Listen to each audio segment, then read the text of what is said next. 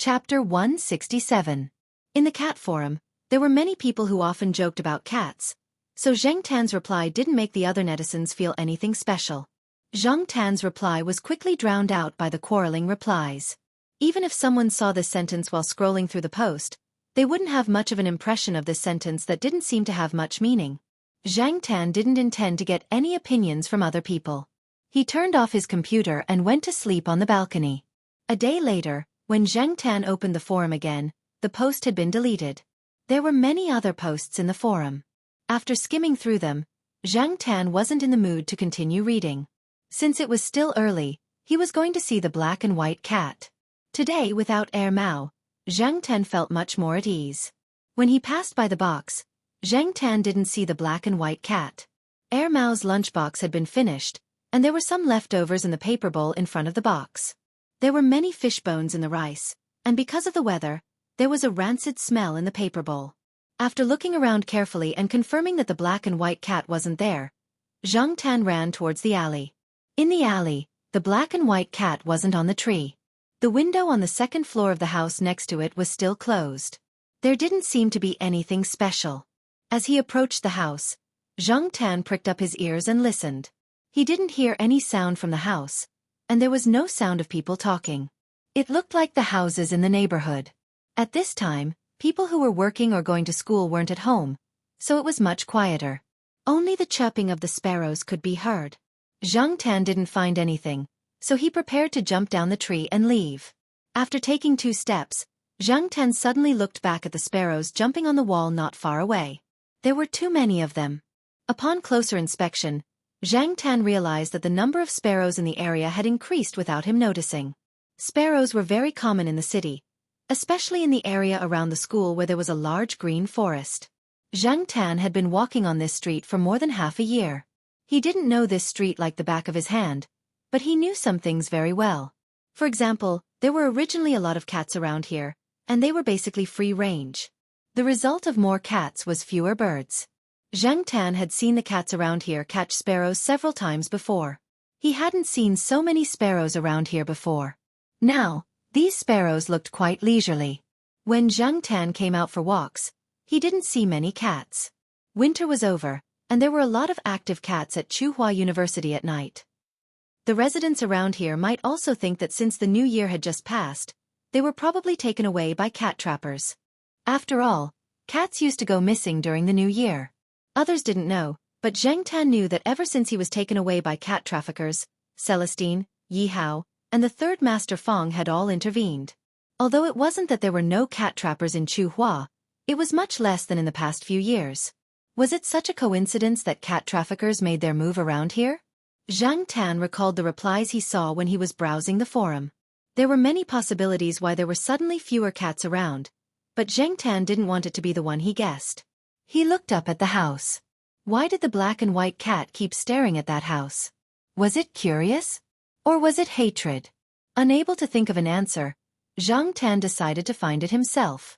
Jumping on the wall, Zheng Tan looked at the layout of the house. The side of the house faced the wall, and the door was closed.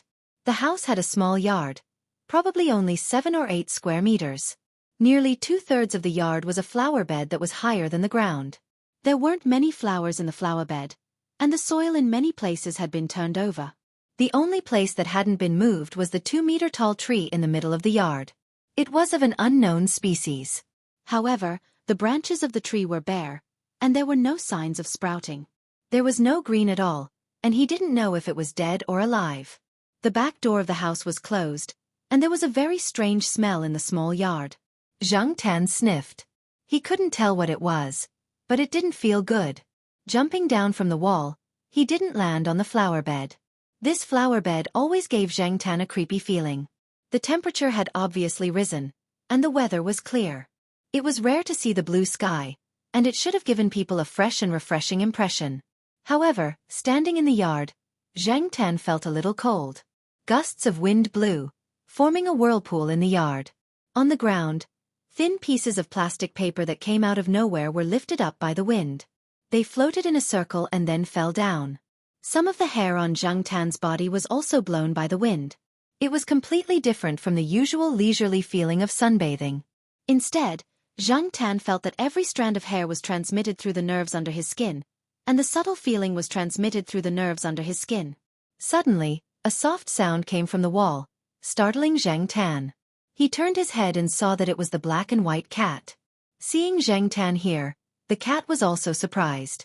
It hesitated on the wall before jumping down. Unlike Zhang Tan, it landed on the flower bed.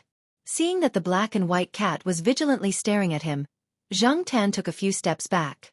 He didn't plan to fight with the cat here. Perhaps it felt that Zhang Tan was no longer a threat. After looking at Zhang Tan a few times, the cat sniffed around the flower bed. It found a spot and then began to dig with its claws. What was buried in there? Zhang Tan was curious, but his intuition told him that there was definitely not a beautiful scene under the soil. Perhaps it was buried a little deep. Fortunately, the soil in the flower bed wasn't solid. After digging for about 5 minutes, the cat stopped, sniffed there, and then continued digging. There was nothing around for Zhang Tan to stand on to see the situation in the flower bed. Since no one was paying attention, Zhang Tan stood up and used his 2 hind legs to support himself. The cat had dug a hole in the flower bed. In the hole, Zhang Tan saw a cat's foot exposed. The rest of the foot was still buried in the soil. Although there was soil stuck to it, Zhang Tan could still see some black lines crisscrossing the sole of the foot. It looked like it was burned. The cat was still digging. Zhang Tan didn't want to look anymore. He was sure that there was definitely more than one cat buried in there. Sometimes, cats were more vengeful than dogs. Zhang Tan didn't know what the cat buried in the flower bed had to do with the cat, but the cat remembered this grudge. Otherwise, it wouldn't have squatted on the tree for so long. At that time, Zhang Tan couldn't see the cat's eyes when it squatted on the tree and stared at the house. It could be hatred, or it could be something else. Without looking at the flower bed, Zhang Tan jumped onto the window at the back door of the house. The window was still closed. Inside was the kitchen. Zhang Tan stood on the windowsill. Looking through the transparent glass window, he saw something on the ground inside. Zhang Tan was very familiar with this thing. Every time he saw this thing, Zhang Tan was quite angry. F***ck, a cat cage. Whenever she saw the cat trap, Zhang Tan would recall the unpleasant experience she had in the past. A cat cage wasn't difficult to make. Anyone who was familiar with rat cages could make one themselves. However, suddenly seeing a cat cage in a clean kitchen made him feel a little out of place. Why would such a thing exist in a seemingly elite family? All of this made Zhang Tan certain that the guy with the lousy coffee was really not a good person. In the backyard, the windows were closed very well. The ventilation area was blocked by barbed wire. Other than this, the windows on the first floor were basically all protected by anti-theft nets. Zhang Tan couldn't find a place to enter. Since there was no chance on the first floor, he would look for it on the second floor. Jumping onto the wall, Zhang Tan walked around and finally found a small window on the side of the wall. The glass window was half open, and the other half was blocked by a screen. However, the screen could only block insects, not cats. Zhang Tan estimated the distance from the wall to the other side. He tiptoed and kicked his hind legs to jump over.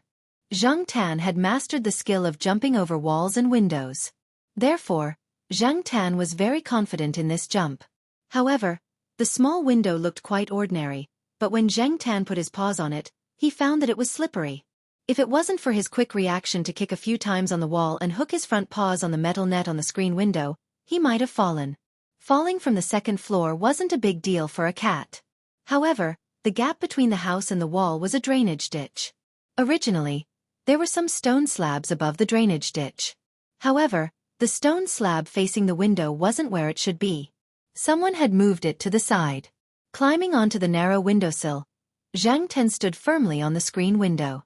He looked at the drainage ditch below and cursed the person who moved the stone slab away. That was close. He almost fell. Although falling from the second floor wasn't a big deal, if he fell into the drainage ditch, he would probably get wet. Moreover, it would be full of smelly water. Maybe someone would pee and spit in it. Moving his gaze back, Zhang Tan looked at the narrow windowsill again. Different from what it looked like, the windowsill was covered with a layer of smooth hard material.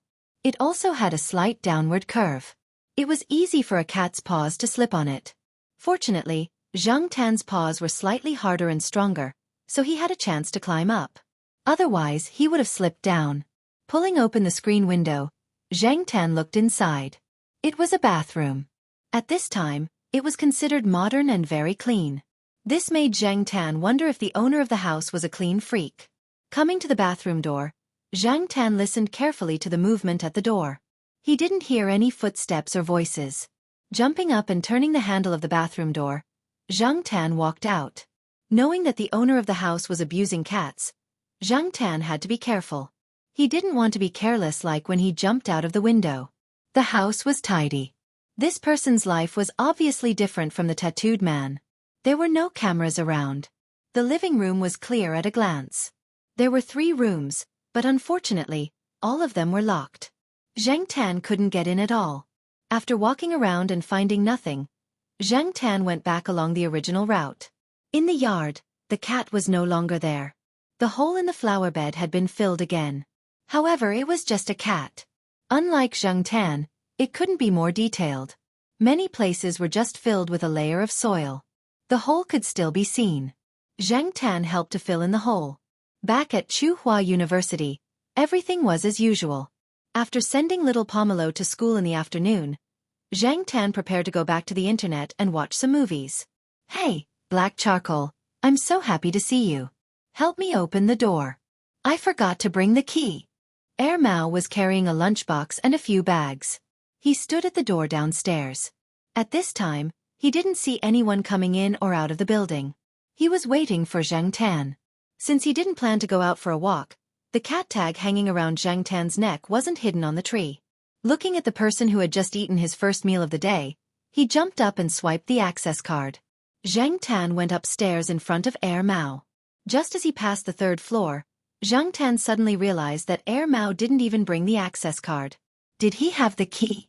So Zhang Tan, who had already walked to the corner between the 3rd and 4th floor, stopped and looked over there. In front of the door, Air Mao put the things in his hands aside and dug into his pockets. He didn't take out the key. Instead, he took out an iron ring. The iron ring wasn't closed. It was made of iron wire. Air Mao broke the iron wire into a cross and inserted it into the keyhole. Zhang Tan was shocked. Pick the lock? F***CK. Chapter 168. There was no lock on the metal door, only a wooden door. The wooden door was a relatively common lock, so it was no challenge for Air Mao. Zhang Tan did not know how long Air Mao took to unlock the door.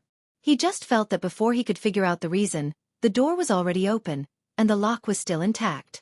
In the past, Zhang Tan had only heard of things like master keys. This was the first time she had seen someone use a piece of iron wire to open a door. Before this, she had thought that these things only existed in legends. The saying that masters were among the people was not wrong at all. Air Mao had bought a lot of things when he went shopping. There were biscuits, instant noodles, fish balls, shrimp dumplings, and other frozen food. This guy only cooked instant noodles and dumplings in the kitchen. He wasn't good at anything else and was too lazy to cook. After opening the door, Air Mao first took some unsealed food in. There were too many things, so they would scatter when he put them down. It was not easy to take them all at once. Anyway, it was in front of his house, so Air Mao wasn't afraid that someone would take it away. Hey, take your cat's paw away. Don't open my things. After saying that, Air Mao took the things in. Zhang Tan pulled his ear and sniffed the plastic bag with the supermarket's name printed on it. The more Air Mao said not to touch it, the more Zhang Tan wanted to touch it. He opened the plastic bag and flipped through the 2 bags of fish balls. They were too cold, so he wasn't interested in the things inside. Zhang Tan didn't pay attention to the things in the bags anymore. He walked into the house and watched as Air Mao put the first batch of things away and went out to take the rest. Just then, Zhang Tan jumped up and pushed the door open. Bang! The door closed. Air Mao, who was locked outside, was stunned. F***CK. Air Mao wanted to swear but was afraid of disturbing Professor Lon next door. He cursed in a low voice, put down the bag in his hand, and took out the wire to open the door. Zhang Tan looked at the clock hanging in the living room, counting the time it took Air Mao to unlock the door. From the time the door was closed to when Air Mao opened the door with the wire, it took less than 10 seconds. That meant that the time it took him to unlock the door was even shorter, probably less than 5 seconds. It seemed that Air Mao was a habitual offender. He was quite skilled. Air Mao came in with a bag, cursing. Zhang Tan turned a deaf ear to his words.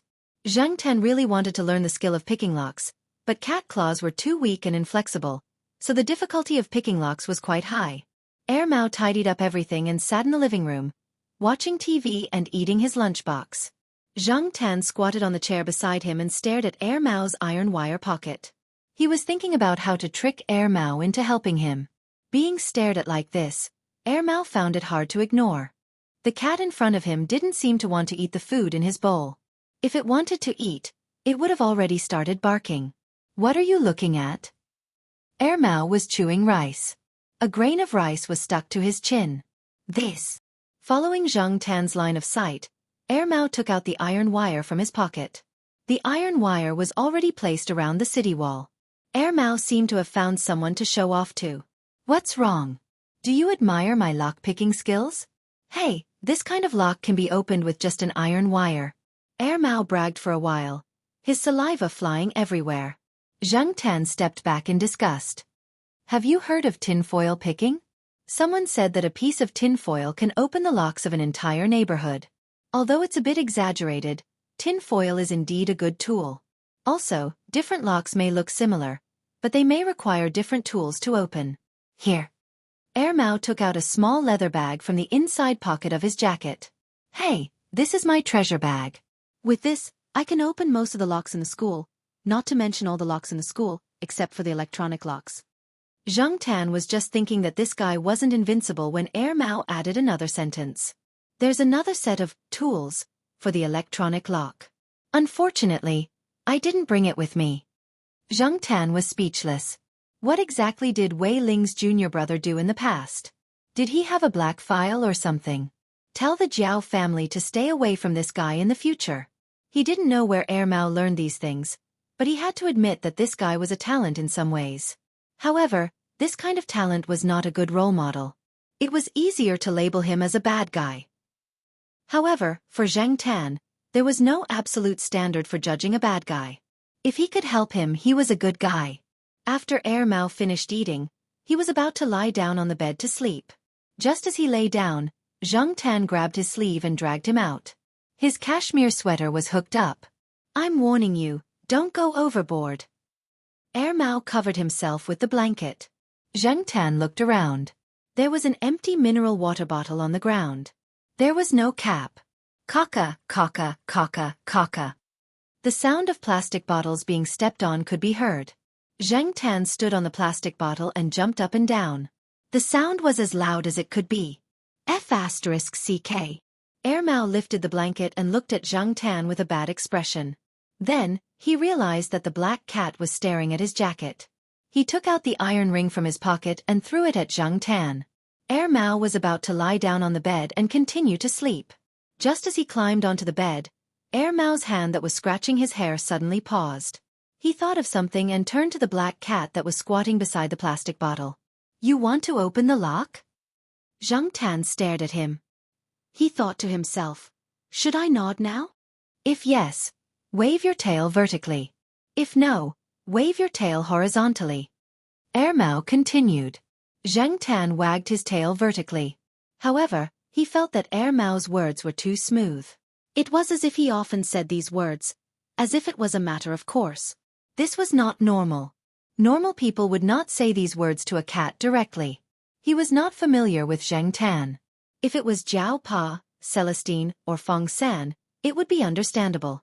After receiving an affirmative answer, Mao sat up straight and was suddenly energized.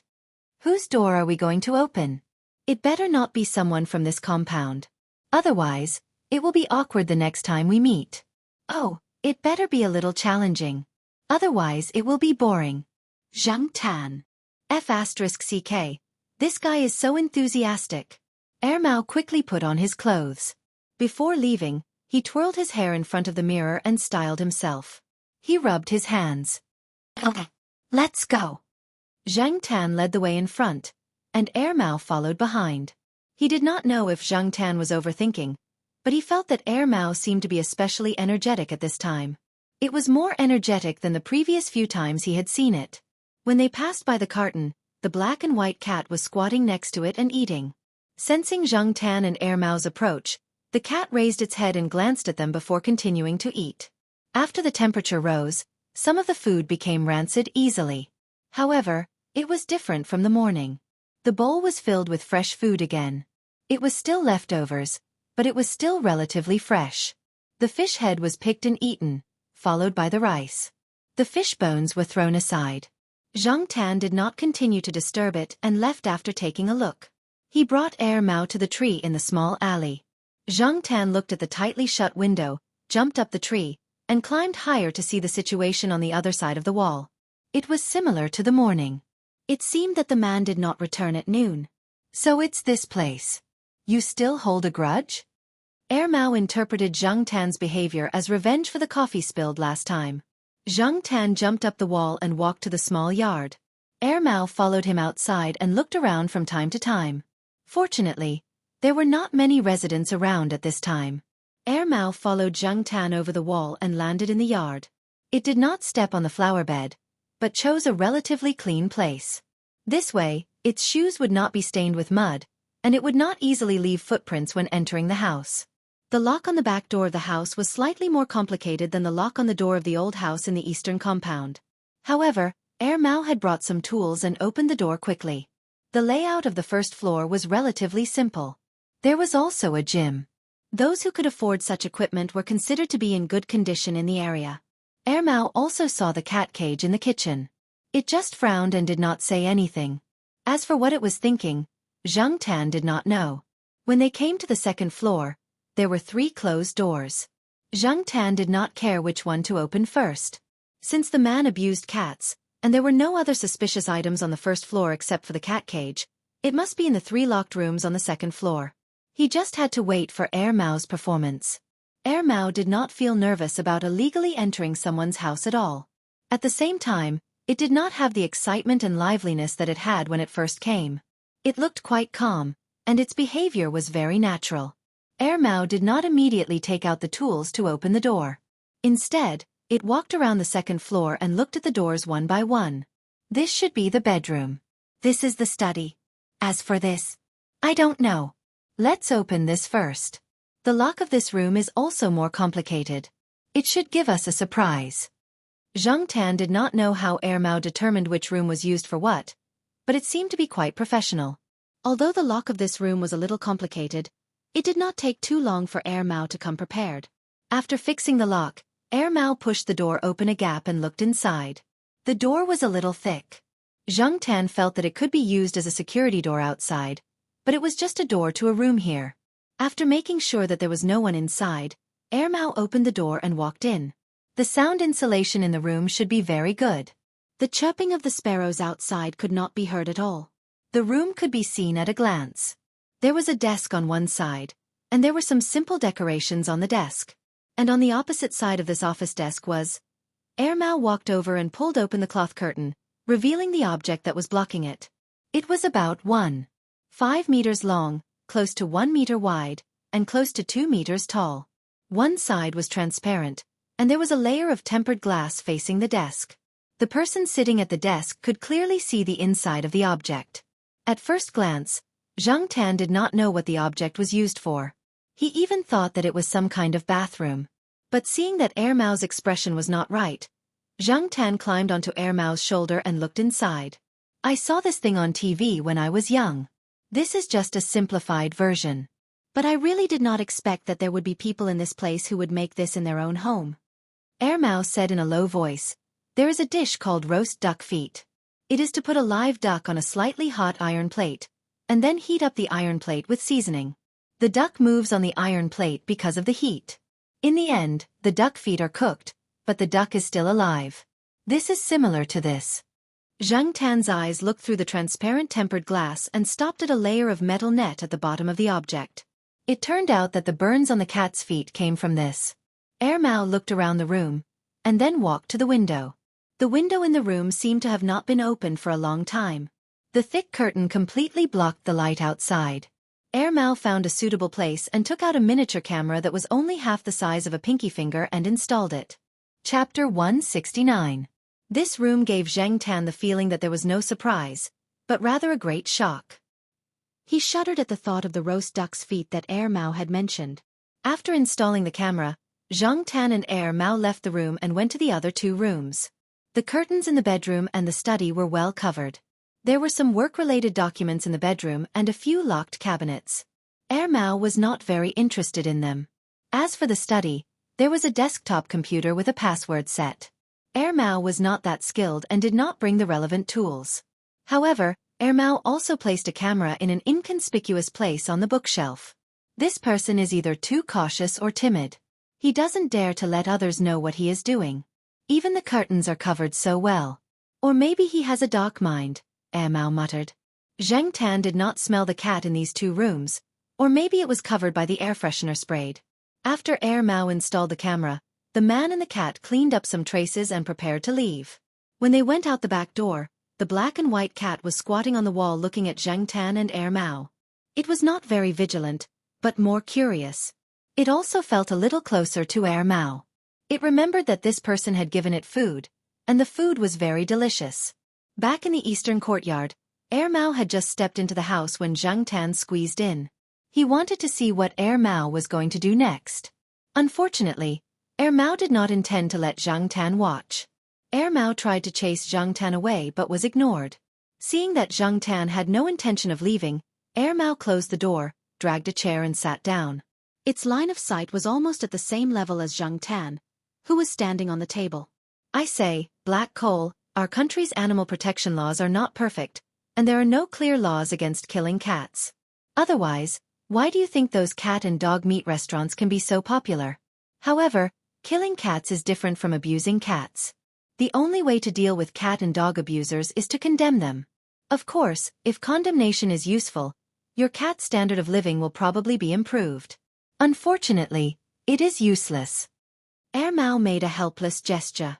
But these days, sons compete with their fathers and pets compete with their owners. If your cat daddy can increase his influence, you can show off everywhere. Mao seemed to be explaining to Zhang Tan and convincing himself at the same time. Well, look at the guy we met. Even if you go and sue him, you won't get any results. Even if you throw him into the police station, he will still be able to come out. At most, he will receive a light punishment. If we were to talk about the law, what I did was more serious than him killing and abusing cats. Moreover, not to mention the whole country, even in Chuhua City, there was definitely more than one cat abuser. Perhaps there were more people who adopted more intense methods. You and I don't know who those people are, but we have to create some pressure to make them restrain themselves. There might be relevant laws in a few years, but in the current situation, because there is no law to rely on, the law enforcement department can't intervene, and the main force is only the civil society. So, it's better to think of other ways to make him restless. It's best to make a big fuss and attract the attention of society. Mao said seriously. Like my grandfather said, the eyes of the masses are bright, and the power of the masses is limitless. We have to believe in the masses and rely on the masses. If Mao's grandfather knew that Mao used this sentence in this context, who knew what he would think? Seeing the black cat on the table tilting its head slightly and lowering its eyelids as if it was thinking, Mao raised its hand and pushed it. Go back first, I will take care of this. Go, I want to sleep. Don't think about stepping on plastic bottles next to my bed. Zhang Tan was pushed off the table and chased out. He squatted at the door and continued to think about the things that he had not finished thinking about before he went upstairs. Zhang Tan had always been curious about what Mao had done. Unfortunately, when he went downstairs and upstairs again, he did not see Mao. Zhang Tan did not have the skill to pick locks, so he could only wait. The next day, when Zhang Tan went online to the forum when no one was at home, he saw a hot post on the front page. It was from the cat section. Because the discussion was too hot, it was pushed to the front page. Zhang Tan clicked in to take a look. The title of the post was not long, Cat Abuser Scum Again. The poster was a guy with the ID, all the good names have been taken by cats. It was a detailed and emotional description of what he had seen, heard, and felt. The description of the matter was clear and the rendering was strong enough. Coupled with the pictures, it was impossible for the post not to explode with noise. In addition, there was a top student who abused cats some time ago, and now there was another social elite who abused cats, adding fuel to the fire. The pictures in the post were all familiar to Zhang Tan. The familiar flower bed, the familiar cat's paw with burns and mud, the familiar object. Only the person in the post was censored. The specific name was not mentioned, only the surname was written in the form of X. Zheng Tan's computer skills were not very good. In the past, he only knew how to watch movies and play games on the internet. He did not learn any other high-end technology, so now Zheng Tan did not know the IP address of all the good names have been taken by cats. He could only see the registration time of this person. The registration time showed that it was 3 years ago.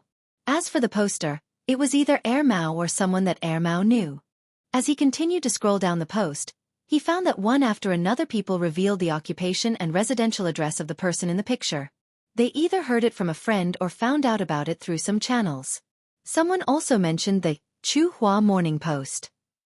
This year, the Jiao family did not subscribe to the Chuhua Morning Post, so Zheng Tan did not know what was reported in the newspaper. However, according to what the netizens said, it seemed that the Chuhua Morning Post only mentioned it slightly. It was not very specific, and it sounded like a small piece of news that would not attract attention. It seemed that the power was not strong enough. Or, did Mao have a backup plan? He always felt that the guy would not end things so simply. Zheng Tan scrolled forward and carefully looked at the original post. A few of the pictures in the post were about the object. In the pictures, the metal net at the bottom of the object was connected to a certain voltage, and the cat that was locked inside jumped up high. When the cat's feet stepped on the metal net, there would be electric sparks. Zheng Tan had seen the cat in the picture before. It was one of the cats in the surrounding area. He did not know what the cat's owner would do if he knew the truth. In addition to the pictures that showed evidence of cat abuse, the post also listed an example of a violent cat that had been punished in the past. It told everyone to think twice before you act. As for how to think twice before you act, the post did not mention a word about it. Many people had already understood and began to think about how to play the game. Maybe this post was just a temporary post. Before this, if it were up to Zheng Tan, it would have been better to solve it directly, just like how he had scared the tattooed man. But now, what did Mao want to do?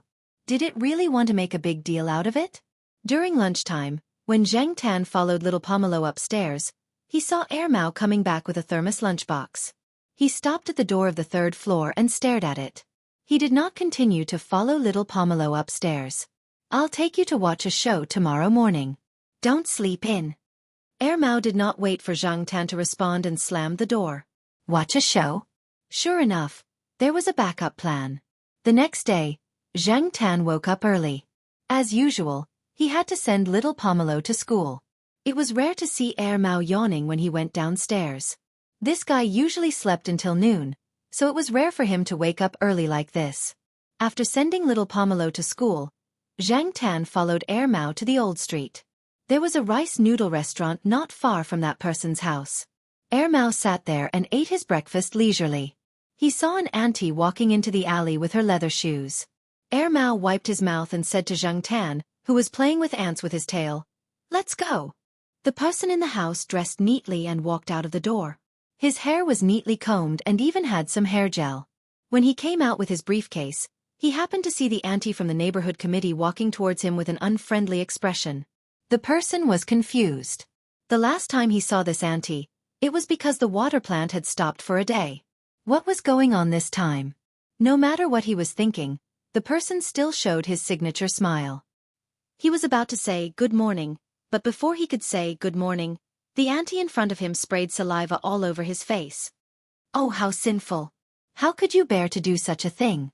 You really know a person for a long time without understanding his true nature. You are really morally corrupt, seriously affecting the city's appearance. Zheng Tan and Mao hid not far away and watched as the auntie scolded the person. Of course, since she was a person with a job, the auntie scolded in a more elegant manner. She didn't use any vulgar words, but her words ranged from mental health to social harmony, from harm to cats to threats to the country and the people. She didn't stop talking for 10 minutes. Sometimes, these auntie were quite cute. Zheng Tan thought to himself. After the auntie, a few more people came. They looked like reporters, but as for which newspaper they were from, Zheng Tan didn't know. The person seemed to be very impatient. He looked at his watch, pushed away the people blocking him, and left in a hurry.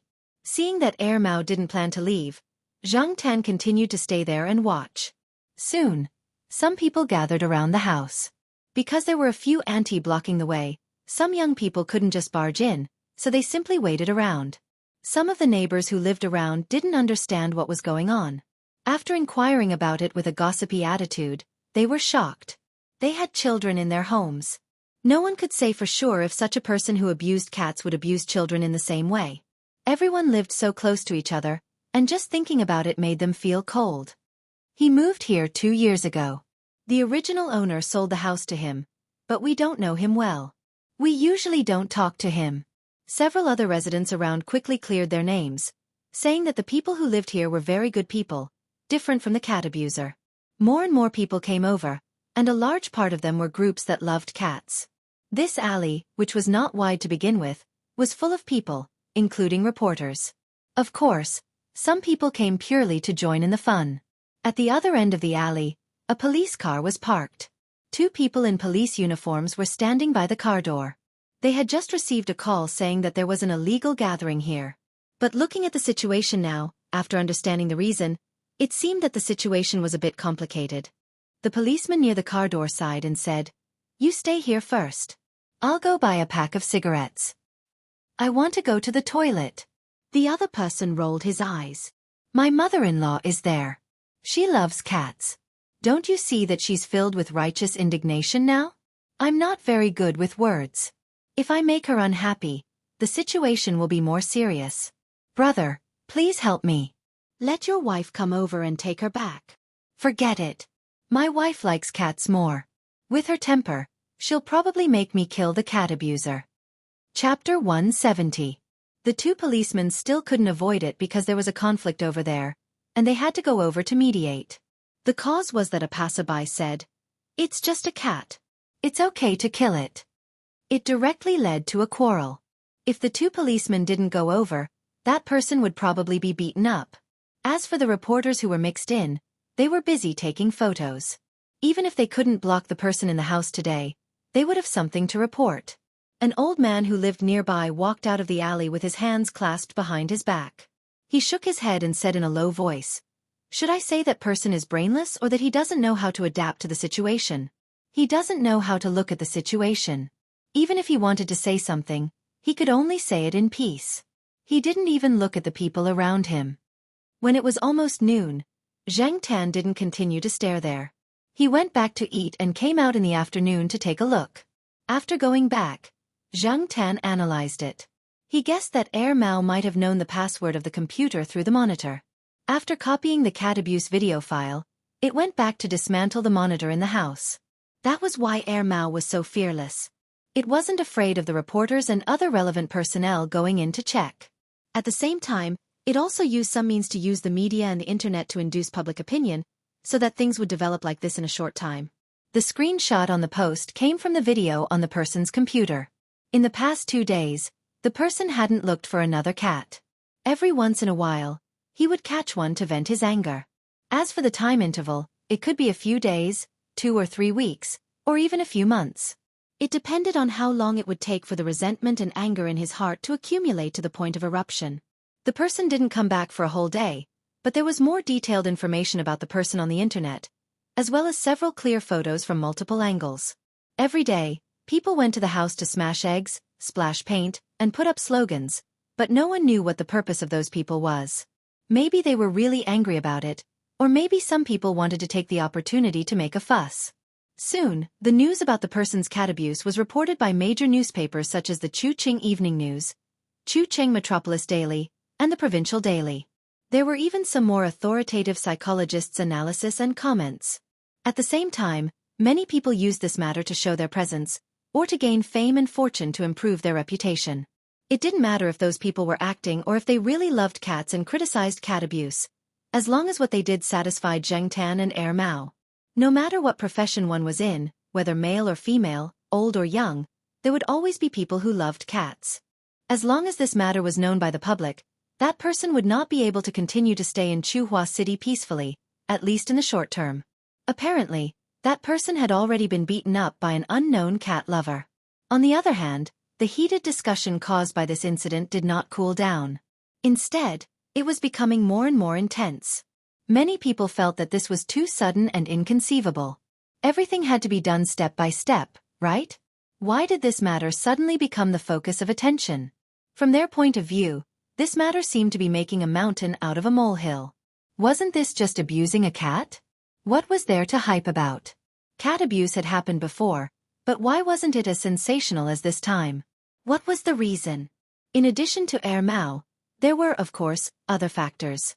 If it was just a single incident, this topic would not have suddenly heated up so quickly. However, not long ago, there was a top student who abused cats. At that time, there was an expert who said that this was just a very rare phenomenon in society and that everyone did not have to hold on to it. But in the end, only a few days after that incident, there was another cat abusing white-collar workers. That expert's face was suddenly slapped hard. Moreover, these two cat abuse incidents were so close to each other. As the saying goes, one wave after another, so the condemnation was even more intense. The anger of the cat friends was underestimated by many people. Just like how there were people who violently protected cats in the beginning. Many people proposed that relevant animal protection laws should be enacted quickly. They could not let these people continue to be so rampant. The second factor was what Air Mao said. Killing cats was different from abusing cats. It mainly referred to the different reactions of society. Killing cats and dogs was indifferent to many people. It was just like killing chickens and sheep. There was nothing to argue about. Even if wild animals or even protected wild animals were killed, the punishment was the same. Except for some people, the reaction of the main body of society would not be very big, especially for the ordinary people who had to work hard for their lives all the time. At most, it was a topic that could be discussed after dinner. Even if a level 1 protected animal was killed, most people would just respond with an indifferent, "Oh." However, torturing and killing was different. Moreover, when the public opinion gradually pushed the topic in another direction, causing people's focus to not be on the cat but on the human, people would not just let out a flat, "Oh," nor would it be just a moral condemnation. Instead, they would have to take precautions against the problem before it happened. What? Was it possible for people who were inclined to abuse cats to abuse children? Didn't that mean that they would abuse people in the future? They were simply beasts. No, they were worse than beasts. People would not allow such people to exist around them. Even if they were suspected of abusing cats or dogs, they would be highly guarded against. Even when interacting with parents in an educational program on the provincial television station, someone had mentioned it. Who would allow their children to grow up in such a dangerous environment? That top student should be glad that there was someone to share his pressure and the scolding of people at this time. During this period of time, Zhang Tan often heard people discussing who was more suspicious around them, especially those who kicked animals for no reason. They were the focus of people's observation. Even the car owner, who had been sprayed with cat urine by Ah Huang, only took a few deep breaths to calm his anger. He resisted the urge to kick the cat away and then drove away. He didn't even curse. It was a sensitive period in public, so he'd better hold it in for now. Otherwise, if he yelled and others didn't see the cat peeing, they would only see him scolding the cat and kicking the cat. There was no need to wait until tomorrow. Those aunties who went out tonight would let him know why cat urine was so smelly. Looking at Huang, who was standing on the tree trunk and sharpening its claws without knowing anything, Zhang Tan yawned and prepared to find a place to sleep. Recently, he had been thinking too much, and he had spent too much time online during the day. Cats had more time to sleep. Zhang Tan moved his claws and counted. Indeed, he didn't have enough sleep. He was preparing to go back to the courtyard to find a tree, but Zhang Tan was stopped by Air Mao. "Black Coal, are you going out tonight?" Air Mao asked as he walked out of the school gate. Zhang Tan looked at Air Mao. What was this guy up to now? Air Mao smiled maliciously. "I'll see you at the side door behind the eastern courtyard at 8 o'clock in the evening. If I don't see you by then, I won't wait." Tonight? Zhang Tan had a vague feeling that it was about the cat abuser. These days, Air Mao was only using the media and public opinion to achieve a certain goal. Zhang Tan had always felt that there was more to it. No matter what, he could only wait until tonight to find out the answer. Zhao family 3 would be there at night. Zhang Tan wasn't worried that little Pomelo would be unsafe at home alone. He also didn't have to worry about going out. When the hand on the wall clock in the Zhao family's living room pointed to 7:40, Zhang Tan ran out. It took him less than 10 minutes to reach the side door. Zhang Tan squatted by the sidewalk without flower beds and watched the cars coming and going. Not far away, some people got off the bus at the bus stop. When they saw Zhang Tan, they wanted to tease him, but they were scared away by Zhang Tan's baring of his teeth. Today, Zhang Tan didn't want to be entangled with these people. An ordinary-looking family car stopped and rolled down the window. After seeing that it was Air Mao, Zhang Tan jumped in through the open window of the passenger seat. As soon as Zhang Tan entered, he smelled a familiar scent. There was the cat abusers and the tabby cats. He didn't see the cat, only the tabby cat squatting in the back seat. Zhang Tan looked at Air Mao in confusion. Air Mao curled its lips. I drove past there and saw it squatting by the roadside. I called out. Then it became like this. When it got into the car, it was still sniffing around. It was sniffing and growling. Black coal. Do you think it knows that we're going to fix that guy? Zhang Tan looked at the tabby cat squatting in the back seat with its head down and eyes closed as if it was taking a nap. He really didn't understand what it was trying to do. Without saying anything about the tabby cat, Air Mao drove away. Air Mao's driving was similar to Celestine's. With the radio on in the car, it couldn't stop talking.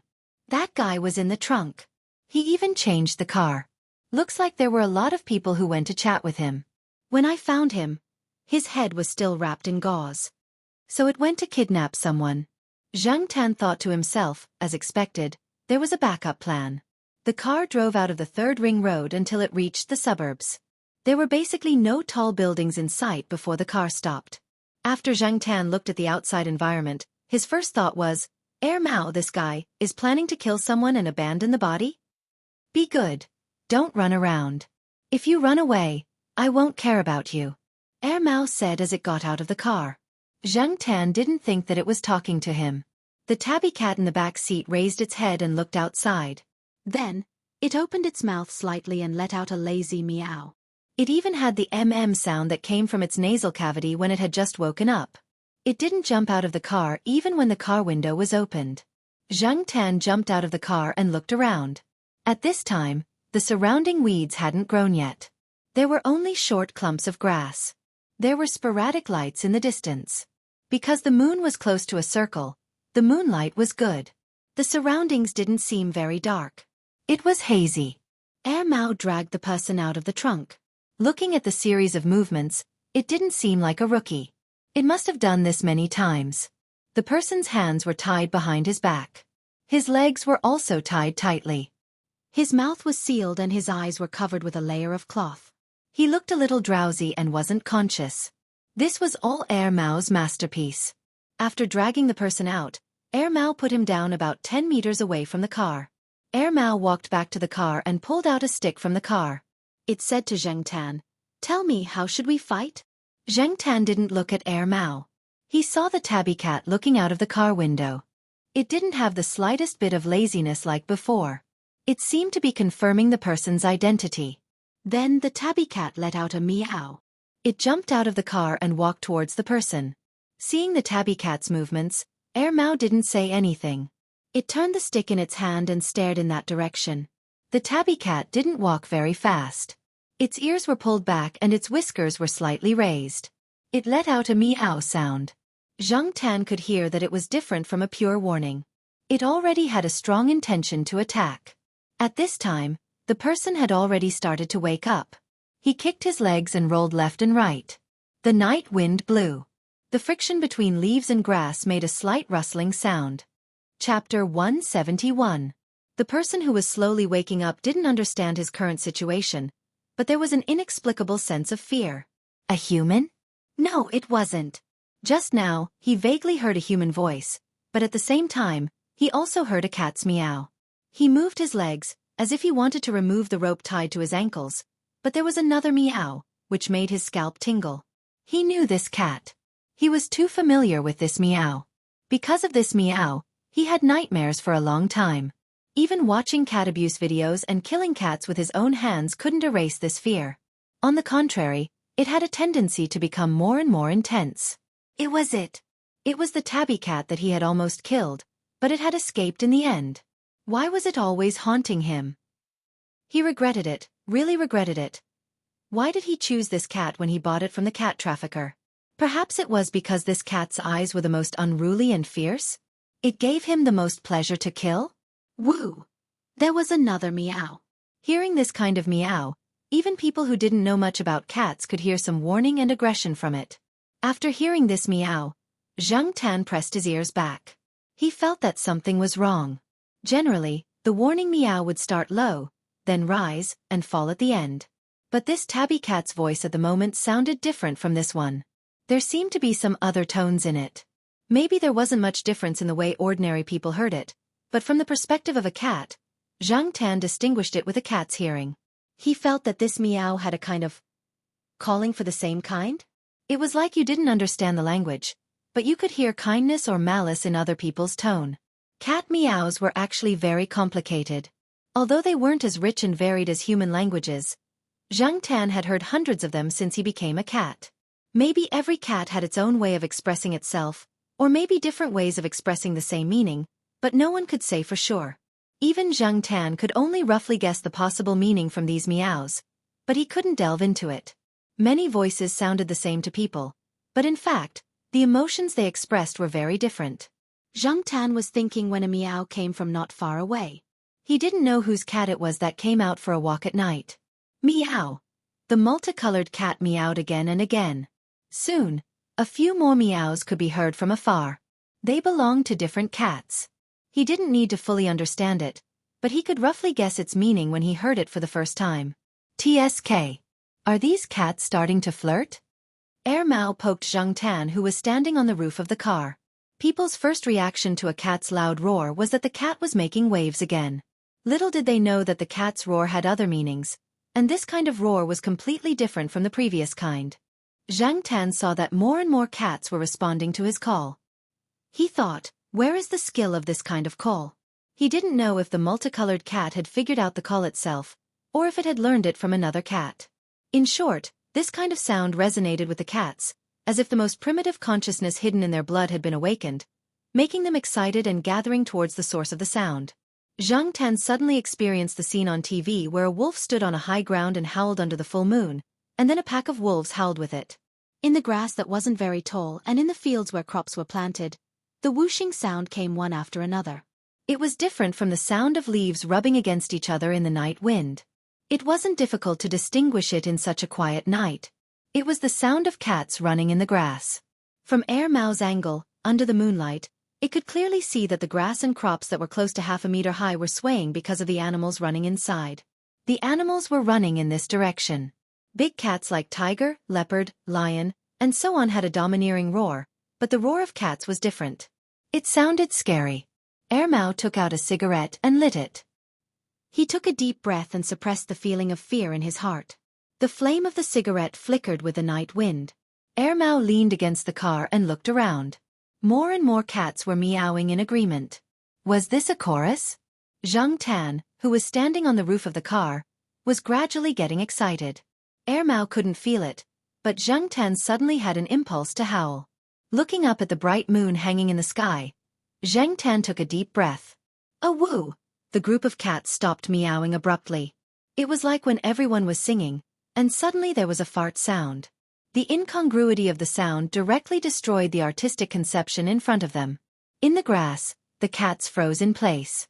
In the places where the grass was shorter and sparser, one could see the pointed ears of the cats moving, as if they were trying to figure out where the sudden howl came from. A few cats that were too sensitive to their surroundings jumped up like fleas.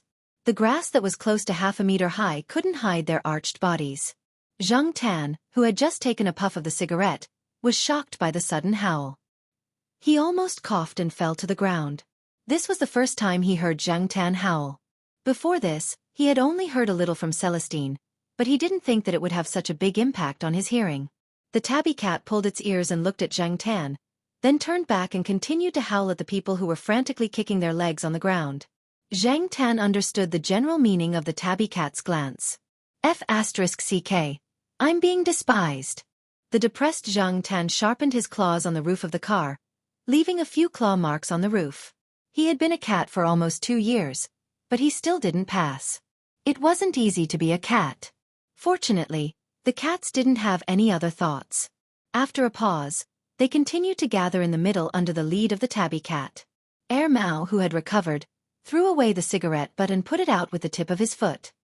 He said to Zhang Tan, "Give up. Even ghosts will be scared away by your howl. Let's not howl. Let them howl. You just squat at the side and watch. If they can't solve it, you can go over." Air Mao glanced at the large grass in the distance and shook off the goosebumps on his body. The scene was indeed strange. There were already more than 10 cats. It seemed that more cats would come over after hearing the noise. Cats were hard to understand. For safety reasons, Air Mao opened the car door and got in. It seemed that he didn't need to do anything here. These cats didn't look very friendly. Air Mao always felt that cats were like a combination of demons and angels. When they lazily lay down and basked in the sun, or squinted their eyes and rubbed against you, they were indeed cute and obedient. Their whole body and squinted eyes seemed to make the pace of time become leisurely, making people feel that the whole world was warm. But on the other hand, they always made people gnash their teeth. Maybe gnashing their teeth was better. Just like right now, those pairs of eyes in the dark revealed an unruly wildness, as if they were looking for and waiting for the next prey at any time. There was no doubt that they would pop out their sharp claws and point at you in the next moment.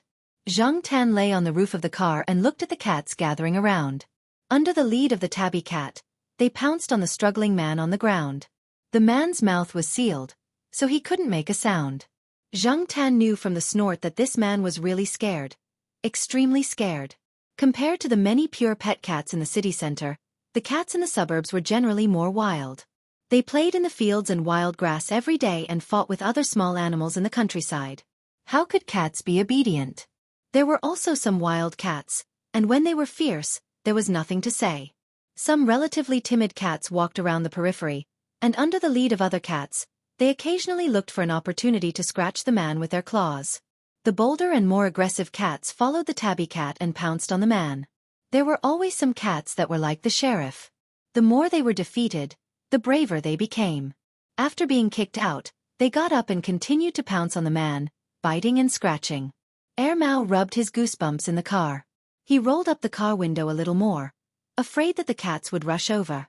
After all, these cats weren't trained, and most of them were house cats. They didn't know where the vital parts were, and their attacking power was limited.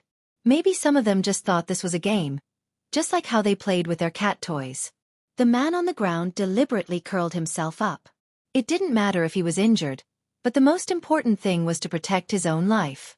The tabby cat and a more aggressive wild cat were also the ones who bit more fiercely. Air Mao looked at the time and the battle situation over there. He didn't want this man to die here, so he had to keep an eye on him. As for Zhang Tan, he was learning how to distinguish which of the tabby cat's cries was the cause of the current situation, which could affect the cat's emotions, and how to mobilize the cat's emotions. Cats weren't considered social animals nowadays, but they weren't absolutely solitary either. After all, they had infiltrated human society, and there were so many cat owners around. Every day when he went out, he would meet many cats, and most of them lived in peace. If he gathered all the cats in Tsinghua University, what would the situation be like? He was a little excited just thinking about it. However, this wasn't an easy skill. Maybe Zhang Tan wouldn't be able to learn it by the end of his life as a cat. As an alien with a cat's body and a human's heart, compared to a real cat, Zhang Tan encountered more obstacles. However, as long as he was good at learning and understanding, Zhang Tan believed that he still had a chance. When Air Mao called for it to stop, the tabby cat was already stained with a lot of blood. When it heard Air Mao's call, it responded reluctantly, but in the end, it still retreated and walked to the side of the car to lick its fur. Without the tabby cat, the other cats gradually stopped and spread around to lick their paws. The wild cat saw Air Mao walk over and ran away, probably thinking that this person wasn't easy to deal with. The clothes and pants of the person on the ground were blood-stained rags, and his hands and face were covered with blood from scratches. He curled up there and didn't move. Only the slight rise and fall of his body showed that he was still alive. The urine and blood on the ground mixed together into a puddle. Although the tabby cat was very fierce, it was quite obedient to Air Mao. After getting into the car, it returned to its previous docile state. If it wasn't for the blood stains on its body, its docile appearance would have been more convincing. Air Mao stuffed the person, who was covered in blood, into the trunk. Air Mao said that he would take care of the rest, and that he would make sure that Zhang Tan and the tabby cat would never see the person again. However, it didn't seem like it was going to kill him. When the car drove back to the side door of the east courtyard of Tsinghua University, Zhang Tan got out of the car to go home. The tabby cat was still squatting in the back seat with its eyes closed, and it didn't seem like it was going to get out of the car at all. Mao tried to chase it away, but it didn't work, so it just let it be. Chapter 172. The tabby cat was staying in the east courtyard. When Zhang Tan sent little Pomelo to school early in the morning, he saw the cat squatting by the flower bed, facing Building B. Yesterday, the cat followed Mao to deal with the aftermath. When it came back with Mao, it was probably rejected by Mao, so it changed its strategy and squatted in front of the building to block people. Just like Li Yuanba looking for an owner, this cat probably had a similar plan. It would go to whoever it liked. When it saw Zhang Tan and little Pomelo, the cat only half opened its eyes to take a look, then closed its eyes and continued to sleep. Its ears were pricked up, and when it heard the door creak, it opened its eyes and looked over. Although he didn't know why the cat was so attached to Mao, Zhang Tan felt that it would be difficult for Mao to adopt a cat. When Mao saw Zhang Tan and the others squatting in the tree, it said, "Cats are a bunch of idiots." It was obvious that this person had a deep opinion of cats. There was no sunshine today, and it was gloomy. Zhang Tan couldn't stay in one place to bask in the sun, so he went out for a walk.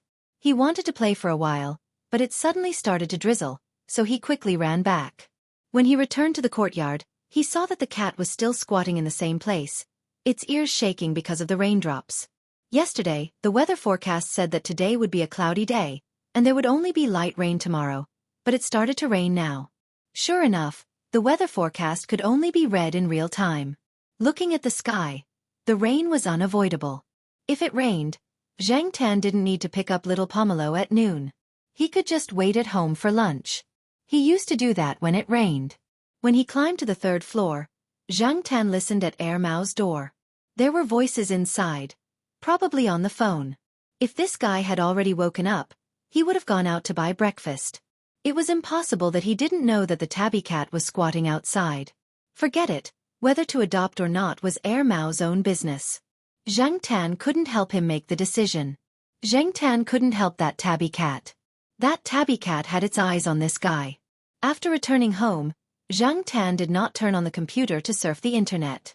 Instead, he leaned against the bedroom door and looked at the rain that was getting heavier and heavier. Zhang Tan looked over and saw that the B*TCH bird was stretching its beak out of the iron net to drink rainwater. It wasn't because it was thirsty.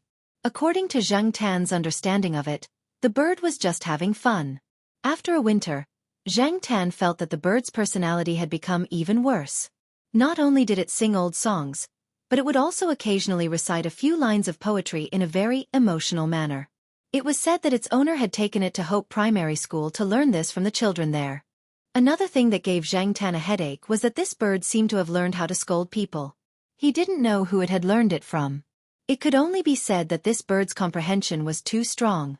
Zhang Tan leaned against the door and looked at the balcony that had been soaked by the rain.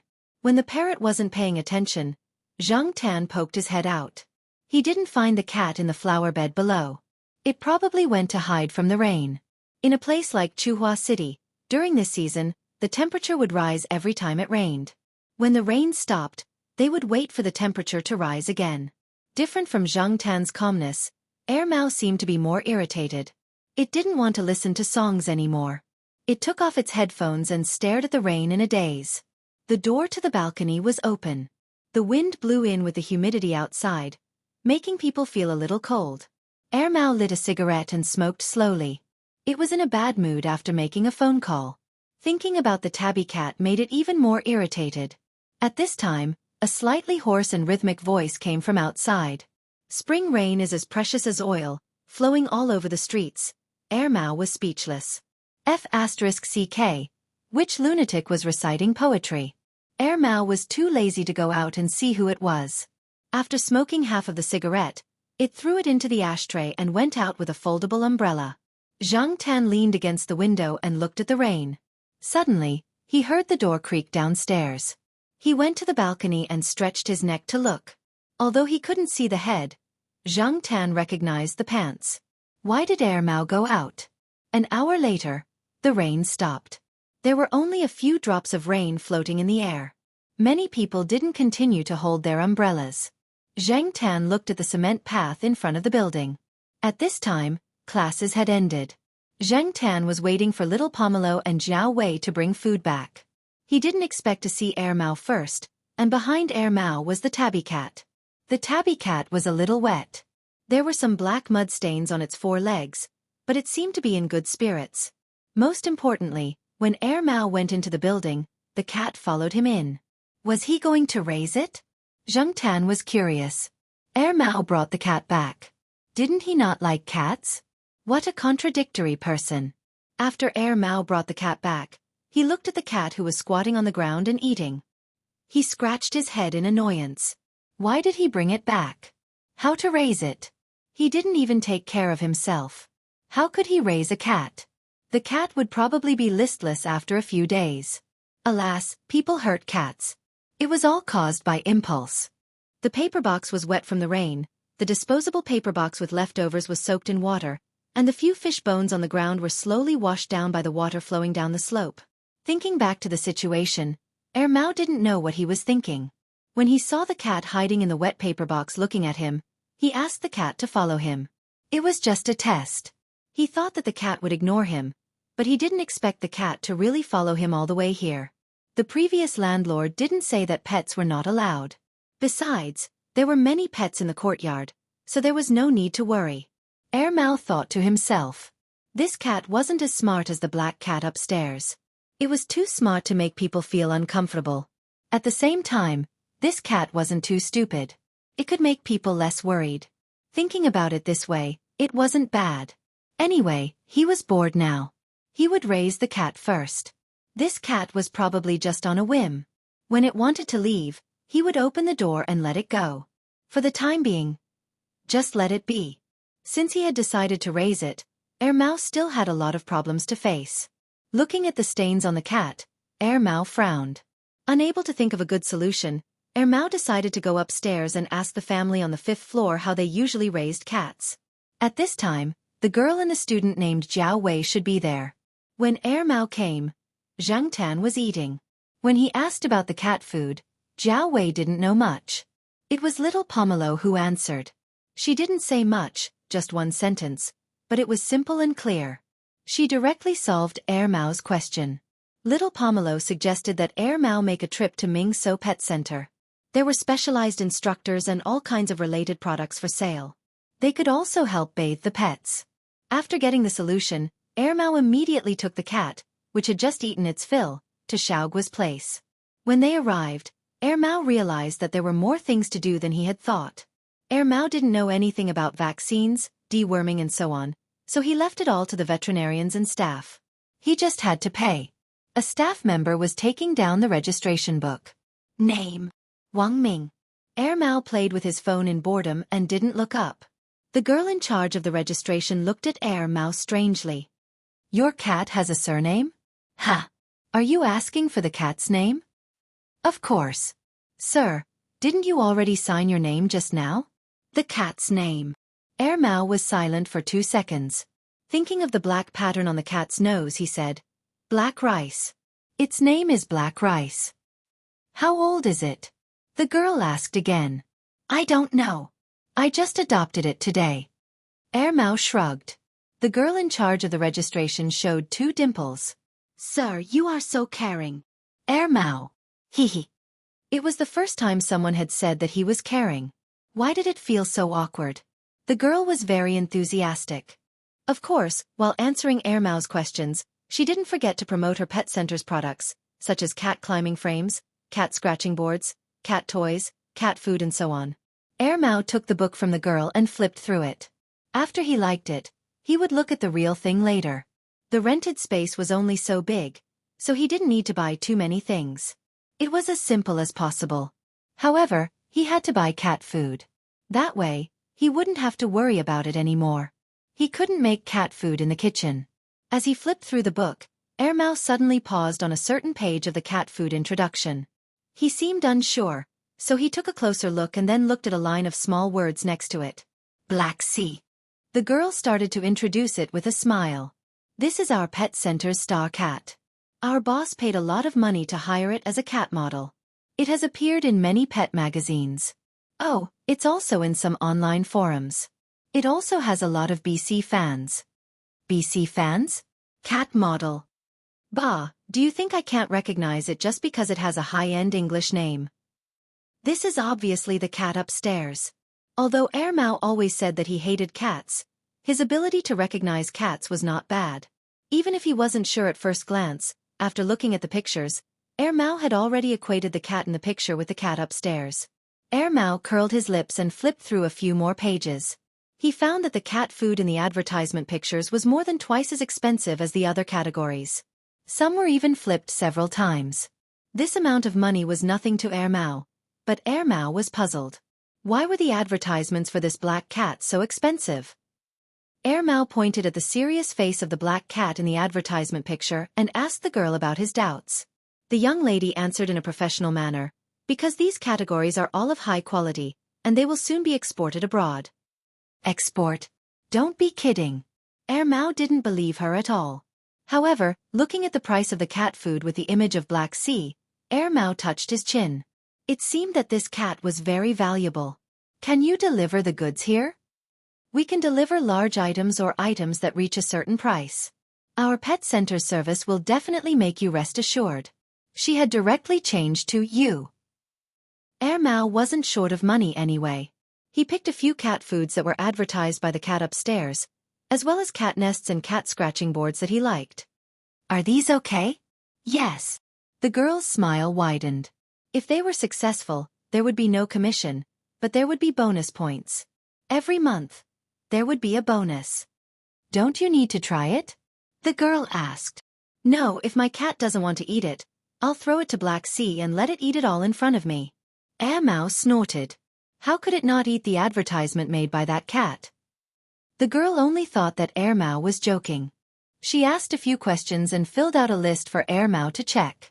She handed it to the person who picked up the goods and continued to register the next customer. Chapter 173. Mao asked the pet center to do a comprehensive examination of the cat. The cat was in good condition. The veterinarian estimated the cat's age. To Mao's surprise, the cat was less than 1 year old. By the way, Mr. Wang, do you want to sterilize your cat? The girl asked. She also told Mao about the benefits of sterilization in the city. Sterilization? I need to cut off its penis? Mao was texting on his phone and didn't even raise his head. The little girl hesitated for a moment before saying, Your cat is female. Female. Mao was shocked. What the F***ck? How could a female be so tough? Do cats and dogs have different ways of identifying male and female? Mao remembered that dogs were easy to identify. The girl smiled. Obviously, she had seen a lot of customers like Mao. She took out a thin booklet from a cabinet and handed it to Mao. There was some basic information about cats in the booklet. Mao flipped through it and asked, How much is this booklet? This is printed by our pet center. I'll give it to you. That's more like it. Mao threw the booklet into a plastic bag. In the end, Mao didn't ask for surgery. He took the clean cat back to the pet center. The pet center sent the items to the address Mao filled in. Mao felt that the room was a little smaller when the cat's items were placed on the table. Luckily, they were all small items. Otherwise, it would be really crowded. Mao poured some cat food into the cat's bowl. The cat that was sniffing in its new nest walked over. Mao was a little disappointed. The cat didn't seem to be picky about food. It was eating happily. It seemed that he couldn't trouble the cat upstairs for the time being. Mao didn't care about the cat anymore.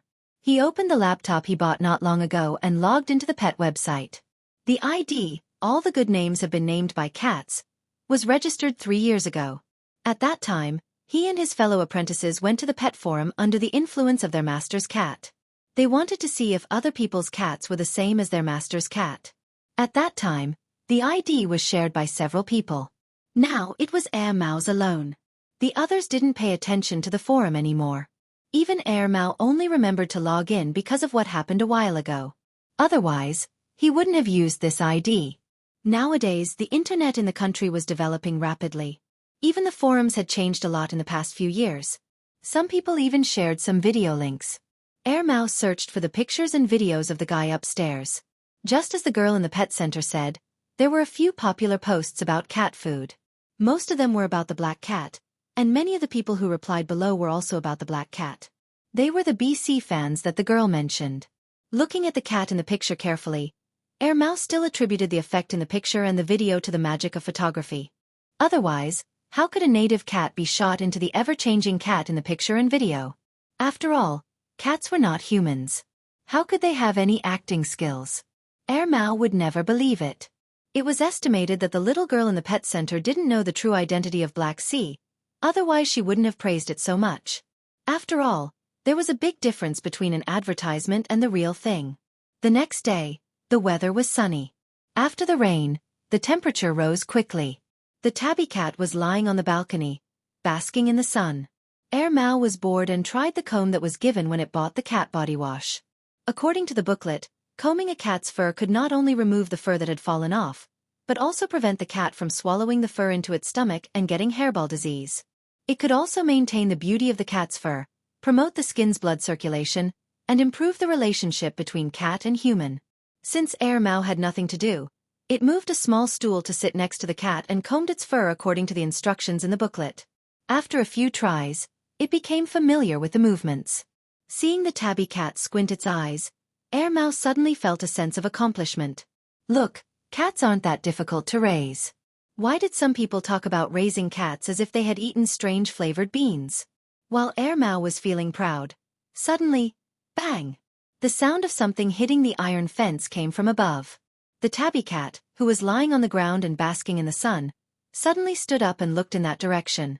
Its wandering days had made it used to being highly alert. Air Mouse also stopped combing its fur and looked over. Inside the iron fence, a blue parrot hooked its big claws on the iron fence and looked at the man and the cat on the third floor with its yellow eyes. General's attention was mainly on the tabby cat. It didn't know this cat because it had never seen it before. When did this strange cat come? Well, its mouth was itchy. Maybe it felt that the parrot was not a friendly signal, so the tabby cat covered its ears and looked at the parrot on the fourth floor vigilantly. Air Mouse didn't think much of it. Cats and birds were not easy to get along. His master's cat went to the forest every day to catch birds of all sizes. However, it was rare to see this kind of parrot in China. No wonder the balcony on the fourth floor was surrounded by iron fences. Looking at the parrot on the fourth floor, Air Mouse said with a playful attitude, "Hey, parrot!" The general on the other side of the fence quickly replied with standard American pronunciation and some dialect words, "Hello, idiot!" Air Mouse was speechless. Who taught this F***king parrot? On the balcony on the fifth floor, Zhang Tan was rolling on the ground with laughter as he listened to the conversation below. General was definitely not friendly after seeing the tabby cat, so it attacked Air Mouse in this way. Zhang Tan and his friends lived on the second floor of Air Mouse's building, so they couldn't see what was going on there. However, he could guess the general situation from the conversation between Air Mouse and General and the growling of the tabby cat. Fortunately, the people living in this building had a high tolerance for this kind of thing. Otherwise, there would be trouble in the future. However, with Air Mouse and his friends on the third floor attracting General's attention, the bird wouldn't bother Zhang Tan often. Zhang Tan was very happy about this. Just as he was about to listen to the quarrel below, there was a rhythmic honk from the yard downstairs. Zhang Tan looked downstairs in confusion. Today was not the weekend. Why would Third Master Fong come here? Although he was confused, Zhang Tan still ran downstairs to unlock the door. Feng Xiaokong came in with Tong Qing. Since the cat cart was dragged home, every time Feng Xiaokong took Zhang Tan out, Tong Qing would come up to help move the cart. Although the cart was small, it wasn't light. Besides, it had to be moved to the fifth floor. Tong Qing couldn't bear to see his boss do it himself. "I happen to have some time today. I have an appointment with old Lu to discuss something. I have to go on a business trip this weekend, so today is the day. I've already told your cat mom that I'll send you back tonight," Feng Xiaokong said as he asked Tong Qing to move the two carts out of the room. Every once in a while, Feng Xiaokong would take Zhang Tan to old Lu to discuss business. Just as some people said, communication also relied on tricks. However, there were very few people like Feng Xiaokong who used cats to communicate, but old Lu liked this trick. No, it should be said that old Lu's baby son liked this trick. On the third floor, After Mao heard the parrot call him idiot, he was about to scold it back, but he remembered that this was Tsinghua University's staff dormitory, so he didn't say anything. He was going to buy a water gun and shoot it whenever the parrot scolded it. Mao rolled the combed cat fur into a ball. In fact, it wasn't much. Mao was going to throw it downstairs, but after thinking about it, he felt that he should be more polite and throw the cat fur into the trash can. Seeing that the trash in the bin was almost done, Mao lifted the trash bag and tied a knot. He opened the door and put it outside the door. He would bring it downstairs when he went downstairs. Once the temperature rose, the trash would be easy to smell. Mao had a cat at home, and he had heard a lot about cats going through trash cans. Who knew that when he opened the door, he would see Zheng Tan, who happened to be on the 3rd floor. "Yo, superstar." Glancing at the person on the stairs, Mao's face stiffened. He held back the mocking words he was about to say and quickly went back into the room and closed the door. Feng Xiaokong stopped Zheng Tan and gestured for Tong Qingxian to wait. Then he walked to Mao's door and knocked. "Open the door, don't hide." "I can see you," Feng Xiaokong said calmly. "No time, I'm taking a dump."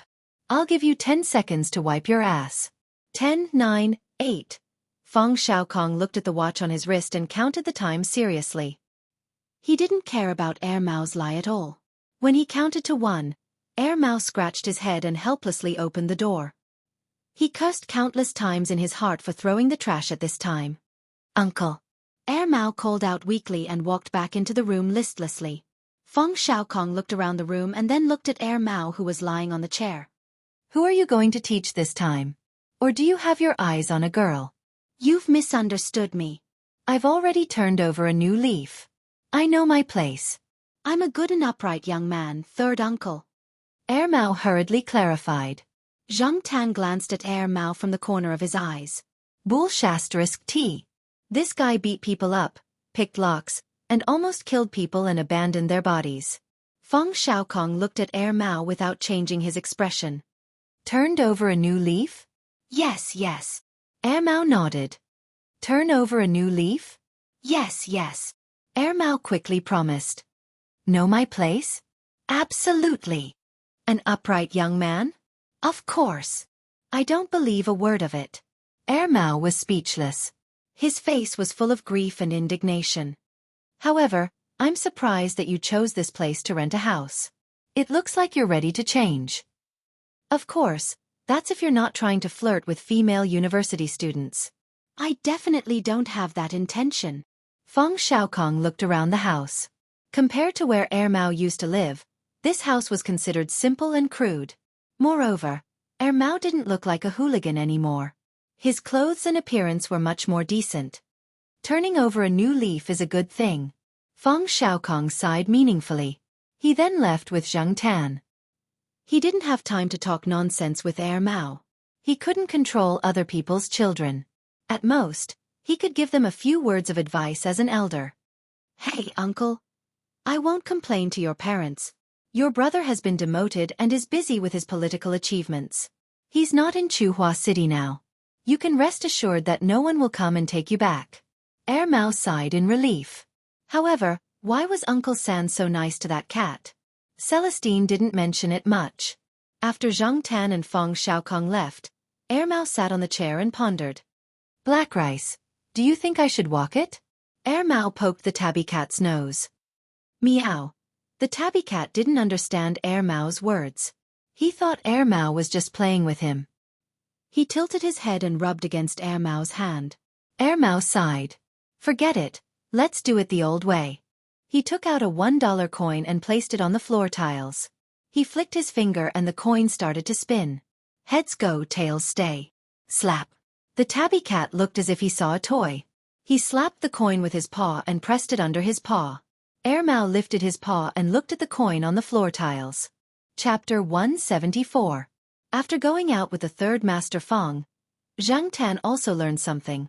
The people in charge of several pet hospitals in Tsinghua City were privately discussing the establishment of a cat-loving association. In fact, they had been discussing this for a long time, but they hadn't been able to confirm it.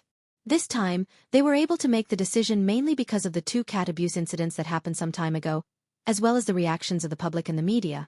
If they wanted to establish this association, it was inevitable that they would have to deal with organizations such as the Environmental Protection Association and the Bird Protection Association. After all, the conflict between cats and birds was getting deeper and deeper. The Bird Protection Association in the province had quarreled with several cat-loving organizations. In terms of environmental protection, some plant protection organizations often complained that many stray cats were destroying plants and the ecology. Because of this, when considering the name of the association, several organizers filtered it out and finally decided to use scientific breeding and green civilization as the theme of this event.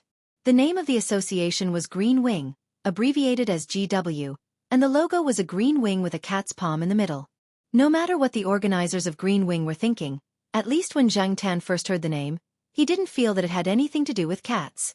Among the organizers of this upcoming event, Xiaogua's pet center was the most influential. In the past 2 years, more and more people knew the name, obviously Pet Center. As one of the organizers and also the vice president of Green Wing, Xiaogua was so busy that he didn't even have time to eat. Although he wasn't the only one doing the promotional videos, public service announcements, and sending out notices, he had to contribute to everything. Xiaogua knew that the third Master Fong and the Zhao family knew each other, and Zheng Tan was more familiar with the third Master Fong. Therefore, for this event, Xiaogua had his eyes on the big fish, the third Master Fong. If the third Master Fong could contribute, Xiaogua's right to speak as the vice president would definitely increase greatly. After all, Green Wing had just been established, and there were several vice presidents. Their authority was temporary, and no one was willing to listen to anyone else. There were also people watching below, waiting for you to make a fool of yourself, so they were all thinking of using this event to show their abilities and secure their positions. Therefore, Xiaogua personally went to visit the third Master Fong. For Zhang Tan's sake, the third Master Fong didn't put on airs and simply accepted Xiaogua's invitation.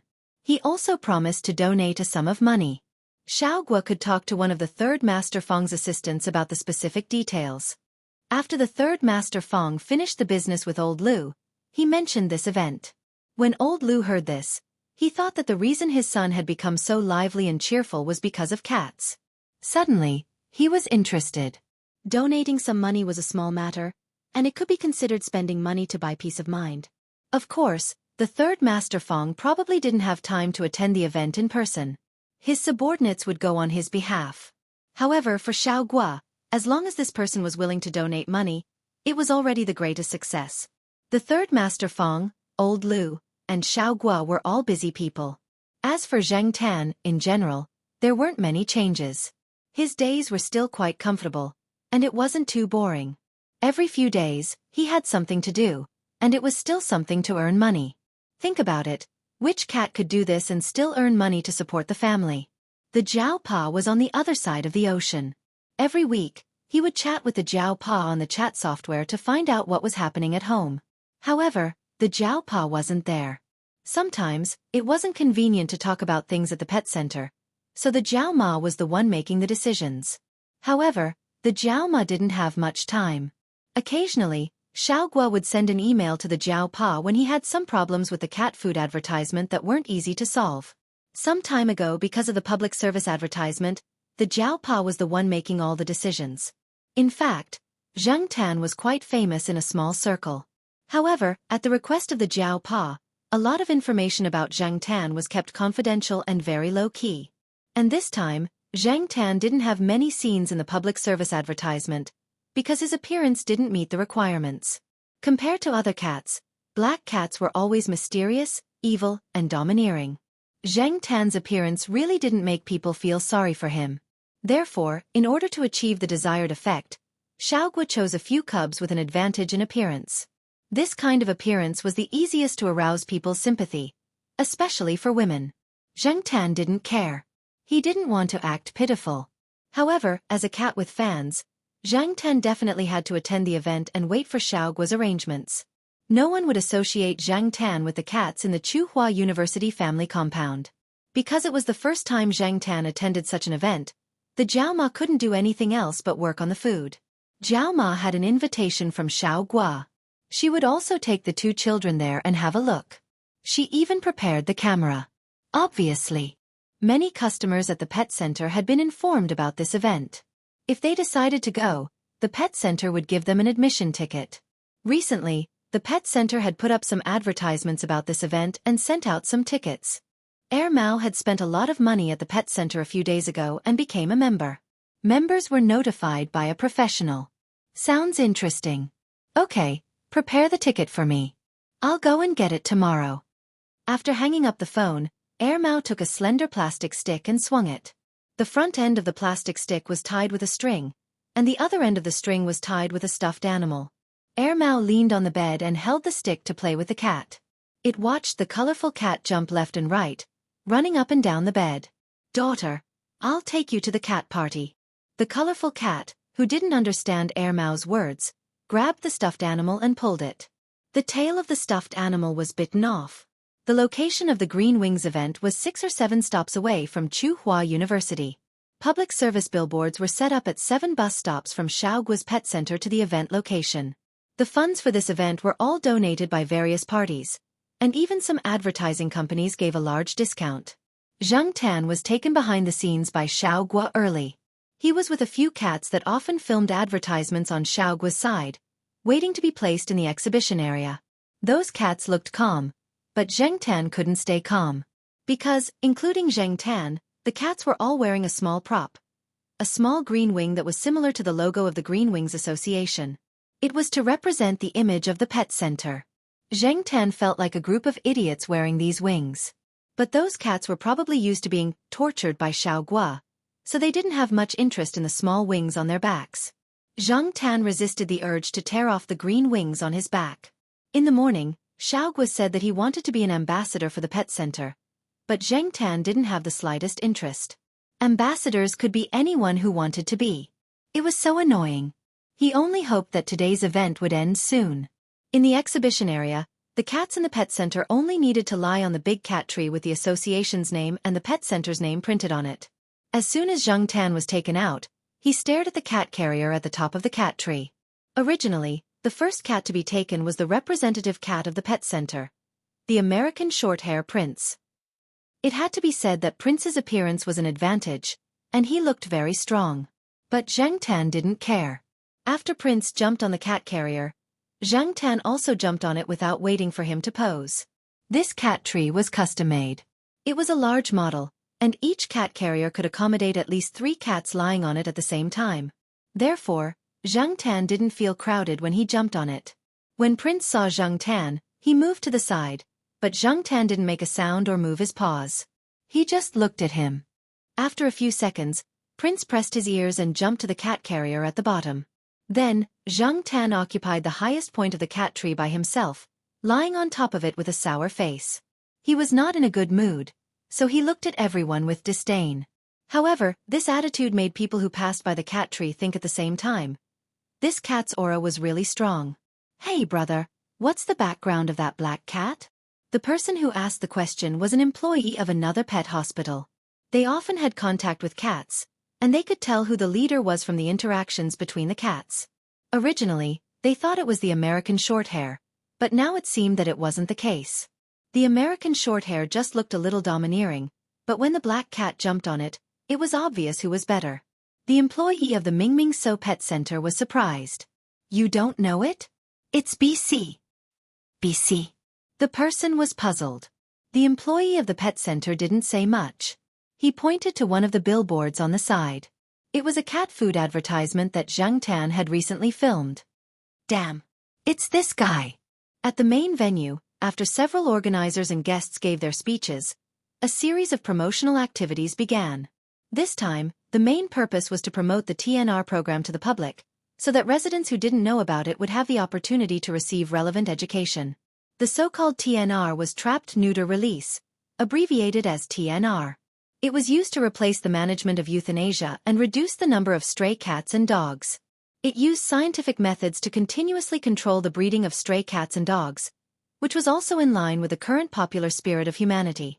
Although the TNR program wasn't perfect, there was a limit to what the association could do. This method was also very controversial.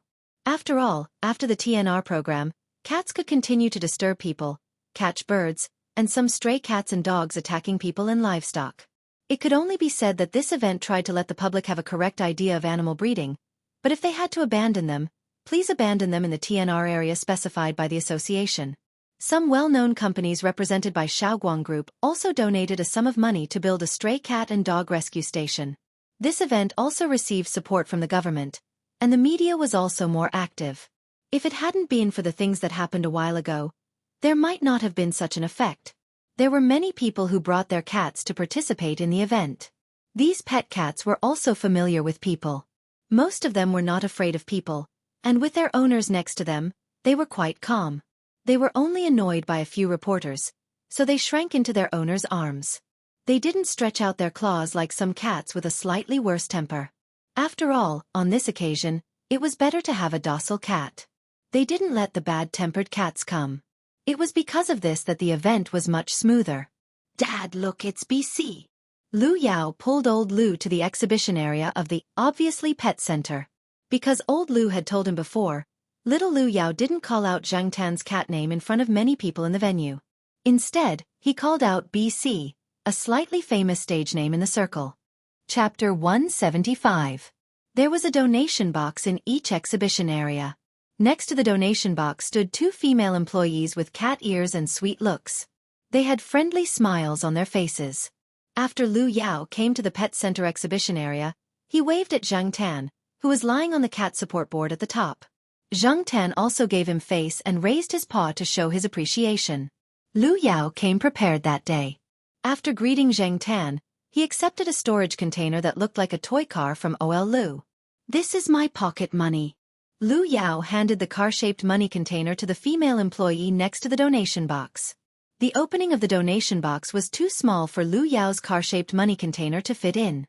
The female employee smiled gratefully and received the piggy bank from Lu Yao with both hands.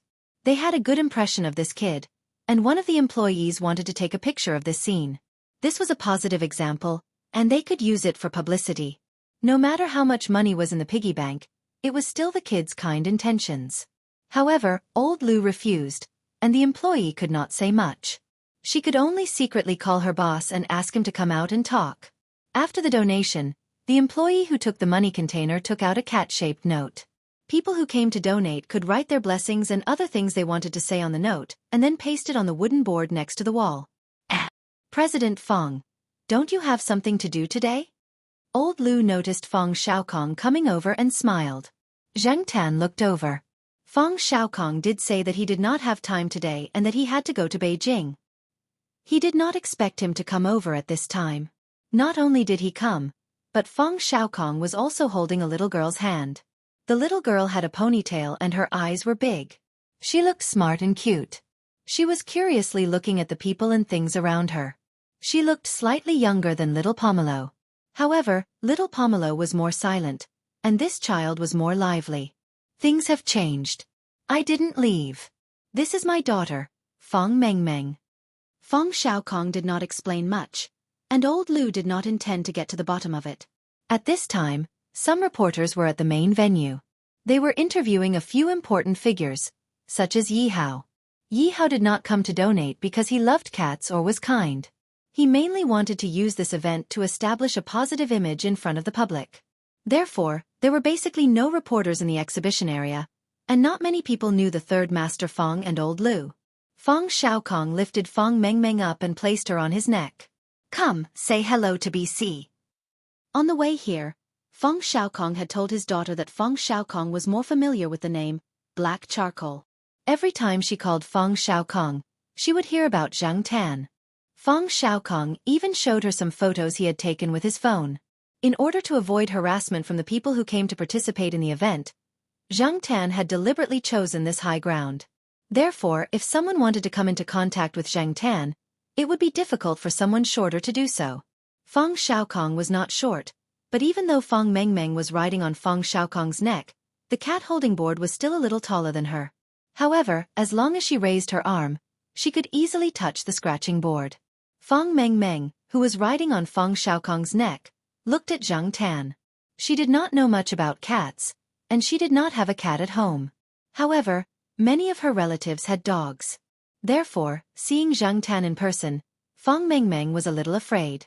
She had heard that cats like to scratch people, and had seen her classmates being scratched by cats. Say hello, high five. Fong Xiaokong patted his daughter's calf and looked at Zhang Tan. Fong Mengmeng looked at Zhang Tan and hesitated for a moment. She had no choice. Cats that were good-looking and docile always attracted people's attention and were easier to get close to. However, black cats like Zhang Tan always gave people a sense of alienation and danger. Zhang Tan saw the fear in Fong Mengmeng's eyes. He gave her face and took the initiative to raise his hand and extend it towards Fong Mengmeng, keeping his sharp claws. With Fong Xiaokong's encouragement, Fong Mengmeng also reached out her small hand and touched Zhang Tan's paw. Fong Xiaokong was about to put his daughter down, but unexpectedly, Fong Mengmeng grabbed Fong Xiaokong's hair with one hand and kicked it with the heel of her foot. "Give me another one." In the entire Fong family, probably only his daughter would dare to ride on Fong Xiaokong's neck and grab his hair like this. However, Fong Xiaokong was still laughing happily when his hair was grabbed. Nowadays, many families only had one child and treated them like treasures. After Zhang Tan and Fong Mengmeng high-fived again, Fong Mengmeng was completely unafraid. After the third high-five, she didn't let go of her hand. Instead, she directly reached out to Zhang Tan and pulled his beard. Zhang Tan was speechless. Although she didn't pull hard and Zhang Tan didn't feel any pain, it was enough to make him depressed. Why did children like to pull cattails and beards? Lu Yao looked at them enviously. Then, old Lu grinned and lifted Lu Yao up to his neck. Now, father and son were getting closer and closer. Old Lu had a smile on his face all day. Zhang Tan patiently bumped hands with Lu Yao and Fong Mengmeng a few times. Fong Mengmeng heard that Lu Yao had donated his pocket money. She didn't have any money with her, but she had brought her father with her. Fong Xiaokong dug into his pockets. There was about 600 to 700 yuan in cash. The rest were all cards. People like them didn't carry much cash, so Fong Mengmeng stuffed all the money they took out into the donation box. Zhang Tan looked at Lu Yao and Fong Mengmeng. Two rich second-generation heirs who spent lavishly. Didn't they see the smile on the cat-eared employee's face? On the other side, Lu Yao and Fong Mengmeng were pasting blessings on the wooden wall. Old Lu and Fong Xiaokong only cared about their children. Zhang Tan stood on high ground and noticed someone sneaking away. Heir Mao had brought black rice here to participate in the event. He wanted to come over and insult Zhang Tan, but he didn't expect to see Fong Xiaokong. Hence, Heir Mao immediately turned and left. However, before Heir Mao could breathe a sigh of relief, his face froze again. "Heir Mao, you're actually in Chuhua City," Zhao Le said in surprise. To prevent Heir Mao from escaping, Zhao Le grabbed Heir Mao's clothes tightly. F***CK. What kind of luck is this? Heir Mao was very regretful. His luck seemed to be very bad recently. Previously, he was caught by Fong Xiaokong. Today, he was caught by Zhao Lu. He couldn't deny it even if he wanted to. Heir Mao was still thinking about how to sneak away when Zhao Lu dragged him to the rest area at the side of the exhibition area. There were many people with cats sitting there and chatting. Coincidentally, someone got up and left an empty table. Zhao Lu looked at Heir Mao as if he was looking at an alien. "What? It's only been 2 years and you don't recognize me anymore?" Even if he was caught, Heir Mao's tone was still aggressive. Zhao Lu was his peer, not Fong Xiaokong. He didn't need to restrain himself. "You've changed a lot. At least you look that way." Zhao Lu still remembered Heir Mao's ruffian image. Heir Mao's father was so angry that he wanted to beat him a few times with a stick. "Like a good citizen." Zhao Le nodded affirmatively. Heir Mao didn't say anything. However, Black Rice, who was locked in the pet bag, wasn't so quiet. He grabbed the bag with his paws and meowed. Heir Mao quickly opened the bag and carried Black Rice out. Fortunately, Black Rice didn't plan to run around. He squatted on the table and looked around curiously, as well as the other cats that followed his owner. A chinchilla jumped onto the table, but the next moment, it was slapped down by Black Rice.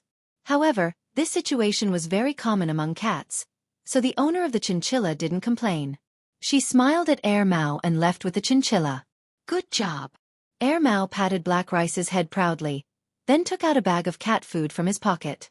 There was a disposable paper cat bowl under the table. Heir Mao poured some into it as a reward for Black Rice's performance just now. "Since when did you like cats?" Zhao Le couldn't help but ask. Heir Mao didn't answer. Instead he asked, "Why are you here?" Someone from the company donated. I just came to take a look. As she spoke, Zhao Li looked at the exhibition area where Zhang Tan was. She was just going to take a look. She didn't expect to bump into Mao. Mao followed Zhao Li's gaze. There were many people blocking his view. He couldn't see what was going on in the exhibition area, nor could he see Feng Xiaokong and the others. He could only see the black cat lying on the highest point. Zhang Tan was also paying attention to them. He saw the situation just now. He thought that Mao and Zhao Li knew each other, and they were very close. Mao looked at the black cat lying on the highest point, then looked at Zhao Li. Do you know that black cat? Mao was just casually asking to change the topic. He didn't expect Zhao Li to nod. Yes, I know it. We're quite close. Why do you know it too? Zhao Li noticed Mao's constipated expression. Although Mao hid it well, Zhao Li still noticed it. Zhao Li was much more sensitive in observing people's expressions now. I don't know it. Mao was expressionless, but he cursed the black cat 1,000 times in his heart. F***ck. No wonder his luck wasn't good recently. Now that he thought about it, it was all because of that black cat. It was all because of it. Mao didn't want to stay here any longer. He ignored Zhao Li's question and left. He didn't want to be caught by Feng Xiaokong again. Moreover, he didn't know if he would meet any acquaintances later. He didn't expect to meet so many acquaintances at an ordinary charity association event.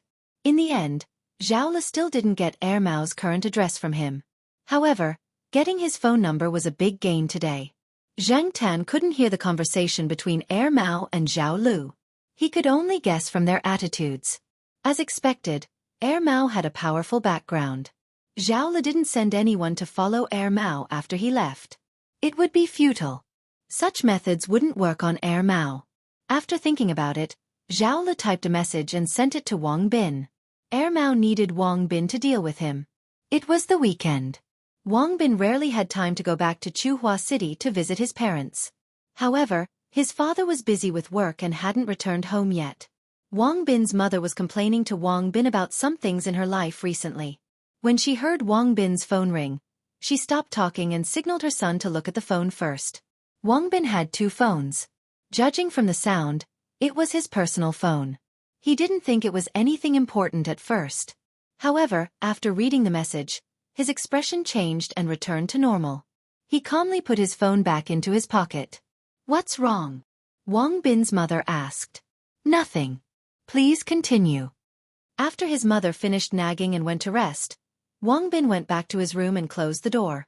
With a complicated expression, he dialed the number Zhao Li gave him. Hearing the beeping sound from the phone, Wang Bin pondered what he should say to his twin brother when the call connected.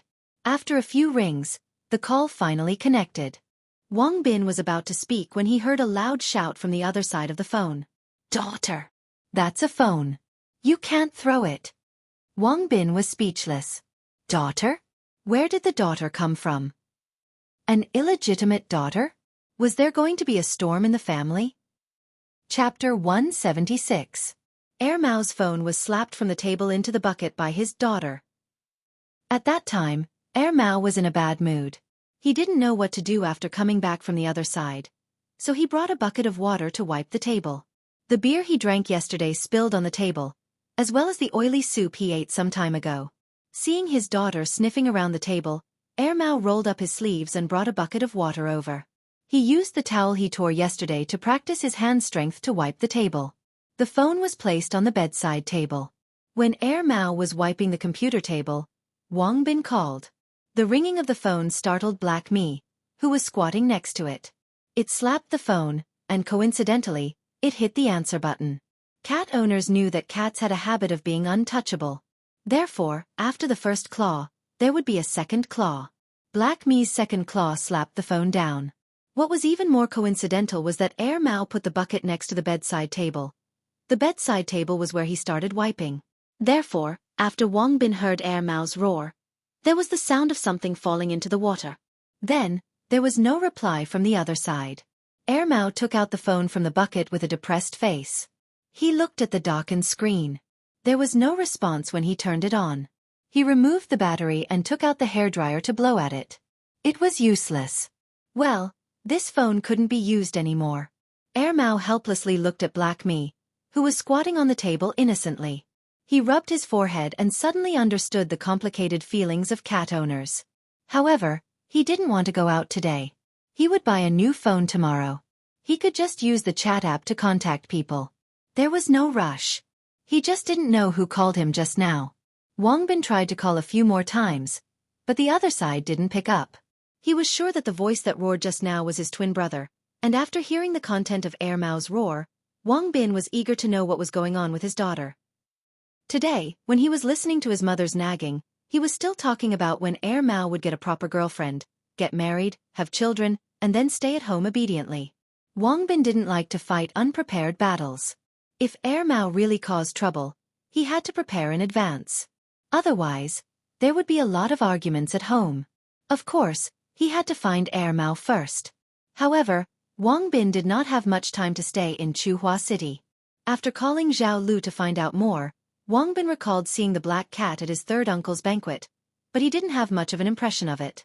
They could definitely find Air Mao if they used some professionals or some tough methods, but they couldn't use those methods. Otherwise, it would definitely have the opposite effect. Similar things had happened before. Ask the owner of the cat? Zhao Lu heard that the family lived in the family compound of Chuhua University. Basically, no one was there during the day. Even if there were children, Zhao Lu didn't want to disturb them. After a moment of silence, Wang Bin dialed the phone number of a friend in Chuhua City. That guy was bored out of his mind, so Wang Bin wanted to find something to do. If there was no result, Wang Bin planned to come to Chuhua City next weekend and visit the cat's owner in person. Just like what the third Master Feng had said, most of the people who knew Air Mao would never have thought that Air Mao would live in a family compound in the university. Therefore, Wang Bin directly ignored the possibility of Air Mao living around there. On Zhang Tan's side, Zhang Tan, who was bored like an idiot at the exhibition area, followed the Jiao family home. It was already afternoon when the Jiao Ma brought the two kids to the event, so they directly waited for the event to end before leaving with Zhang Tan. Of course, this was all done in secret. No one knew that the arrogant BC, who occupied the highest spot on the cat support board, would be with the Jiao Ma trio. As for the salary settlement, Xiao Gua would naturally transfer it to his card. This was discussed with the Jiao Pa, so Zhang Tan didn't have to worry about it. After the event, Zhang Tan had nothing to do for the next few days, so he strolled around the campus. Soon, Zhang Tan's mood was not so good.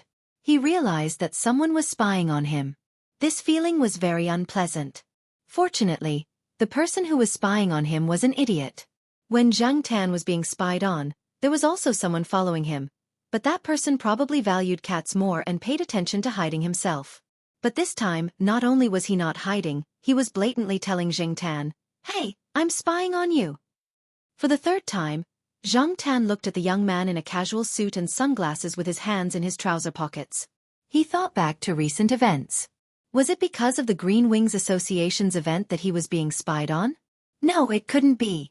Zhang Tan overturned this guess. It wasn't that Zhang Tan was belittling himself, but from the event and the exhibition that day, he knew that as a cat, he really didn't have much weight. Other than a few people that Zhang Tan knew, such as the third Master Feng, Old Lu, and Zhao Lu, most of the people who had some status in the past had ulterior motives, such as Yi Hao, some media and some politicians. The person who was spying on him was wearing expensive clothes and didn't look like someone who lacked money. Also, logically speaking, no one would recognize that BC was the stray cat that hung around Chuhua University all day. There were so many black cats, and they looked alike, so why were they spying on him?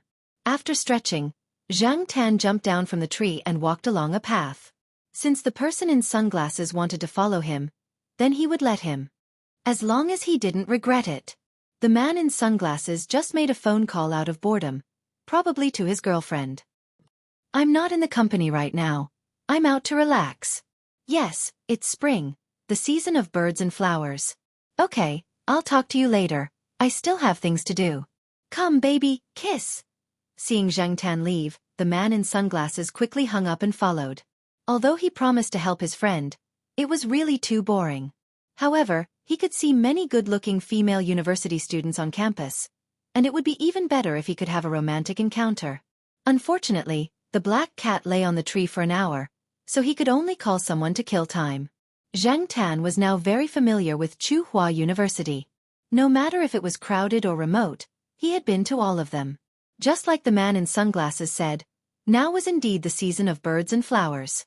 However, in some places, the birds didn't mean the flowers were fragrant. Zhang Tan's pace wasn't fast, and he looked like he was leisurely strolling and enjoying the afternoon. The man in sunglasses continued to follow him. Then, he smelled a strange smell. There was no one else on this path, only Zhang Tan and the man behind him. The students who had classes were all in class, and the students who didn't have classes would study by themselves, so they wouldn't choose this angel's path. The man in sunglasses looked at his surroundings calmly, and was thinking that Tsinghua University was indeed a century-old school, and the greenery was great. Just as he was thinking about it, he heard a light pop on his shoulder. The man in sunglasses turned his head to look, and his face immediately turned green.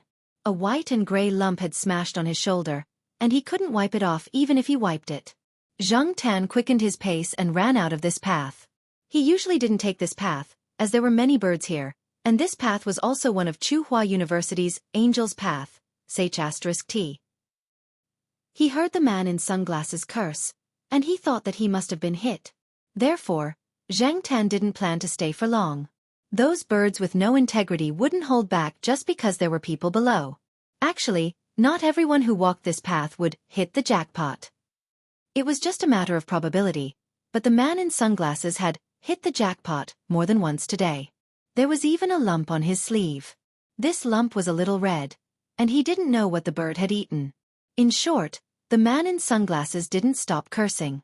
While Zhang Tan was secretly happy, he also heard some problems from the man in sunglasses' words, and it involved Wang Bin and Mao. What made Zhang Tan understand was a phone call the man in sunglasses made after he left this path. Wang Bin, let me tell you, in order to help you, I've gone through all kinds of hardships and suffering. The man in sunglasses said as he walked while holding the phone. He had already taken off his jacket and was holding it in his hand. After he saw the black cat jump onto a stone bench, he also found a stone bench and sat down. You didn't see Mao? Where's the cat? Wang Bin asked after listening to the man's complaints. The cat is 1 meter away from me, right next to me. Don't worry, I'm watching. I'll definitely catch Mao. The man in sunglasses was very confident. Then what was the look in its eyes when it looked at you?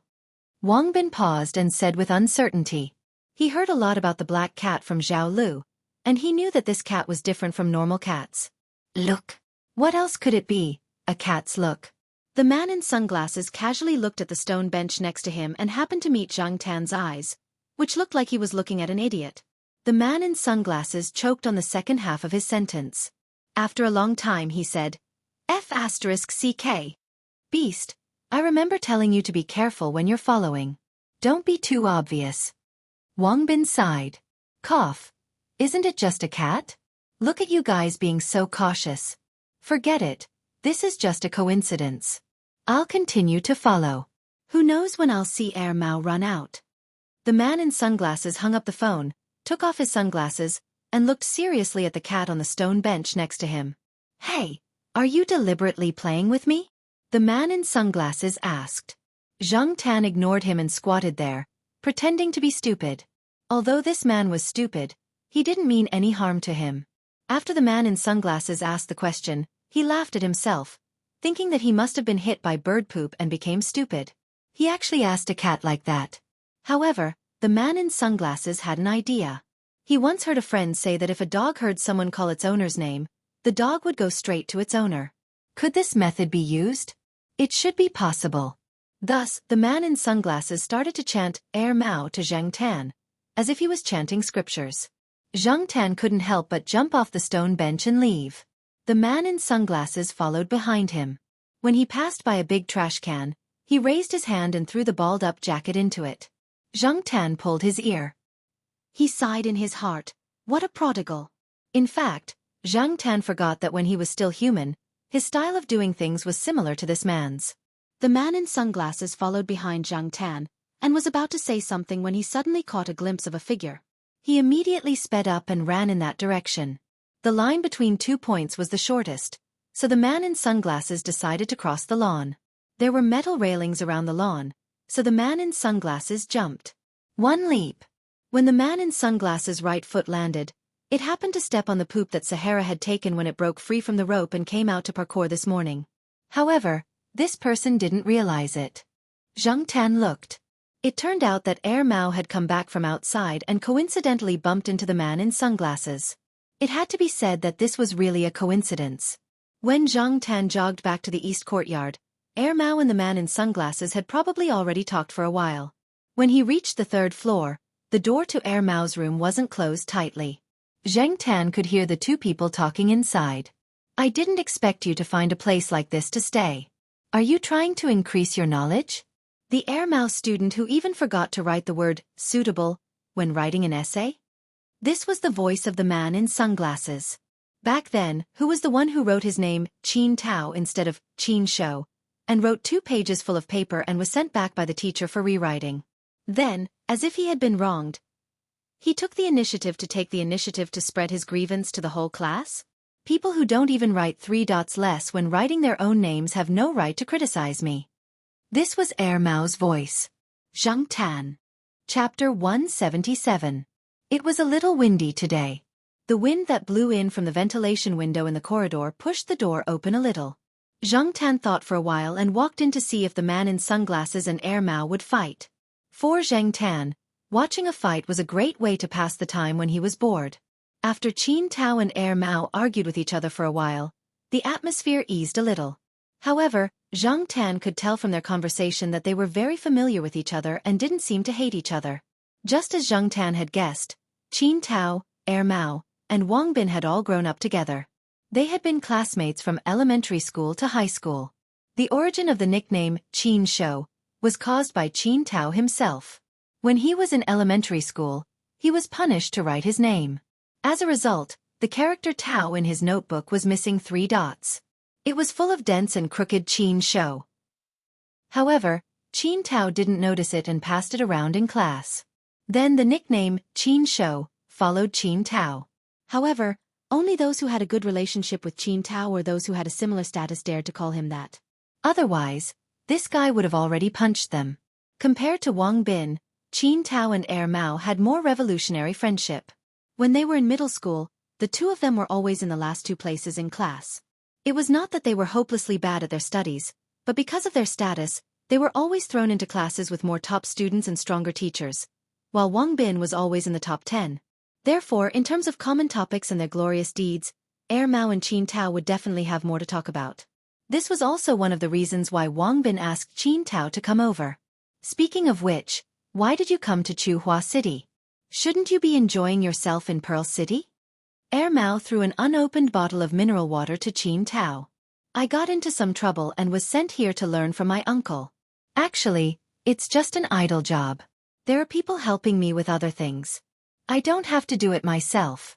It's so boring. After saying so much, Qin Tao opened the bottle and took a few gulps.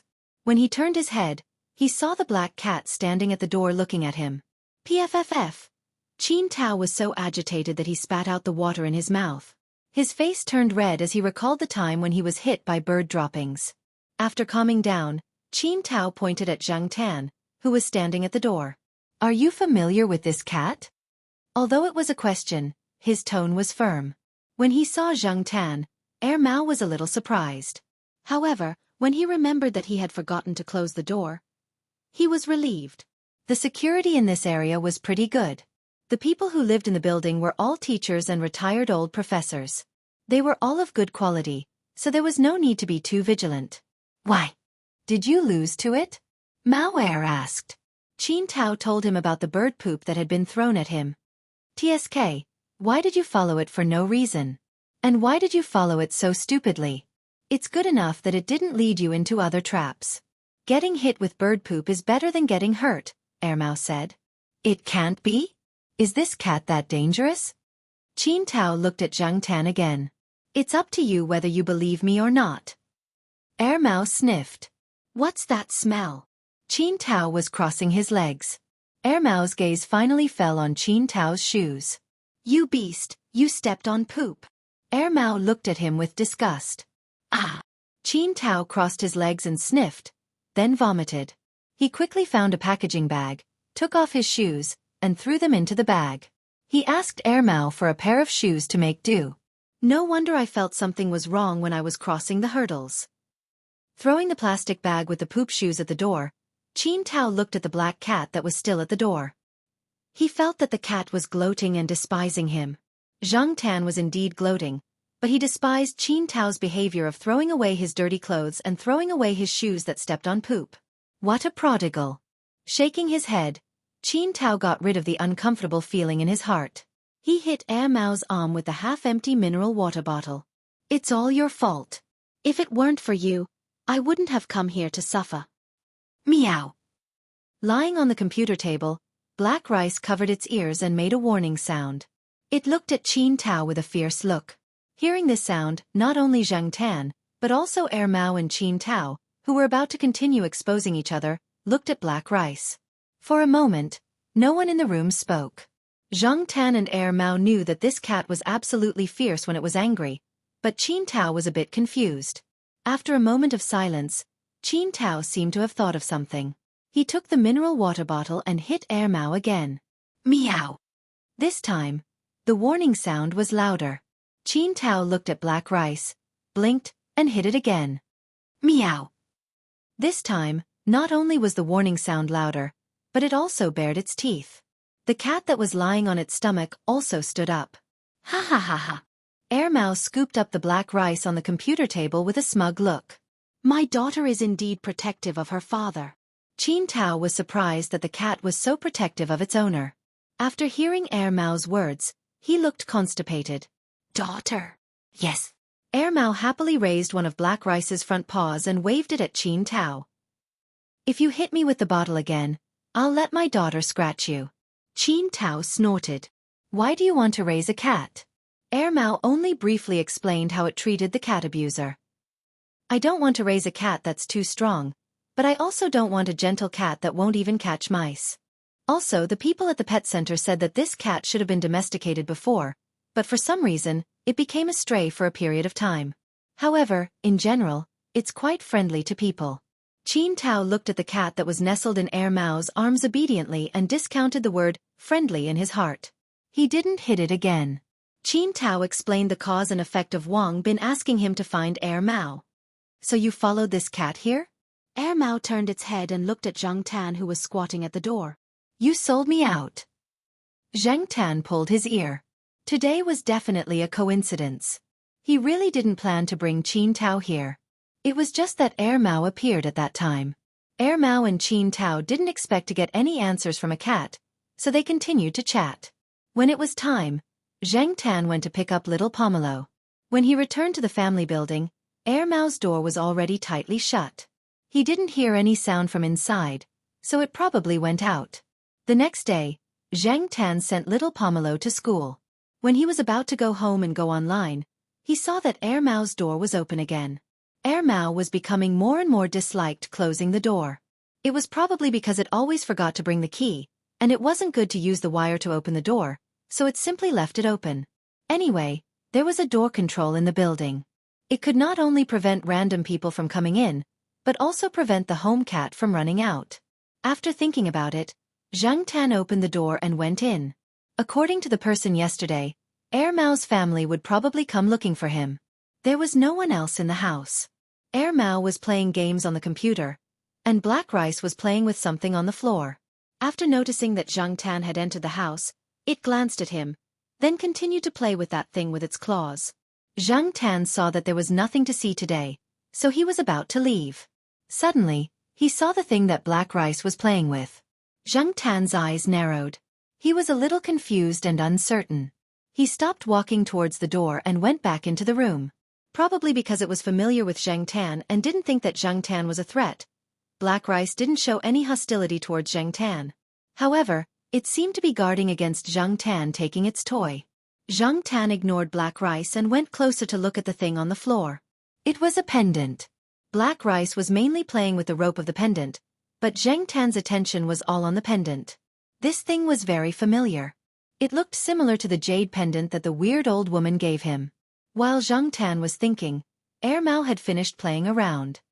Hey, Black Coal, It's not good for you to always come in uninvited. Hey, daughter, you can't play with this thing. Mao didn't care about Zhang Tan anymore. It quickly picked up the pendant and wiped it with its sleeve. Seeing that the pendant's rope was bitten and scratched, Mao wondered when it should change the rope. After all, this pendant had been changed a few times.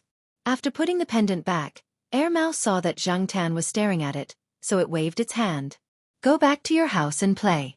Don't steal Black Rice's cat food. There was an automatic feeding machine in the living room. There was always some cat food there, but Mao had never seen this black cat steal food. Zhang Tan went back in deep thought. Looking at Mao, that pendant seemed to be very important to it. When he was in Jiao Pa's hometown, what did the old woman say? Zhang Tan thought for a while, then went to little Pomelo's wardrobe and took out a small bunch of keys from an inconspicuous corner. He moved his claws, inserted one of the keys into a hidden drawer on the cat tree, opened it, and found the jade pendant that the Jiao Pa put inside. He looked at it carefully. It really looked like it. The words on it were similar. Was the person that the old woman was looking for related to Mao? Regardless of the relationship between the two, Zhang Tan decided to take the jade pendant and show it to Mao. Then he would know the answer. Mao wouldn't rob it. The Jiao Pa wasn't there, so Zhang Tan couldn't inform him. If he could solve this problem, it would be a good thing. Didn't the Jiao Pa always say that he wanted to repay the old woman? Hanging the pendant around his neck, Zhang Tan locked the drawer again, hid the key, and went downstairs to Mao's room. Mao started a new game. Black Rice was lying in a corner of the bed, sleeping. Zhang Tan jumped onto the computer table and stood next to the computer. Mao was shocked by Zhang Tan's action, but it was in the middle of the game and didn't look at Zhang Tan. It couldn't free its hands to push Zhang Tan off the table. Zhang Tan wasn't in a hurry. He squatted next to it and watched. When Mao finally finished a game, before it could talk to Zhang Tan, its new phone rang. Zhang Tan looked at Mao's impatient face as it talked on the phone, so he played with the mouse out of boredom. Mao noticed Zhang Tan's action and came up to stop Zhang Tan from closing its game interface. Suddenly, Mao paused and stopped talking. It looked at the jade pendant around Zhang Tan's neck and carefully observed it. The person on the other end of the phone was still talking, so Mao hung up. Hey, I'll take it down and take a look. I'll return it to you later. Mao took the pendant off Zhang Tan's neck. Mao's first reaction when it saw the pendant around Zhang Tan's neck was, when did this cat steal its pendant and change the string? It noticed a slight difference. After all, it had been wearing the pendant for more than 10 years. It could notice the slight difference. Without a doubt, Zhang Tan's pendant was the real deal and not some inferior imitation. The quality of the jade was similar to the one Mao had. Even if Mao didn't know much about jade, it could feel that the quality of this pendant was similar to its own. It took out the pendant that it hadn't had time to change the string and compared it with the pendant. Chapter 178. Mao had been wearing this pendant since he was very young, but he didn't know much about it. He only had this one pendant. Even Wang Bin didn't have the one his mother gave him. Mao only remembered his mother saying, "Wear it for the blessing of your ancestors." But the problem was that Mao's maternal grandparents were still alive. Even if Mao wasn't familiar with his parents' generation, he knew a little about them. After that, it was his own generation. This era didn't care much about clans. At least, Mao didn't care about that. But that didn't mean that Mao wasn't curious. When a person was bored out of his mind, or was thinking about what to do to divert his attention, a small change could make him excited. Mao was one such example. Mao knew a little about the Jiao family. It shouldn't have any blood relations with them. What puzzled Mao the most was, why would such a valuable item be hung around a cat's neck? Based on his understanding of the Jiao family's schedule, there shouldn't be anyone in the Jiao family at this time. It was very likely that the cat put on the pendant by itself. Hey, Black Coal, where did you get this? Mao held two jade pendants that were almost the same. He raised his finger and poked Zhang Tan. Tell me who gave it to you. Maybe it's my relative. Just like in the books, there's a beautiful distant cousin living alone outside, waiting for me to rescue her. Zhang Tan. Zhang Tan thought about the old woman in the village who was carelessly hugging a cat. He then looked at Mao's expectant expression. If he could speak, Mao would definitely be shocked to death. Of course, even if he could speak, He couldn't tell Mao the truth. What if Mao didn't have a cousin and was only interested in a poor old woman and went all the way to find her? Did he have to keep this pendant for a year or two? The sooner he solved the problem, the better. Mao asked a series of questions. Some of the questions might have been directed at Zhang Tan or himself. It was rare for him to encounter something so meaningful, but he didn't want to contact his family at the moment, so he couldn't get an answer to his questions. Zhang Tan did not know how to respond. He glanced around the room and found a map in the corner of the room under a large backpack. Jumping off the table, Zhang Tan walked over to take a look. He raised his paw and flipped the corners of the map that were not covered. One side was a provincial map, and the other side was a city map of Chuhua City. Very good. Mao stopped talking to himself and looked at Zhang Tan. The map was bought by Mao when he first came to Chuhua City. At that time, Mao bought this map mainly because he wanted to visit some of the scenic spots in Chuhua City. At the same time, there were also bus stops marked on the map for convenience. Come to think of it, it had been quite some time since she had used it as a cushion for her bag. Looking at Zhang Tan, Mao rubbed the 2 jade tags with his fingers. He walked over and lifted the backpack, took out the map, and put it on the ground in front of him. The map facing up happened to be a provincial map. Zhang Tan looked at the county markings on it and raised his paw to press on Qingyang City. Mao was silent for a while, then asked, "Qingyang?" Seeing that the black cat in front of him didn't respond, Mao said again, "If yes, waggle your tail vertically. If no, waggle your tail horizontally." Zhang Tan wagged its tail vertically. "Qingyang." Mao sat cross-legged on the floor and looked at the map. Then, he took out a pen and paper from the drawer of the bedside table and wrote it down. In fact, Zhang Tan was quite puzzled. Why would Mao use such a way of wagging its tail to confirm what it wanted to express? Moreover, Mao was quite receptive to this method. Looking at Black Rice, who was sleeping on the edge of the bed, Zhang Tan didn't think that Black Rice could understand this method. Moreover, this wasn't the first time. Zhang Tan couldn't directly write the answer on the paper or type it on the computer. That would be out of line. Zhang Tan didn't want to be seen as a monster. When Zhang Tan left, Mao put the pendant back on Zhang Tan's neck. Judging from Mao's appearance, it would definitely investigate. Zhang Tan just had to wait. Although it was sometimes silly, Zhang Tan knew that Mao wasn't stupid. Therefore, he wasn't worried that Mao couldn't find any clues. During dinner, Mao wore the pendant outside and went to the Zhao family to borrow a roll of toilet paper. After chatting with Zhao Ma for a while, it went downstairs. Sitting in front of the computer, Mao stared at the booting screen but didn't touch the mouse. He now knew that it was Associate Professor Zhao's hometown. When he went upstairs to chat with Zhao Ma, he found out the specific location of Associate Professor Zhao's hometown. However, Zhao Ma didn't have any special reaction to the jade pendant. The 2 children also had the same reaction. Therefore, the jade pendant was most likely from Associate Professor Zhao. The next day, Mao called Zhang Tan to the 3rd floor and continued wagging its tail. "This thing belongs to Associate Professor Zhao?" Zhang Tan wagged his tail. "Associate Professor Zhao gave it to you?" He wagged his tail. When Zhang Tan was getting impatient from wagging his tail, they finally reached the key point. "After we go to Associate Professor Zhao's hometown, can you take me to find him?"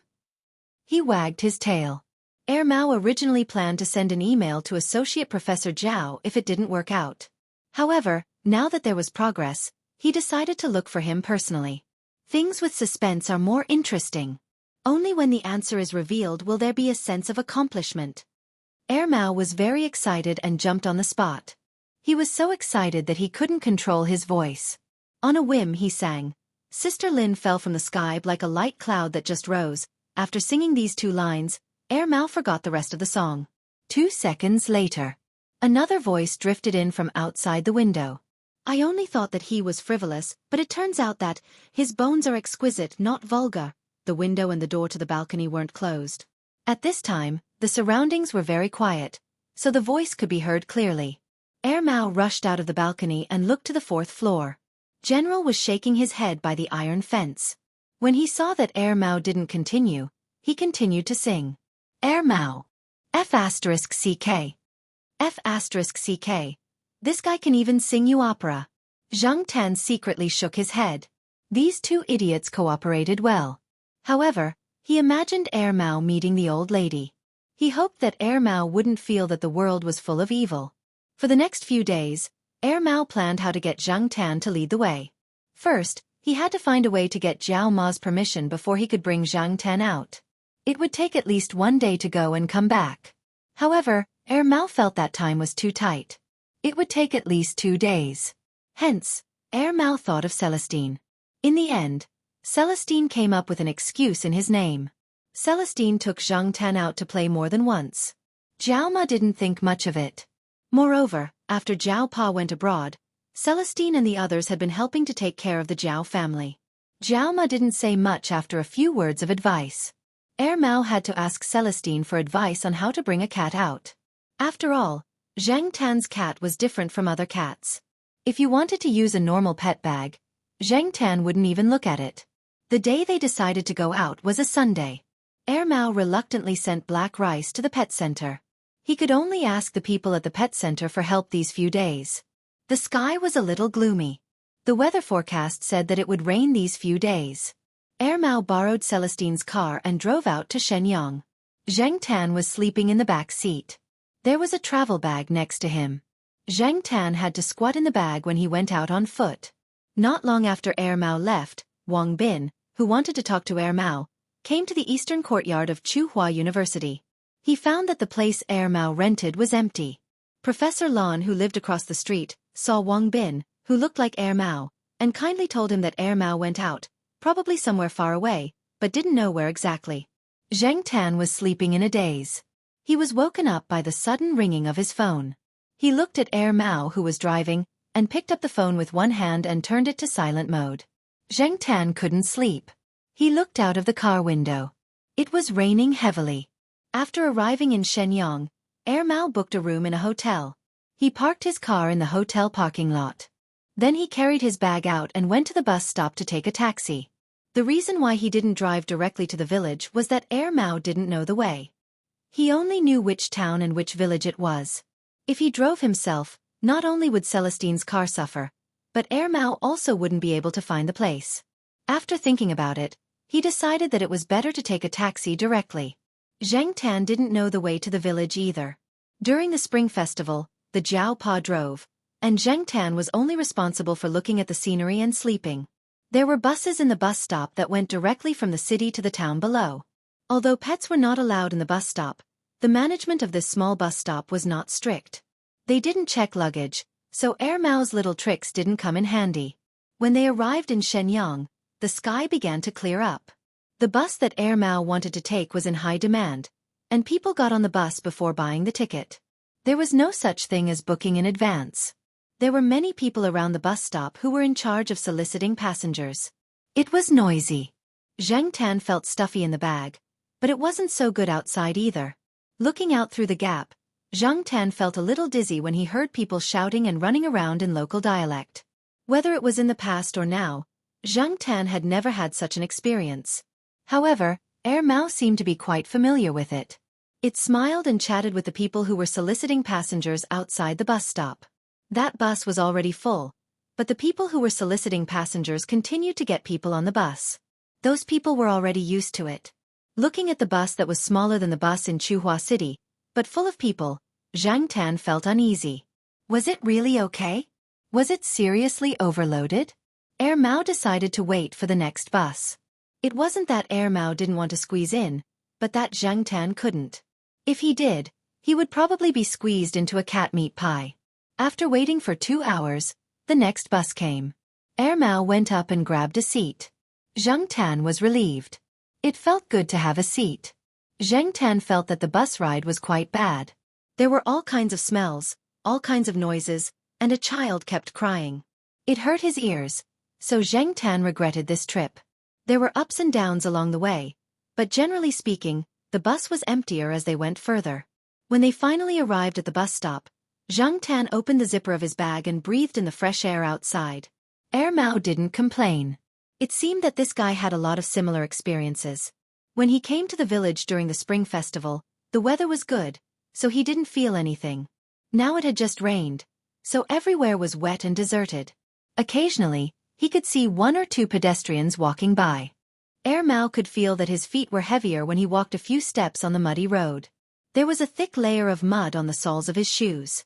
He went to a small grocery store at the entrance of the village and asked for a pair of rain boots. Otherwise, his sports shoes would be ruined. Mao, who was fully equipped, stood at the entrance of the village and looked at the road leading to the village. Okay, Sister Lin is just ahead. Chapter 179. When they arrived at the village, Zhang Tan had to lead the way. Otherwise, Mao wouldn't know where to find them. The surrounding area was under construction again. They were preparing to build a flat path in front of each house. Zhang Tan and the others arrived at a bad time. The construction had just started. Some of the stones on the surface had been removed, so there was a lot of mud. Some of the puddles could only be reached by stepping on stones that were specially placed there. Hey, black coal, bark when we're here. Don't let me pass, Mao said. After passing through the mud path, the road surface was slightly better. At least there was a small path paved with stones and bricks. This time, Zhang Tan really had to come out of his backpack to lead the way. After a few steps, his paws were all covered in mud. There was nothing he could do about it. It was just that he didn't have shoes to wear. Zhang Tan couldn't get rain boots like Mao. It had just rained, and it wasn't the peak time to go out, so there weren't many people passing by. Originally, Zhang Tan was worried that the villagers who had seen him during the New Year would recognize him. However, those villagers only glanced at him and didn't pay any attention. Perhaps, to the villagers, there was nothing special about such a cat. It was not a rare cat breed. Mongrel cats were everywhere, and a strong black cat was nothing special. Sometimes, one shouldn't take oneself too seriously. This was Zhang Tan's awareness. When they passed by the Jiao family's old house, Zhang Tan saw that the door was closed. He guessed that the old man and woman had gone to town. They would probably come back after the surrounding roads were repaired. This made Zhang Tan even more relieved. After the rain, the smell of mud entered his nose. In the Jiao Pa's words, it was the smell of actinomycetes. Perhaps because of Mao's influence, Zhang Tan was a little nervous when he approached the old woman's tile-roofed house. Although he knew that the person Mao was looking for was the old woman, Zhang Tan had a strange feeling about the old woman. She wasn't as easy to fool as the old man and woman in the Jiao family. Is it here? Mao looked at the small village house, pushed open the gate, and walked in. There was no noise around, so Zhang Tan and Mao could hear the opera from the small tile-roofed house. Taking a deep breath, Mao stood in front of the rustic wooden door. Just as he was about to knock, the door opened from the inside. A 15-year-old girl carrying a basket was shocked when she saw Mao standing in front of the door.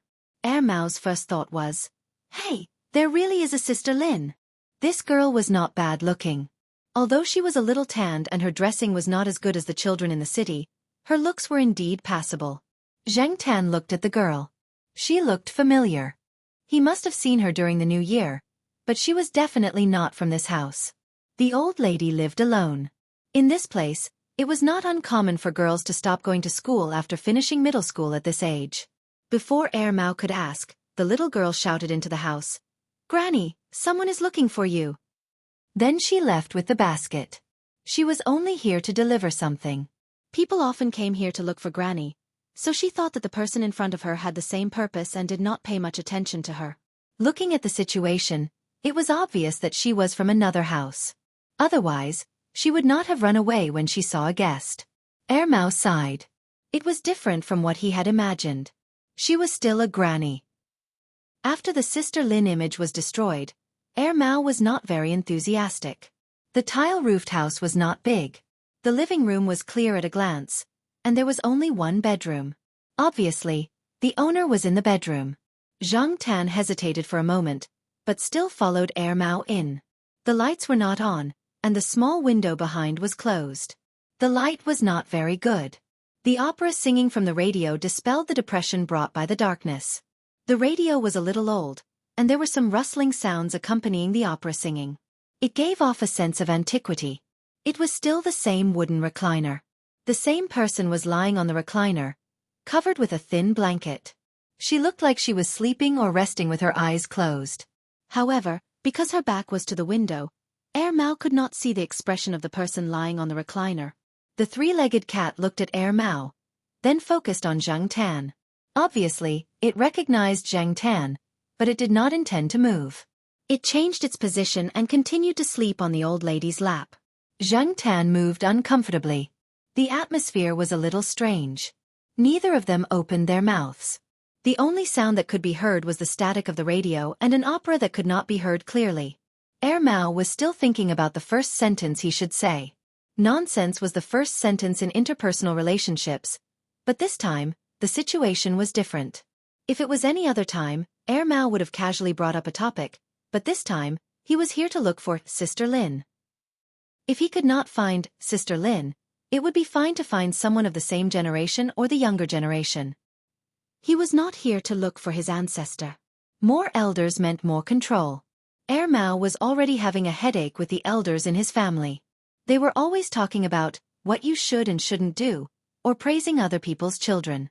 Moreover, under Wang Bin's contrast, Mao had already become a hooligan and good for nothing in the elders' words.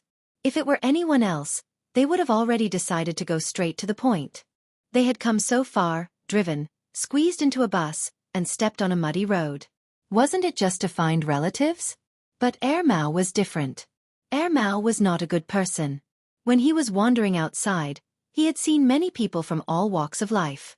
His way of thinking was poles apart from the rest of the family. Before he came, he had decided to look at the person first before deciding whether or not to acknowledge them. To put it bluntly, in Mao's heart, looking for people based on the pendant was just an excuse to divert his troubles and find something to do to change his mood. Zhang Tan observed Mao and the old woman on the recliner. These two guys were not simple people. Especially the old woman. Zhang Tan did not believe that her ears were bad and she could not hear the shouting of the little girl and Mao's footsteps. In the end, Mao chose to deal with all changes by sticking to the status quo. Anyway, the choice was in his hands. There was no hurry. Without Sister Lin, things would be boring and simple. What was there to see about the old woman? Mao dragged a chair over from the corner and sat down. He crossed his legs and looked around with a bored look. The opera on the radio changed one after another. Zhang Tan yawned. There was a box of biscuits wrapped in paper on the table. Zhang Tan had seen this kind of local specialty during the New Year. He jumped on the table and sniffed the biscuits. There was no strange smell. Zhang Tan raised his paw and opened the paper. Let these two continue to confront each other. I'll fill my stomach first. Half an hour later, the old woman on the recliner moved. Mao was delighted. Haha, old woman, you can't take my patience anymore, right? Zhang Tan, who was drowsy, also looked over. The old woman sighed softly. Then, she supported herself on the recliner and sat up slowly. She reached into her pocket and took out a porcelain bottle. She was old and her hands were not very steady. When she took something, her hands trembled. She pulled the cork several times before she succeeded. Zhang Tan's heart trembled. He was afraid that the old woman would lose her balance and throw the bottle away. Moreover, Zhang Tan was anxious for her as he watched her pull the cork out. If it was an impatient person, he would have gone to help her in the morning. Mao was more patient and did not go to help. He probably knew that the old woman in front of him was not a simple person, so he was still in a wait-and-see mode. Mao frowned when he saw that the old woman's every move was difficult and her hands were trembling. He still did not move or make a sound. The old woman rubbed her eyes. Then, she carefully poured out small round bowls in her palm. They looked like some kind of pills, such as quick-acting heart-relieving pills or compound salvia miltioriza dropping pills. Zhang Tan had seen many people take them. They looked similar. She was old and had many problems. During the New Year, Zhang Tan saw that she could play the eru quite well. Why did it feel like she had one foot in the grave now? However, it was very dangerous for an old woman to fall ill. It was understandable that her mental state had changed so much. In addition, under the influence of the surrounding environment, there was a sense of bleakness and desolation. Her trembling hands made everything a little more difficult. Zhang Tan watched as she poured about 10 of those little balls into her mouth and swallowed them. She stood up and took a sip of water from the wooden stool beside her. Then she let out a long sigh. The radio was playing a piece of opera. The singing was easier to understand than before. Helpless flowers fall, as if the familiar swallow returns. There was a strong sense of helplessness and sighs in the murmur. She could not stop the passage of time and the endless ups and downs of life. This feeling, this scene, and this possible blood relationship. If someone was more sensitive, they would have tears in their eyes. Even Mao felt that he had gone too far. It was just that he had not seen Sister Lin. Why was he arguing with an old woman? Dong. Gurgle gurgle gurgle. Just as the old woman was about to put the lid back into her pocket, her hand trembled and the porcelain bottle fell to the ground. Fortunately, the ground was uneven and not cement, and the bottle was probably sturdy enough to not break. Zhang Tan pulled his ear and looked at Mao. Mao curled his lips. He stood up and walked over to pick up the porcelain bottle that had rolled under the table. He wiped the dust off the bottle but didn't see any words on it. He thought for a while, pulled out the cork and sniffed. Then, Mao's face became strange and even a little twisted. He gritted his teeth and asked, "Old lady, what kind of elixir is in this bottle?" The old woman who was lying back on the recliner said calmly and slowly, "Hua Hua Dan." Zhang Tan. If he guessed correctly, this so-called Hua Hua Dan was that kind of snack. People in the 1980s were more familiar with this kind of snack. It was also called Chen Pai Dan, or rat poop. In Chuhua, this kind of snack was rarely seen. Zhang Tan's mood at this moment was so bad that even an alpaca could not calm his impulse to flip the table. F***CK. Why was a small piece of junk food in such a high-end porcelain bottle? It was just a snack and they made it look so bleak and miserable. Mao held back his frustration and handed the bottle to the old woman. After taking the bottle, the old woman asked Mao, "Do you want to eat it? It tastes pretty good." "Eat. Eat my ass." Zhang Tan pulled his ear again. When faced with this kind of old woman, helpless was not enough to describe it. As if she did not see Mao's expression, the old woman continued, "There's no taste in my mouth. At this age, every extra day is a gain. Eating snacks is better than taking medicine." She suddenly thought of something and pointed her finger generously. "Oh, there's a carton of pure milk under the bed. If you're thirsty, you can drink it. It's a good brand. It's often advertised on TV. It's not cheap. I drink it every day." Zhang Tan and Mao. Chapter 180. Zhang Tan stood on a fence post in the yard and yawned out of boredom. Then, he looked down at an earthworm crawling on the ground.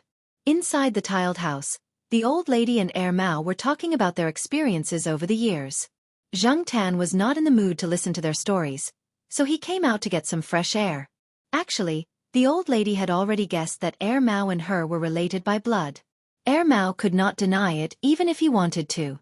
According to seniority, Mao had to call the old lady grandaunt. Zhang Tan heard from the villagers that the old lady came to the village over 40 years ago. She was already 40 years old at that time. Counting the years, she would be 90 years old in another 2 years. After Zhang Tan yawned more than 10 times, the wooden door creaked open. Mao walked out from inside. From the expression on Mao's face, the two of them seemed to be having a good conversation. It did not look like it was being played by the old lady. "Let's go." Mao waved at Zhang Tan, indicating that they were ready to leave. Zhang Tan looked at the tiled house and then looked at Mao. Was it like this after the reunion? Not really. It was not convenient for Mao to take the old lady away. He did not drive here. Even if he did, it would not be easy to leave. He planned to go back first and discuss with his family before coming back to pick up the grandaunt. After all, this was not a small matter. Because Mao had set his phone to silent mode before coming here, he found that there were 19 missed calls when he was on the bus heading to Xingyang district. All of them were from the same number, Wang Bin. However, Mao only glanced at them and did not call back. Zhang Tan heard Mao sighing all the way. He knew that Mao could not avoid talking to his family this time. After staying at a hotel in Xingyang district for a night, they drove back to Chuhua City early the next morning. The journey back was quite smooth. The first thing Mao did when he arrived in Chuhua City was not to talk to his mother about the grandaunt. Instead, he went to the pet center to pick up Black Rice. Black Rice was probably angry at being left in the pet center. As far as Zhang Tan knew, Black Rice ignored Mao for the next 3 days. Even when Mao was holding its favorite plush toy, it only moved its paws perfunctorily. At first, Mao thought it was sick, but after it was sent to the pet center, everything was normal. The veterinarian jokingly said that the cat was probably throwing a tantrum. Mao waited on it for 3 days before it returned to its original state. After returning to Chuhua City from Shenyang, Mao was often not at home, and no one came to look for Mao. Celestine came once and took Zhang Tan to the night building to play. He also told Zhang Tan about Mao's family situation. As the saying goes, having an elder at home is like having a treasure. For Mao, this new grandaunt was such a treasure. Previously, the elders in the family did not get along with Mao, but grandaunt changed and became Mao's biggest backer in Chuhua City. Grandaunt did not have a son, but she got along well with Mao. Seeing this, the elders in the family had nothing to say about Mao always running to grandaunt's place. Mao's grandfather even encouraged this behavior. It was said that whenever Mao quarreled with his father, he would run to grandaunt's place to seek refuge. With grandaunt around, Mao's father had to hold back his anger. Therefore, Mao did not have to hide anymore. Recently, he even bought a house for grandaunt by a scenic lake and hired someone to take care of it. The old lady gave face and chose Mao's house and rejected the arrangement of Mao's parents. "You really know how to cause trouble," Celestine said to Zhang Tan. With someone to rely on, Mao was a lot more arrogant, but he didn't move out of the East End compound. If Celestine hadn't told Zhang Tan wouldn't have known even if he was beaten to death. Mao's father was the head of the provincial government, and the residents of the entire East End compound probably wouldn't know that the provincial governor's son lived in the compound. Mao was arrogant, but that was only in comparison to how he used to hide from people and things. As long as Mao didn't say anything, no one would be able to guess his background. Furthermore, in a certain area, everyone only knew Wang Bin, the provincial governor's son, and was very unfamiliar with the name Wang Ming. In the compound, Zhang Tan lay on the branch of a tall Chinese parasol tree and looked down at Mao, who was walking his cat in the grass below. Recently, when this guy went out to walk his cat, he was wary of the cats around him as if they were wolves. Except for Huang, because Huang was the only male cat that had been castrated. Mao. A person sauntered over from the main gate of the compound. Zhang Tan looked over and recognized that this person was Qin Tao, whom he had lured to Heavenly Poop Road and smashed into 2 piles of bird poop. He was dressed pretty much the same as last time, in a casual suit and leather shoes, looking decent. "You left early again." Mao cast a glance at him. It was only 3 o'clock in the afternoon, so Qin Tao must have left early to come over. "I was bored sitting there. I played 2 games and lost 2 in a row, so I'm not in the mood anymore. I'm going back to sleep. I'll go to the bar at night and find a girl I like," Qin Tao said indifferently. In any case, he came over like this every day. Sometimes, when the weather was bad, he would just sleep at home. It didn't matter if the company didn't have him. The employees all knew that he was just a decoration. Mao didn't comment on Qin Tao's answer. "I came over to tell you that it's my birthday this Saturday, 7 o'clock in the evening. I've booked a private room at Wuxia, and I'll introduce you to some friends. When you get to know each other, we can play together. Don't stay with the cat all day, you're bored," Qin Tao said disdainfully. "Is Wang Bin going?" Mao asked. "That guy is a real busy person now. He never participates in these kinds of activities. I've only seen him a few times since I came to Chuhua. But we're different from him. We're bad students who enjoy ourselves in time." Qin Tao gave a you-know-what-I-mean look. "Okay, 7 o'clock Saturday night. I'll be there on time." Mao was relieved when he heard that Wang Bin wasn't going. "Oh right," Qin Tao glanced around. "Where's the black cat?" Mao raised his hand and pointed at the tree Zhang Tan was lying on. The leaves weren't very dense yet, so it was easy to see Zhang Tan's tail from below. Qin Tao looked at the direction Mao was pointing at. Zhang Tan also looked at Qin Tao curiously. Why was this guy looking for him? Revenge? Mao, bring the black cat with you on Saturday, Qin Tao said. Why? You're inviting a cat for your birthday? Are you a cat? Besides, you're not that close to it. No, why are you inviting it and not my daughter? Are you discriminating against me? Mao stared. Hey, I really don't know what you cat slaves are thinking all day long. Why are your brains always turning to the wrong direction? Qin Tao shook his head. It's my cousin. She has a bad temper, but she's very nice to cats. The problem is that she's never raised a cat well. It's either the cat ran away by itself or something happened to it. In short, she can't raise a cat herself, but when the cat is around, she's in a good mood. I don't know what's wrong with that girl recently, but it's like she ate explosives. You know, I'm taken care of by my uncle in Chuhua, so I have to take care of this girl. It's impossible for me not to invite her to my birthday party. With a cat around, I'm more assured. At least she won't throw a tantrum. Listening to Qin Tao's words, Zhang Tan concluded that Qin Tao wanted his birthday party to go smoothly and have a good time. He didn't want his cousin to mess things up and drag him over to accompany her. In Qin Tao's eyes, Black Rice wasn't as reliable as Zhang Tan. Although this guy was a playboy, he still had a good eye. Accompany guests. Zhang Tan moved the tip of his tail. Why would he go if there were no benefits? As he was thinking, Zhang Tan heard Air Mao under the tree say, 10,000. What? Qin Tao was stunned and didn't understand what Air Mao meant.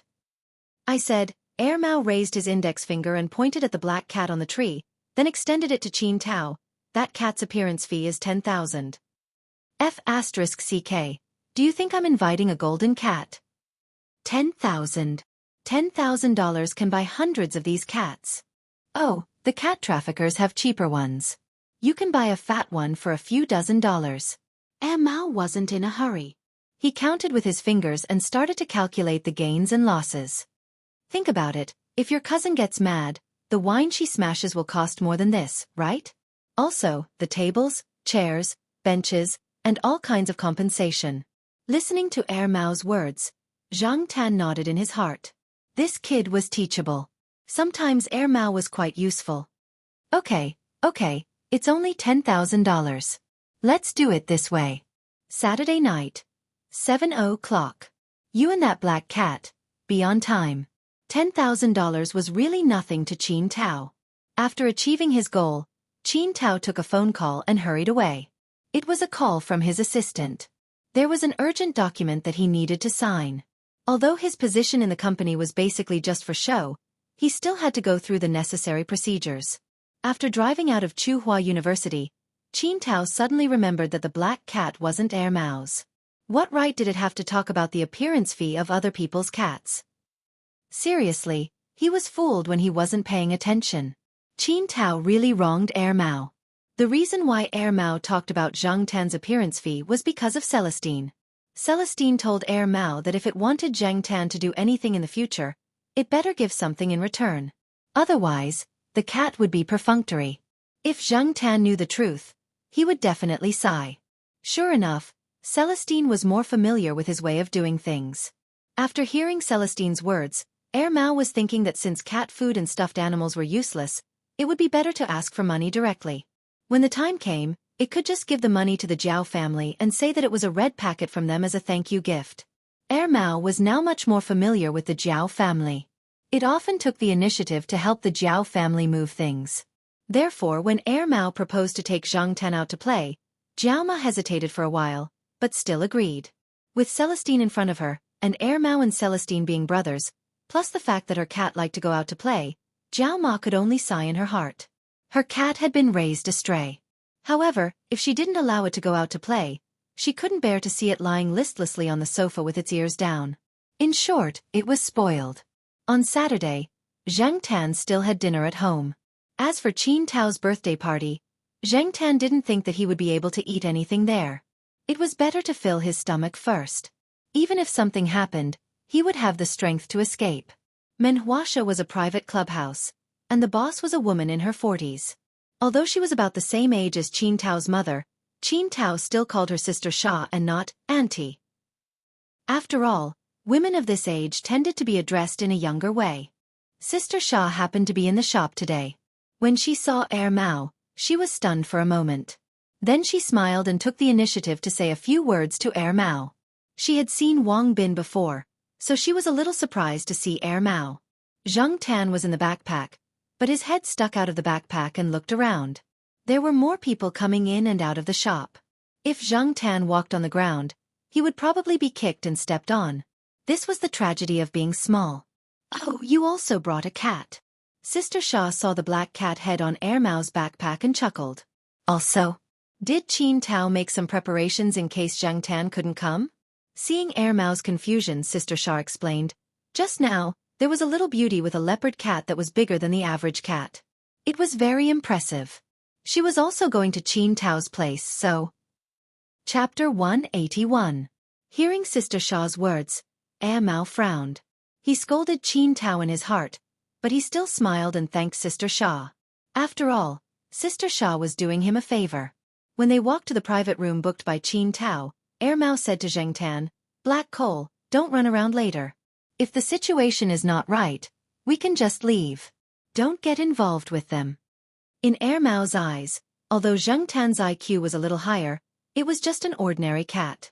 Sister Sha's words of big cats, and not to be trifled with, made Air Mao think that big cats were generally not easy to get along with and were very wild. The waiter led Air Mao to the private room that Qin Tao had booked. Zheng Tan stood in the room and observed the situation around her. This floor of the clubhouse seemed to be filled with young people. The lights in the corridor were dimmed ambiguously. Zheng Tan saw a few couples being intimate as if no one else was around. The passers-by either whistled a few times or walked past calmly as if they did not see anything. Obviously, they had already adapted to the style of the club. Perhaps it was due to the lighting, but many passers-by did not notice Zheng Tan's presence. Furthermore, Zheng Tan was only a cat's head peeking out from inside the bag. She did not have much of a presence. The young men and women were very busy. If it was a beautiful woman with a hot body, she might have attracted some attention, but no one would pay attention to a cat. "It's here," the waiter signaled. Air Mao opened the door and went in. Zheng Tan was on his back, so he couldn't see the situation inside.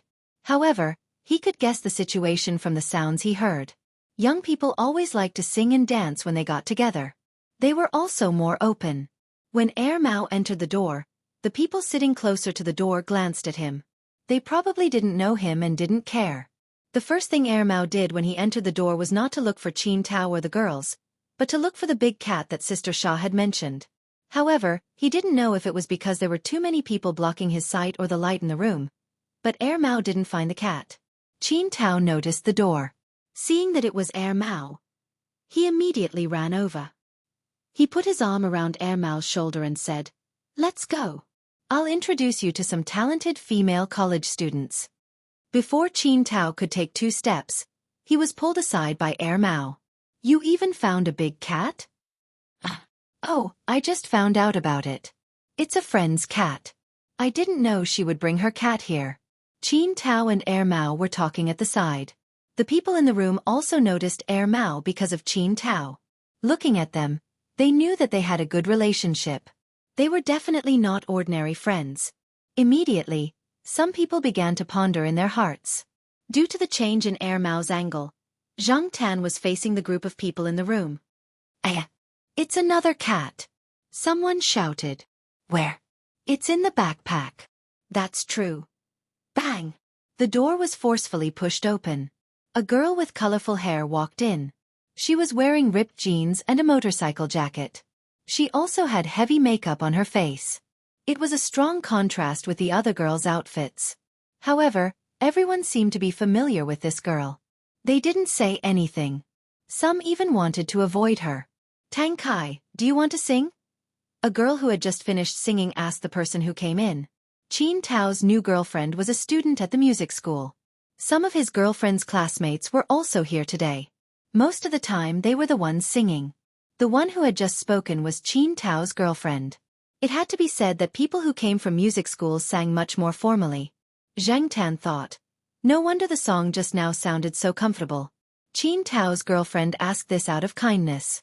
If she didn't say anything, Tang Kai would really be marginalized. However, it was obvious that Qin Tao's girlfriend didn't know Tang Kai well enough. The girl named Tang Kai didn't appreciate the kindness. She waved the microphone away. "It's none of your business whether I sing or not."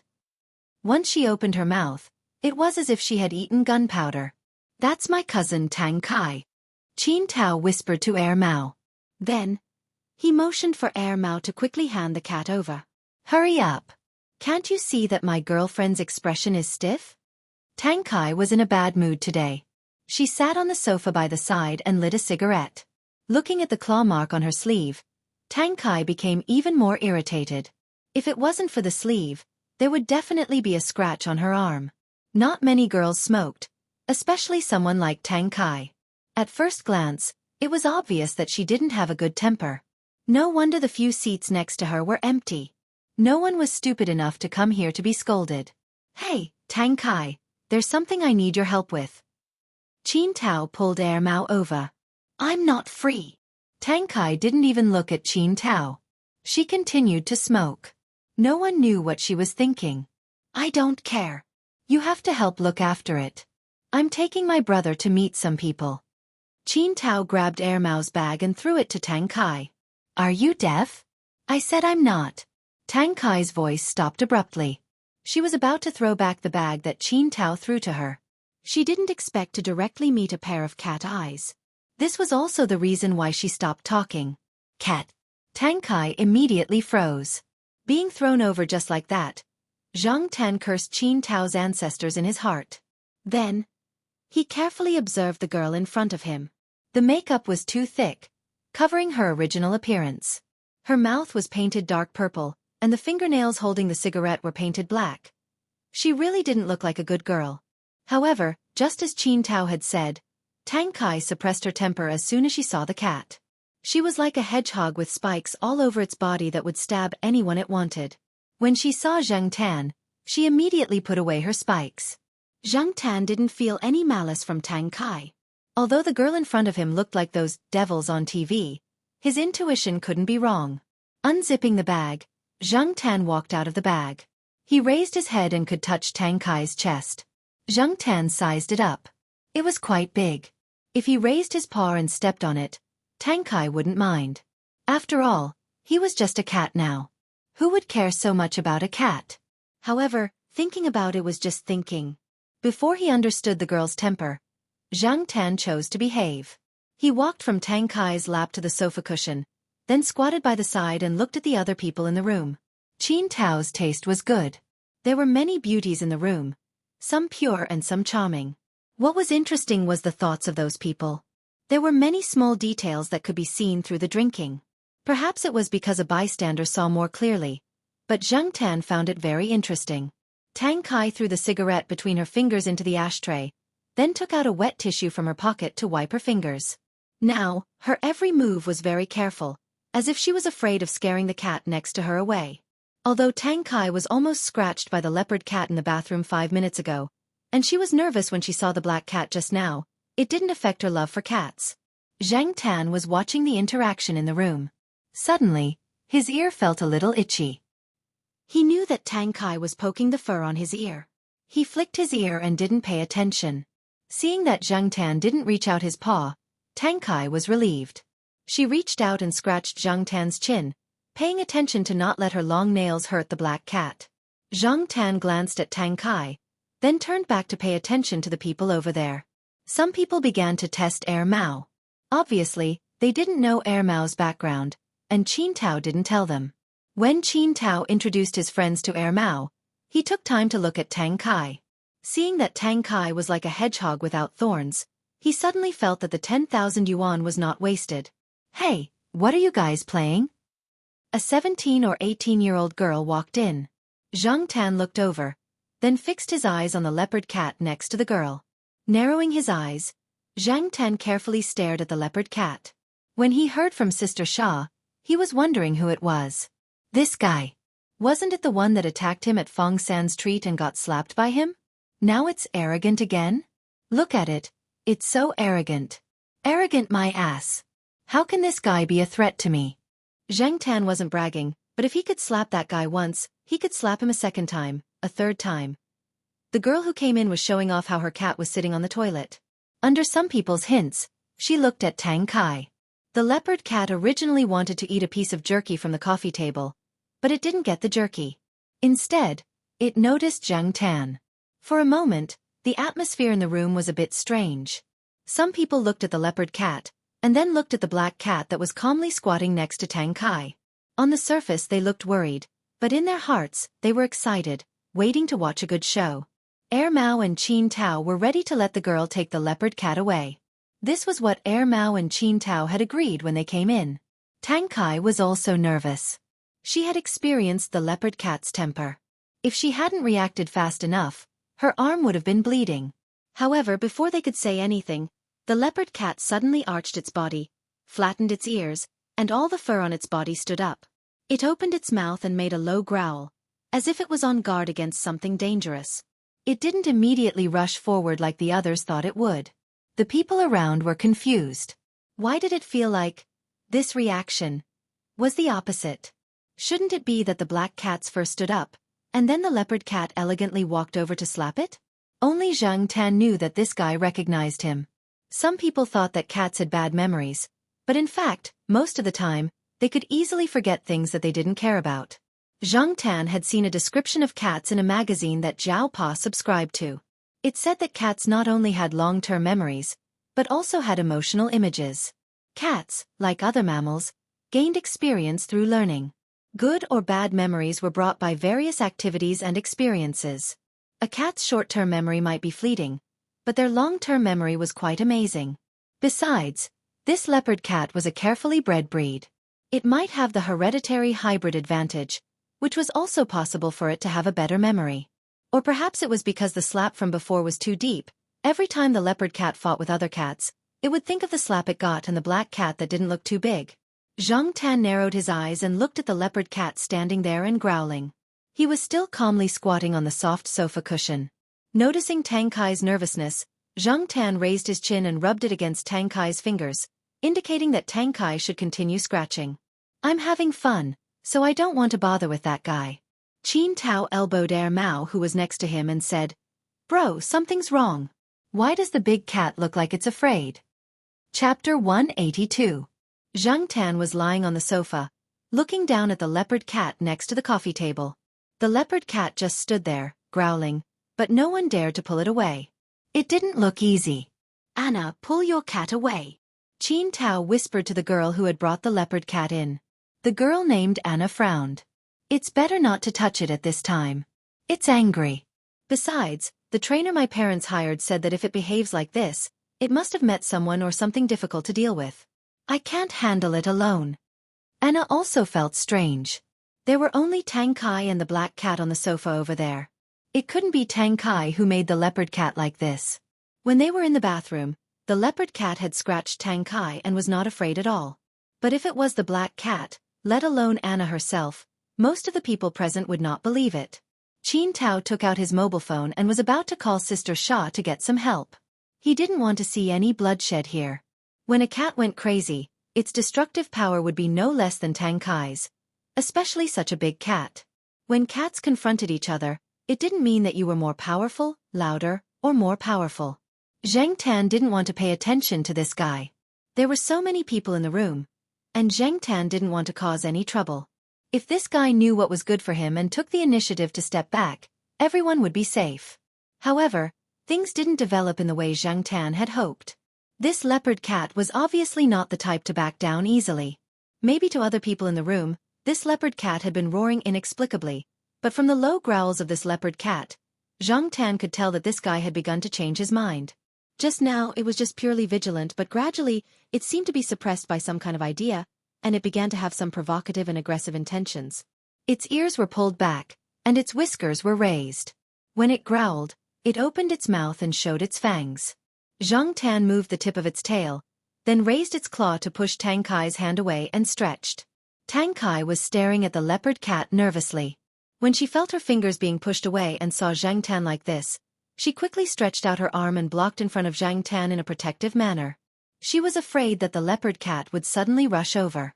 Although she didn't quite understand why the leopard cat would act like this, she, like everyone else in the room, consciously placed Zhang Tan in a vulnerable position. Zhang Tan was very grateful for Tang Kai's protective attitude, but he didn't want to be protected by a girl in this kind of situation. He raised his claw and pushed away the arm in front of him.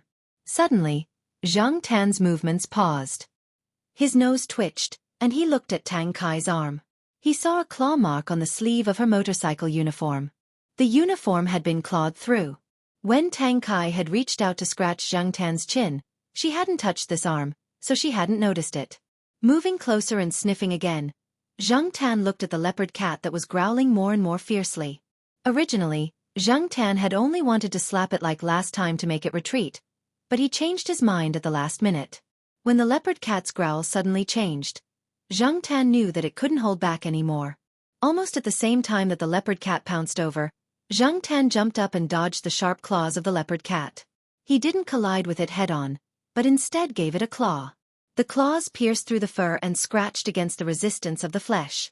The smell of blood wafted over. Zhang Tan couldn't play with the combination of hugging, biting, kicking, and scratching like the sheriff and the other cats.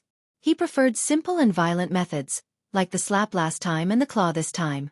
This time, he didn't hit the cat, but there was blood. When they landed, the two cats were very close to each other. On the leopard cat's body, there was a scratch from its neck to its abdomen. Zhang Tan's claws were harder than the average cat's. In addition, Zhang Tan intended to make the cat bleed, so he stabbed deeper. The disadvantage of short-haired cats was that they were easily scratched in a fight. Those with longer and thicker fur could use their fur to reduce some of the claws' attacks. At most, they would only be plucked. Zhang Tan was prepared to attack again. If it weren't for the difference in size and the fact that he didn't jump too high, Zhang Tan could have started from the cat's head instead of the neck. However, the leopard cat retreated quickly. After realizing Zhang Tan's intention, it quickly jumped away and retreated in the direction of Anna. Although it was growling, it was much weaker.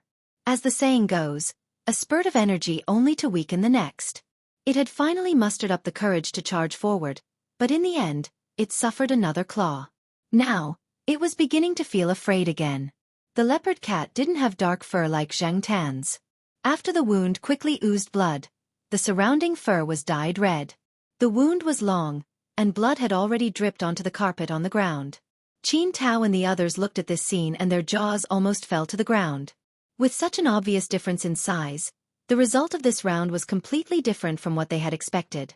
Anna was about to throw the wineglass in her hand at Zhang Tan, but she was stopped by Mao. The door of the private room opened, and the people Qin Tao had asked for help came in. Sister Xia was at the front. With so many people watching, Zhang Tan didn't continue to chase. Otherwise, he would give the impression that he was a fierce and dangerous creature. Zhang Tan didn't want to make more people afraid of him because of this leopard cat. That wasn't necessarily a good thing. Even so, everyone felt their hair stand on end. This black cat didn't bare its teeth or growl, but its eyes were terrifying. Qin Tao felt a chill on his back. When the people brought by Sister Xia separated the two cats, Zhang Tan stopped attacking and squatted there with an obedient look. Until Anna took the leopard cat away, Zhang Tan jumped on the sofa and lay down next to Tang Kai. Mao lifted Zhang Tan up and looked at him. Zhang Tan's fur was too dark. Even if he was injured, it couldn't be seen. After checking, Mao and Tang Kai didn't find any wounds, only the claws were stained with blood. Tang Kai asked for a handkerchief and dipped it in some warm water to wipe Zhang Tan's claws. Zhang Tan let Tang Kai wipe the blood off his claws, thinking about something else. When they were fighting just now, they felt something strange, but they couldn't tell what it was. It seems that we didn't lose, Mao concluded. Qin Tao stood 1 meter away from Mao and Tang Kai. He didn't have the guts of Mao and Tang Kai. Earlier, he had observed the wounds on the leopard cat's body at close range. If the black cat's paw was a little bigger and its claws were a little longer, wouldn't it be able to directly cut open its stomach on the spot? Seeing that Zhang Tan wasn't injured, Mao was relieved. At the same time, he was glad that he didn't bring black rice this time. Otherwise, it would definitely be cannon fodder. Although black rice was fierce and aggressive, its fighting power was not enough compared to these two. This was also the first time that Mao found that Zhang Tan's fighting power was different from that of ordinary cats. It seemed that he had to keep black rice away from this black coal in the future. Aren't you afraid of it? Mao asked Tang Kai, who was wiping Zhang Tan's claws. Don't be afraid, it helped me take revenge. Tang Kai laughed. Her smile was not as arrogant as usual. It was much gentler. Mao didn't speak again. Qin Tao called him again. It was not easy to come to a birthday party. Qin Tao didn't want to waste it because of a fight between two cats. Besides, for other people, cats were just cats. They were purely for fun. Although they were a little surprised, they wouldn't pay too much attention after the surprise. They had to hurry up and achieve their purpose of coming here. After Mao was pulled away, a girl hesitated and came over. She was a relative of Tang Kai and was now interning in Tang Kai's father's company. Perhaps because she saw that Zhang Tan was gentle and didn't seem to be a threat, she sat down on the sofa next to him. Tang Kai liked to talk about cats. The girl obviously knew Tang Kai's preferences and talked about cats. When they were talking about Anna's cat being trained to squat on the toilet, Tang Kai suddenly asked, her cat was specially trained. Seeing that Tang Kai was interested, the girl was very happy. If she could please Tang Kai, she would have a smoother time when she became a full-time employee in the company. I heard that the cat was given to Anna by a relative during the new year. However, this kind of big cat may have a bad temper. Anna's parents spent a lot of money to hire someone to train it. This cat is to be a pet, not to be used in the fighting field. If it was too rebellious, Anna wouldn't dare to bring it over. Oh, the squatting on the toilet was also trained at that time. That is to say, the cat won't attack people. Tang Kai lowered her head slightly so that the people next to her couldn't see her eyes. Yes, if not, Anna's parents wouldn't allow her to keep the big cat by her side all day. If she accidentally scratched it and disfigured it, who would she cry to? The girl replied. Since it wouldn't scratch people without permission, then why did the big cat stretch out its claws to her in the bathroom? Without Anna's guidance, was it possible? Tang Kai looked at the claw marks on her sleeves and didn't say anything. The people next to her couldn't see Tang Kai's eyes, but Zheng Tan could see the anger in Tang Kai's eyes. If he wasn't by her side, Tang Kai's temper would probably explode again. Zheng Tan suddenly thought of the reason why he felt strange before. Compared to before, the leopard cat's wildness had faded a lot. Could it be because it had been trained? Had its wild nature been ground down? If it was fierce, it would be even fiercer after it was injured and saw blood. Of course, this was just Zheng Tan's guess. He didn't know the specific reason. At the end of the evening party, when Mao left with Zheng Tan, Tang Kai was still reluctant to part with them. Mao asked Qin Tao to leave 2 pieces of cake for the 2 children of the Jiao family. However, Mao didn't mention that Zheng Tan had scratched the cat in the fight. If he did, he wouldn't be able to invite the cat out next time. Besides, even if the people attending the party saw Zheng Tan outside, they might not be able to recognize him. On Sunday, Tang Kai invited Qin Tao and Mao to have dinner. The reason she called Mao was that she wanted it to bring Zheng Tan out. They just had dinner at a private restaurant that they often went to. After dinner, Mao took the initiative to invite them to the night building. It also invited a few people that it had met yesterday and had a good impression of. Zheng Tan didn't go with them. He didn't inform them in advance. If he went back late, the Jiao Ma would nag him again. Zheng Tan was sent to the school gate. He didn't continue to delay and trotted back to the eastern courtyard. At this time, there weren't many people on the road in the eastern courtyard. In another half an hour, the teachers from the evening class and the office working overtime would come back. Zheng Tan was running. When he was about to reach the courtyard, he slowed down. There were 3 cats squatting in the middle of the road in front of him. Zheng Tan had never seen these 3 cats in the area. They were complete strangers. As Zheng Tan walked closer, the 3 cats still squatted in front of him and stared at Zheng Tan. The orange street lamp elongated the shadows of the 3 cats. In the distance, someone's cat was moving and howling. However, the 3 cats only moved their ears, as if they weren't interested in that. It was as if they only heard the rustling of the leaves around them. They still squatted there steadily. Zheng Tan was wondering where these 3 roadblocks came from when he suddenly heard a voice. Black charcoal. Chapter 183. Zheng Tan looked in the direction of the voice. The streetlights didn't interfere with Zheng Tan's vision too much. After taking a closer look, he was sure that he had never seen this person before. The 3 cats blocking the way were obviously in cahoots with this man. But the question was, why did this man bring 3 cats here in the middle of the night? What was the meaning of this? It wasn't right to call it a gang fight, as there wasn't any murderous intent. Also, how did this person know his name? Although he didn't feel any hostility from this person and the 3 cats, Zheng Tan still maintained a high level of vigilance. This person looked a little strange, and the 3 cats were also strange. They were different from the cats that Zheng Tan usually interacted with. Zheng Tan and the person looked at each other, and at the same time, wondered if he should just ignore them and run home. "I've heard so much about you," the person said again. Zheng Tan looked up. "I've heard so much about you. Or can I call you Black Sea?" The person's tone was very natural, as if they were chatting casually. The person said a few more words, but Zheng Tan didn't want to pay attention to him, nor did he want to look into the person's eyes. He felt that the person seemed to be able to see something from his eyes, and Zheng Tan was unhappy. Just as he was about to run away, he heard the person say, "Let's introduce ourselves first. Come, Longan, you start." As he said that, the person snapped his fingers. The serious-looking cat with a white body and a black tail in the middle let out a meow. "Lotus seed," the person said again. "Meow." The dragon-lee cat that was squatting on the right side closest to the road meowed. This dragon-lee cat's fur color was the same as Depang's, but it was different from Depang's. This dragon-lee cat looked thinner and more obedient, unlike Depang, who didn't have enough sleep and was not interested in anything. "Babeo," the person said. The cat that was squatting on the far left with its tail wagging, as if it was holding back its strength, opened its mouth. "Meow." Zheng Tan was speechless. "All right, Babeo, shut up." The man snapped his fingers, and the cat named Babeo immediately stopped. He glanced at the man and wagged his tail. "Finally, let me introduce myself. My name is Ah Wu." The man lifted his hand to lift the brim of his hat and looked at Zheng Tan. When he was about to speak, he suddenly looked at the other side of the road. The ears of the three cats that were squatting at the same spot twitched. They were about to turn around to take a look when a figure dashed over. It jumped over the three cats that were blocking the way and pounced on the person called Ah Wu.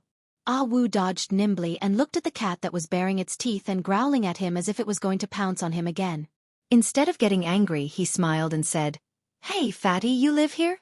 Zheng Tan looked at Depang, who was growling at Ah Wu fiercely and whose fur was about to explode.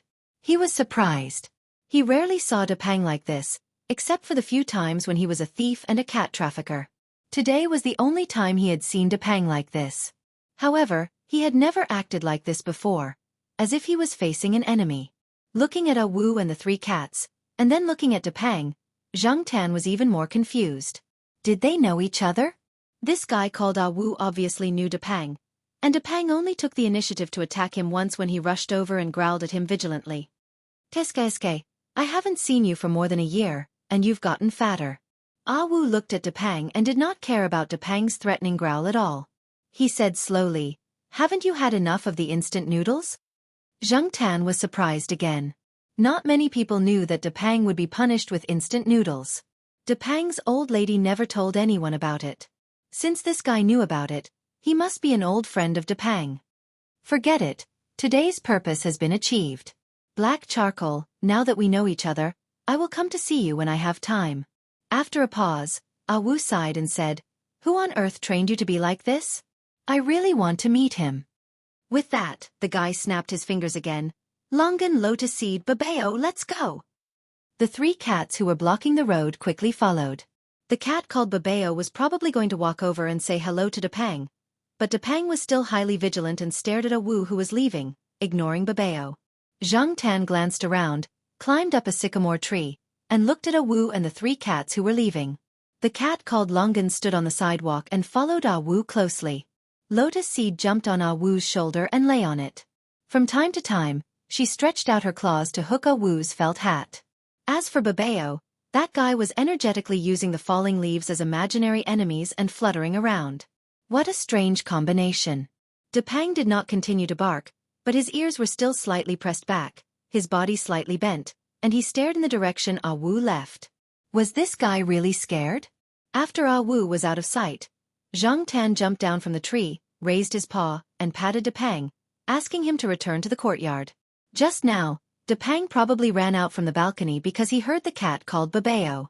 If Depang had an impression of them, it would make sense for him to follow the sound.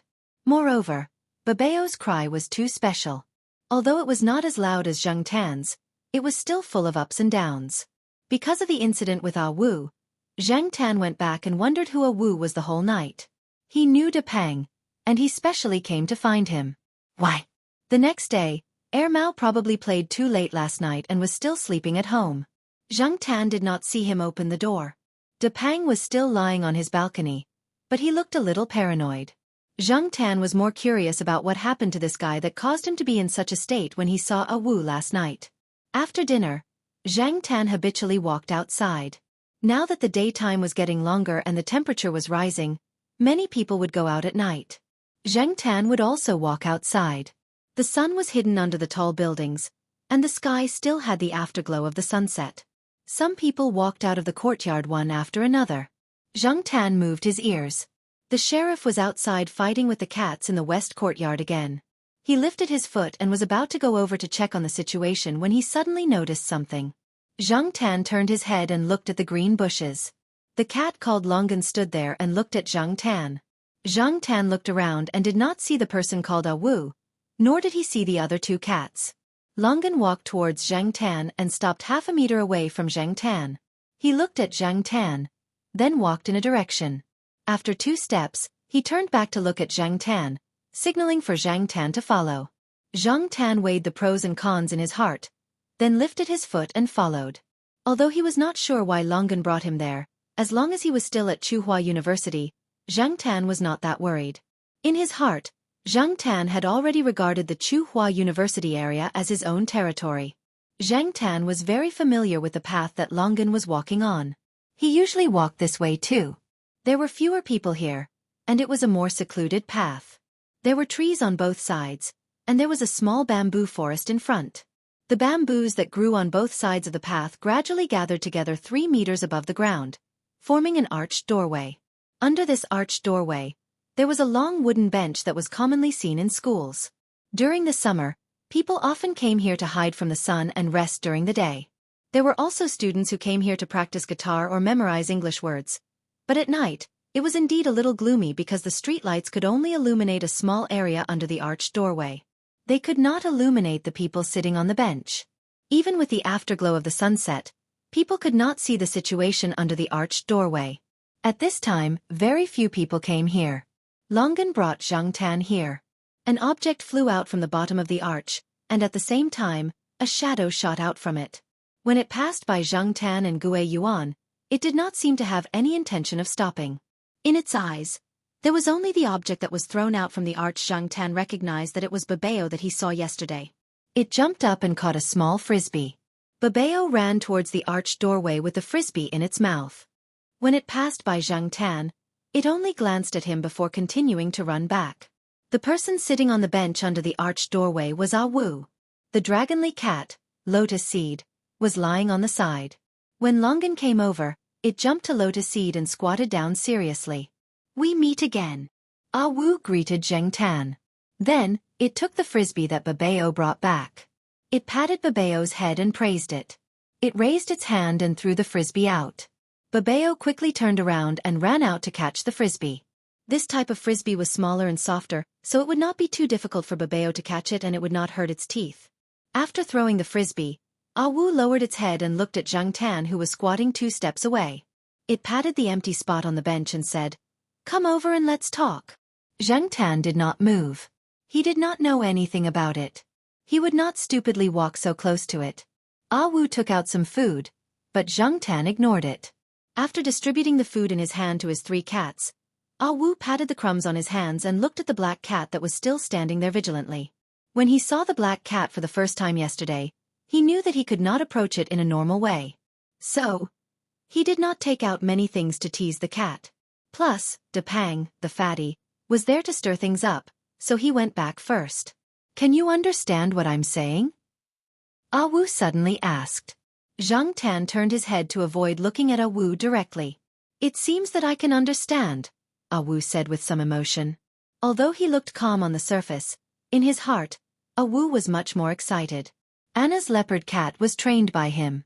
Yesterday, he heard that the leopard cat was defeated by a black cat, which aroused his curiosity.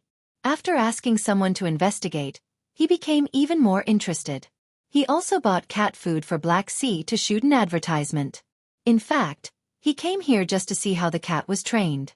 Wu did not think that the black cat was gifted. He only thought that it was the result of the training of an excellent cat trainer. As a cat trainer who thought that he was good, it was rare for Wu to meet a worthy opponent. Wu then said something and asked some questions. Zhang Tan just stood there and did not show any reaction to Wu's words. And Zhang Tan was scared by Wu's words. But Zhang Tan decided to pretend that he did not know anything. No matter what Ah Wu said, he would pretend that he did not understand anything. After Ah Wu talked to himself for a while, he remained silent for 2 minutes.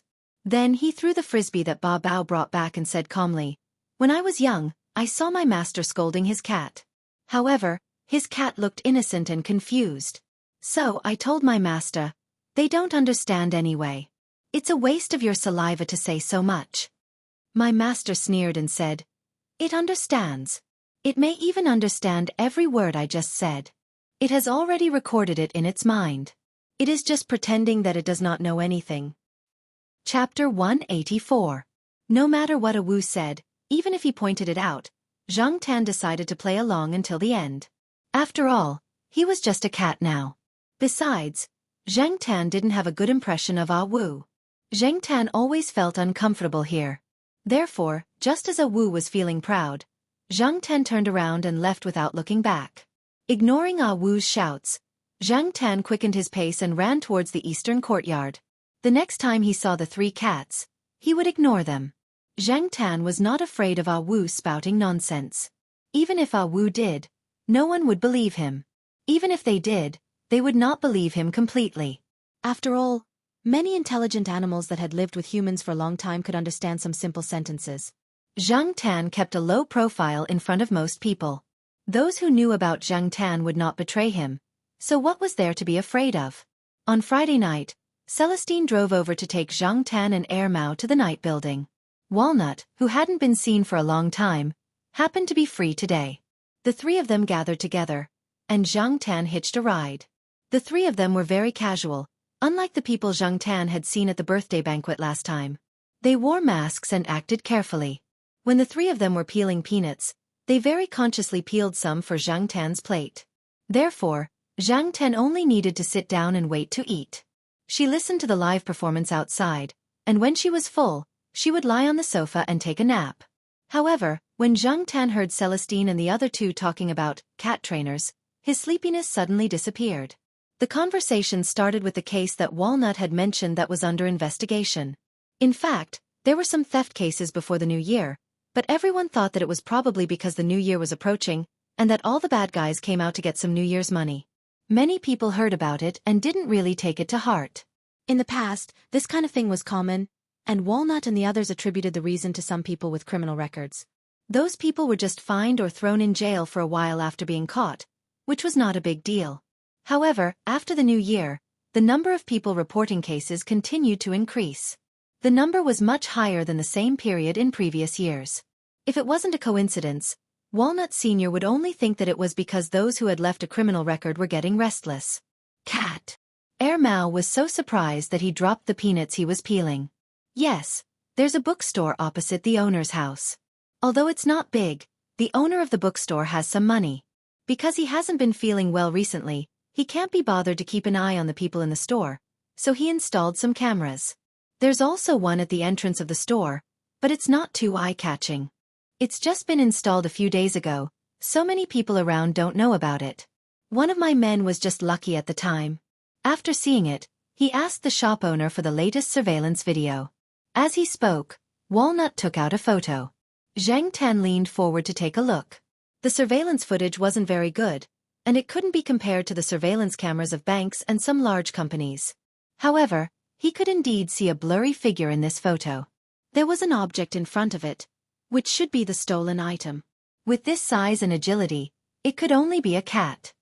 I suppressed this matter and didn't spread it. The owner of the bookstore doesn't know about it either. The image was very short and dark. If you don't look carefully, no one will pay attention to a cat. Walnut Sr. continued to talk about his suspicions. He felt that some of the reported crimes were committed by cats, and even if cats were smart, they wouldn't be like Zhang Tan, unless they were specially trained. When Zhang Tan saw this photo, he immediately thought of Ah Wu. Could it be him? However, the cat in the photo didn't look like one of the 3 cats, Longan, Lotus Seed, or Babeo. Just as Zhang Tan was puzzled, Walnut Sr. also mentioned Ah Wu's name. It turned out that Ah Wu had accepted a job and came to Chuhua City. Originally, Ah Wu had only planned to stay in Chuhua City for a while and leave after completing the job. He didn't expect to be found by the police. The job he accepted was probably to train the leopard cat. He is indeed one of the suspects.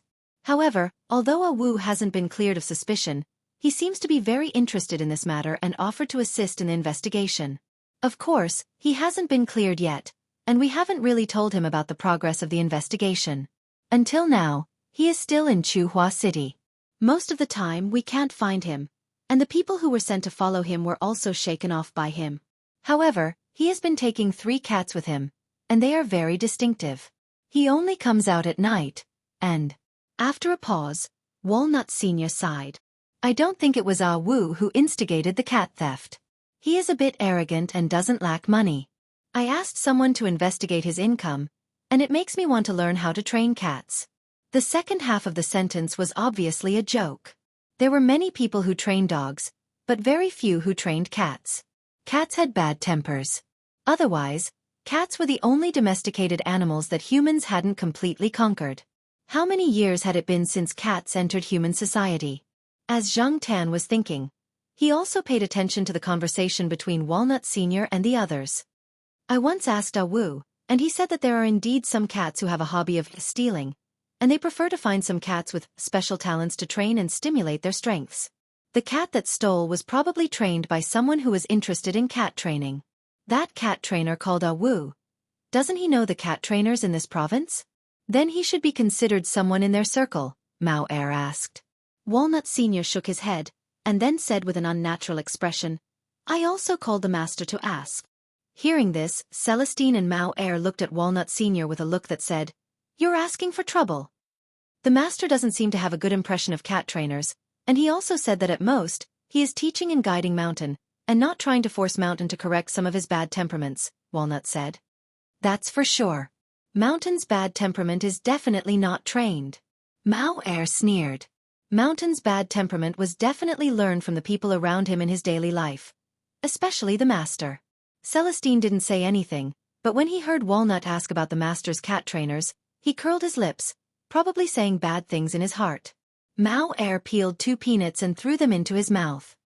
I will pay attention to the surroundings and see which cat is more suspicious, but I don't want to meet that cat called Wu. Recently, Mao Er would take Black Rice out for a walk, but he didn't want the cat trainers to see his cat. He felt that his Black Rice was the kind of cat that Walnut Sr. had said was talented and smart, so he had to protect it well. Cat trainers? Who knew what they would do? Then you can rest assured that Wu won't go to Chuhua University, at least not in the near future, Walnut Sr. said. Why? This time, even Celestine was curious. Walnut smiled. That fat cat called Depang, its father went to find Wu 2 days ago and warned him not to go near Chuhua University. Also, more than a year ago, Depang's cat father seemed to be one of the reasons why Wu left Chuhua City. Depang's cat father? Mao Er was confused, and then suddenly understood. Then he began to sigh. These days, cats were more arrogant than people. Because of his father's heavy responsibility, Mao Er had done some research on some of the big shots in the province. When he rented the house in the eastern courtyard, he had done some research on the residents, especially the residents in Building B. Celestine had specially mentioned the fat Dragon Lee's family. At that time, Mao Er had sighed that this seemingly ordinary courtyard was full of hidden talents, so he often helped Depang's old lady to move things and earn some favor. Zhang Tan was thinking, no wonder he hadn't seen Wu at Chuhua University since that day. Zhang Tan thought that Wu had given up on provoking him, but now it seemed that it was Depang's cat father's credit. Thinking of this, Zhang Tan couldn't help but sigh in his heart again. This was an era where people relied on their fathers. Even cats joined in. In fact, when Walnut Sr. had heard the reason from Wu, he had also sighed with emotion. These days, many cats were indeed more arrogant than humans. For example, Fatty, and the black cat in front of him, who knew what it was thinking with its head down. After learning the reason why Wu stayed in Chuhua City from Walnut Sr., Zhang Tan also paid attention to the surroundings to see if there were any strange and suspicious cats. After a comfortable weekend, early on Monday morning, Zhang Tan was picked up from the Jiao family by Xiao Gua. There was a task today. As the vice president of the Green Wings Association, Xiao Gua was to take the Pet Center's advertising team out to shoot a public service advertisement to help the Green Wings Association feel its existence and increase its influence within the association. Zhang Tan was undoubtedly Xiao Gua's trump card. Today, They chose a place with good scenery that was 30 minutes drive away from Tsinghua University. It was close to a lake. As they had informed the person in charge here, they had surrounded the area in advance. When Zhang Tan arrived, he saw that a lot of things were ready. The public service advertisement to be shot today was to tell people about the dangers of chocolate and some strong stimulants to pets. And there were some difficult scenes, such as pretending to faint, pretending to vomit, and so on. Among the cats, only Zhang Tan could take the lead, and the rest of Xiaogua's pet center were responsible for acting cute. From Zhang Tan's point of view, these advertisements were very childish and relatively rough, but after all, it was only a pet public service advertisement. People's tolerance for pets on the screen was always much greater than people's. However, adhering to the principle of professionalism, Zhang Tan also added a few scenes of himself twitching a few times during the shooting. It scared the filming crew so much that their faces turned pale and they broke out in a cold sweat. They were afraid that the fake scene would become real, or else Xiaogua would directly fire them. Everyone knew that boss Xiaogua regarded this black cat as the fortune cat of the entire pet center. It was not to be provoked or hurt. In general, it was as smooth as usual when shooting advertisements at the pet center, so Zhang Tan's side was quickly finished, and the people responsible for the pet dog side were only 1/3 of the way through. The working group still had to continue here. Xiaogua, the vice president, was very busy. After coming here, there was no sign of him. No one knew who he was negotiating with. The person who was entrusted by Xiaogua to take care of Zhang Tan was a young man in his early 20s named Charlie. It was a pity that Zhang Tan was not a girl. Charlie was definitely a native, but because of his name, his surname, Charlie, was often mispronounced. He was poached by Xiaogua from Agricultural University this year. He majored in animal medicine and was about to graduate. Recently, he had been doing an internship at the pet center. Today, he was called over to help. Charlie was in charge of taking care of Zhang Tan. Little Gua had already told Charlie about the things he had to pay attention to. For example, the disposable paper cups used to hold water had to be clean and unused, and the food should not contain cat biscuits or cat food. When Charlie first saw the food given to Zhang Tan, he had warned her about the dangers. However, he later realized that this cat was indeed unique, so he did not mention it. Today, he would not mention it either. Moreover, he had to do it discreetly.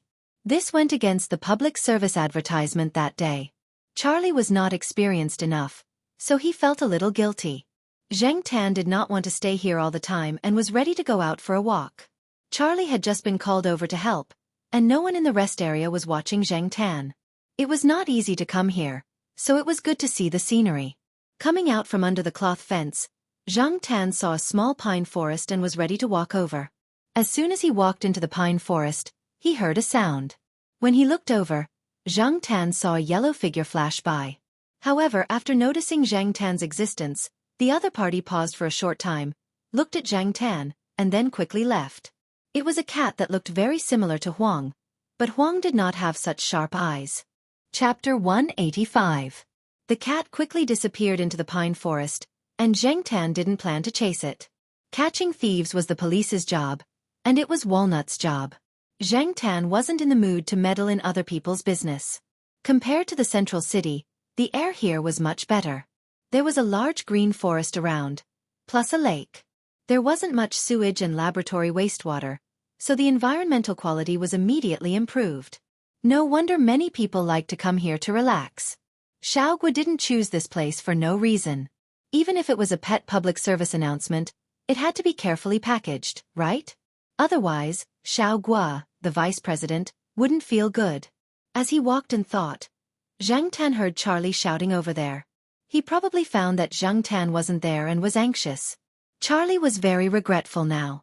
He thought that it would be fine to leave for only 5 minutes, but when he came back, he didn't see Zhang Tan's shadow. If he lost this cat, Charlie wouldn't be able to survive in Tsinghua City in the future. Boss Xiaogua would never let him go. While Charlie and a few people in the group were anxiously looking for Zhang Tan slowly walked out of the pine forest. Seeing that the cat wasn't lost, Charlie and the others were relieved and no longer left Zhang Tan's surroundings. Even if the others were busy, they wouldn't ask Charlie to help. Otherwise, if they lost the cat, they would be one of the sinners of the pet center. Being stared at like this, Zhang Tan couldn't be in the mood to go anywhere. He lay down and took a nap, waiting for the pet dog's shooting to end before he went back. He went straight back to the pet center. Zhang Tan had to wait at the pet center for a while. Xiao Guo was busy with a few urgent matters at hand and then sent Zhang Tan back to the courtyard. Xiao Guo wouldn't be at ease if he didn't send him back personally. During this time, Zhang Tan and the few pets that went out for the shooting would be checked together. This was a new rule made by Xiao Guo to prevent cats and dogs from being infected with certain germs outside, and bringing them into the pet center to infect more pets. If the pets were unwell, they could be found in advance. After all, pets weren't humans. Not everyone knew how to express their discomfort. When Zhang Tan was being checked, he saw a familiar face next door. Sahara's dog father had brought it over for an injection. Sahara was probably a little sick. During the injection, it buried its head in its father's arms and whined like a spoiled child. Zhang Tan strongly despised him. F***ck. Wasn't it just poking a needle? Where did the courage that he usually had go? Back in the eastern courtyard, Zhang Tan looked at the wall clock in the living room. It was only 3 o'clock in the afternoon. He turned on the computer and did some research.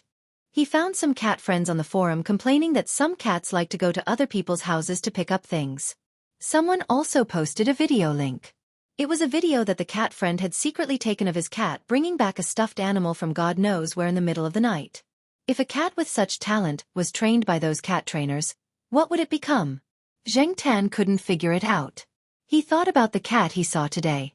He didn't dare to say anything else, but the person who trained the cat definitely didn't lack money.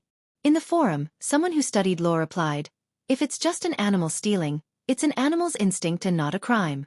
However, the animal's breeder or owner should bear the obligation to compensate for the loss of other people's property due to poor management of the animal. If the animal is professionally trained and steals, it's still not a crime for the animal. However, for the person who instigated the animal, it's a classic case of using the animal as a tool to steal and secretly stealing other people's property. This constitutes theft in the criminal law." There were too many similar discussions. However, in real life, there were more and more people who took advantage of loopholes. However, Zhang Tan was just curious. As long as it didn't happen to him or his Jiao family, Zhang Tan didn't bother to spend too much time on it. After turning off the computer and erasing some of the more obvious traces, Zhang Tan went to the balcony. As soon as he walked out, he heard the bird on the 4th floor singing again. Zhang Tan didn't know why the B***tch bird was so addicted to singing these days, but he really didn't want to suffer here. He really didn't know how the other people in the building endured it. Maybe the old men and women in the building liked this kind of music? Zhang Tan slept outside for a long time and couldn't stay idle at home. In the end, he decided to go out for a walk and pick up little Pomelo when he came back. Zhang Tan hadn't been to the construction site for a long time, so he decided to take a look. He walked past Jiao Yuan's school. The teachers in Jiao Yuan were on the podium talking about the shortcomings of their country's education and criticizing examination-oriented education. Zhang Tan wagged his tail. He was too lazy to listen to these kinds of words. What was the use of just talking about it? He continued to trot forward. The construction site was still surrounded by blue buildings, but the building that was built inside could not be blocked. The progress was not bad. He hoped that this place could be completed soon and Zhang Tan would have another place for entertainment. As he was looking, Zhang Tan suddenly heard someone calling his name. He turned his head and saw Zhong Yan, who he hadn't seen for a while, walking over with a bunch of unknown things in his hands. Zhang Tan didn't expect to meet Zhong Yan at this time today. Looking at the time, it seemed that this child was indeed on his monthly break. Before every break in the 3rd year of high school, there was a mock exam. However, Zhong Yan didn't look like he was under too much pressure. "Hey, why are you here today?" Zhong Yan walked to the side. He had originally planned to rest at the side and didn't expect to see Zhang Tan first. Zhong Yan went into the temporary rest area to get some water. He found a place to sit down, drank 2 mouthfuls of water, and handed another disposable plastic cup to Zhang Tan. Then he talked to Zhang Tan about something. "Do you know, a cat came to the construction site recently. It looks like you and is also completely black. At first, Brother Ning and others thought it was you. They served it with good food and drinks, but in the end, I recognized it." Zhong Yan was quite proud when he talked about this. That black cat usually comes at night and leaves after walking around. Brother Ning and others said that there was probably a mouse at the construction site that attracted the cat. But I think that cat doesn't look like a stray cat. That black cat is very vigilant and fierce. Brother Ning and others were scratched when they played with it. I heard that someone at the construction site wanted to trap the cat and cook it after knowing that it wasn't you, but he didn't succeed. Zheng Tan didn't take it seriously at first. It was just a cat that looked like him. It was no big deal. There were many black cats. However, Zhong Yan's next sentence made Zheng Tan's heart tremble. Speaking of which, something happened at the construction site recently. Several people's wallets were missing. I heard that they were drunk and didn't pay attention. It's estimated that someone took them. Now everyone hides their wallets well. Alas, the construction site is like this. It's very messy. Zhong Yan sighed. Zheng Tan didn't know if he was overthinking. When Zhong Yan talked about this, the first thing that came to his mind was that the black cat was related to the missing wallets. Maybe he was overthinking. After listening to the conversation of Brother Walnut and others that day and seeing a cat steal wallets, Zhang Tan now thought that it might be a cat that stole wallets. Moreover, Zhong Yan just said that a black cat that looked like him often came here. Whether he was overthinking or not, Zhang Tan decided to be careful. That cat looked like him. If it really stole things like the cat he saw in the morning, and it was seen doing bad things, wouldn't he be blamed for it? Zhang Tan absolutely didn't want to be the scapegoat. In order to prevent accidents, Zhang Tan decided to be vigilant of other black cats. Zhong Yan quickly returned to the construction site to work. Zheng Tan also walked back. At the same time, he also paid attention to the cats around him. He didn't find a black cat like him. It probably wasn't time yet, so the cat didn't come out. That day, after dinner, Jiao Ma was called by her colleagues to dance in the school square. The temperature wasn't low now, so they didn't stay in the gymnasium. They went directly to the square to dance. There were quite a few teachers there. Zhang Tan saw that the sheriff was fighting with the cats in the western compound. He followed them all the way to the square and thought that he might as well go find Jiao Ma later. Although Jiao Ma was on the square, Jiao Ma had acquaintances in the gymnasium. Her bags and cups were all in the cabinet in the gymnasium. Zheng Tan just had to wait at the entrance of the gymnasium. Zhang Tan was about to walk in that direction when suddenly, a shadow ran across the road from not far in front of him. The shadow ran from the left near the square to the green belt on the right. Stopping, Zhang Tan paused for 2 seconds, then turned and followed the shadow. Zhang Tan heard the rustling sound coming from the small forest. It was the sound of something running in the forest and rubbing against the rye grass on the ground. Although it was night time, Zhang Tan could see the situation in the small forest with the help of the surrounding streetlights. However, the growing rye grass and some trees in the forest obstructed Zhang Tan's vision. Fortunately, the trees here were thick enough and the spacing was just right. Therefore, Zhang Tan directly jumped on a tree and ran through the mountain of branches. This skill wasn't practiced for nothing. Intuition was sometimes very accurate. Zhang Tan saw a cat in the ryegrass not far in front of him. The cat raised its head and let Zhang Tan see the wallet in its mouth. However, he couldn't see what color the cat was, so he didn't know if it was the black cat that Zhong Yan mentioned. Zhang Tan didn't expect to encounter this kind of thing again so soon. Although it was none of his business, he didn't want to be slandered. Regardless of whether it was the black cat that looked like him, Zhang Tan decided to beat it up first. Besides, Zhang Tan had taken Tsinghua University as his own territory. If he didn't teach it a lesson, Zhang Tan wouldn't be able to say that he was the boss here. The sound of Zhang Tan jumping on the branches was also heard by the cat.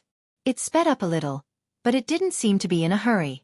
It probably felt that a cat wasn't as threatening as a human. After approaching the cat from above, Zhang Tan jumped down, pounced on it, and directly clawed at it. The cat was slapped to the side and rolled twice. The wallet in its mouth also fell into the ryegrass. After it got up, it angrily growled at Zhang Tan a few times. It seemed like it wanted to fight with him, but it quickly ran away. Zhang Tan wanted to continue chasing, but at this time, the sheriff and the cat from the western compound were fighting all the way here. When the sheriff saw Zhang Tan, he happily ran over to greet him and interrupted Zhang Tan for a while. Without the burden of the purse, the cat ran away quickly and soon disappeared out of the forest. The sheriff didn't realize that he had done something wrong. After being slapped by Zhang Tan, he was still a little stunned. However, he quickly continued to fight with the cat from the western compound. They fought all the way out of the small forest.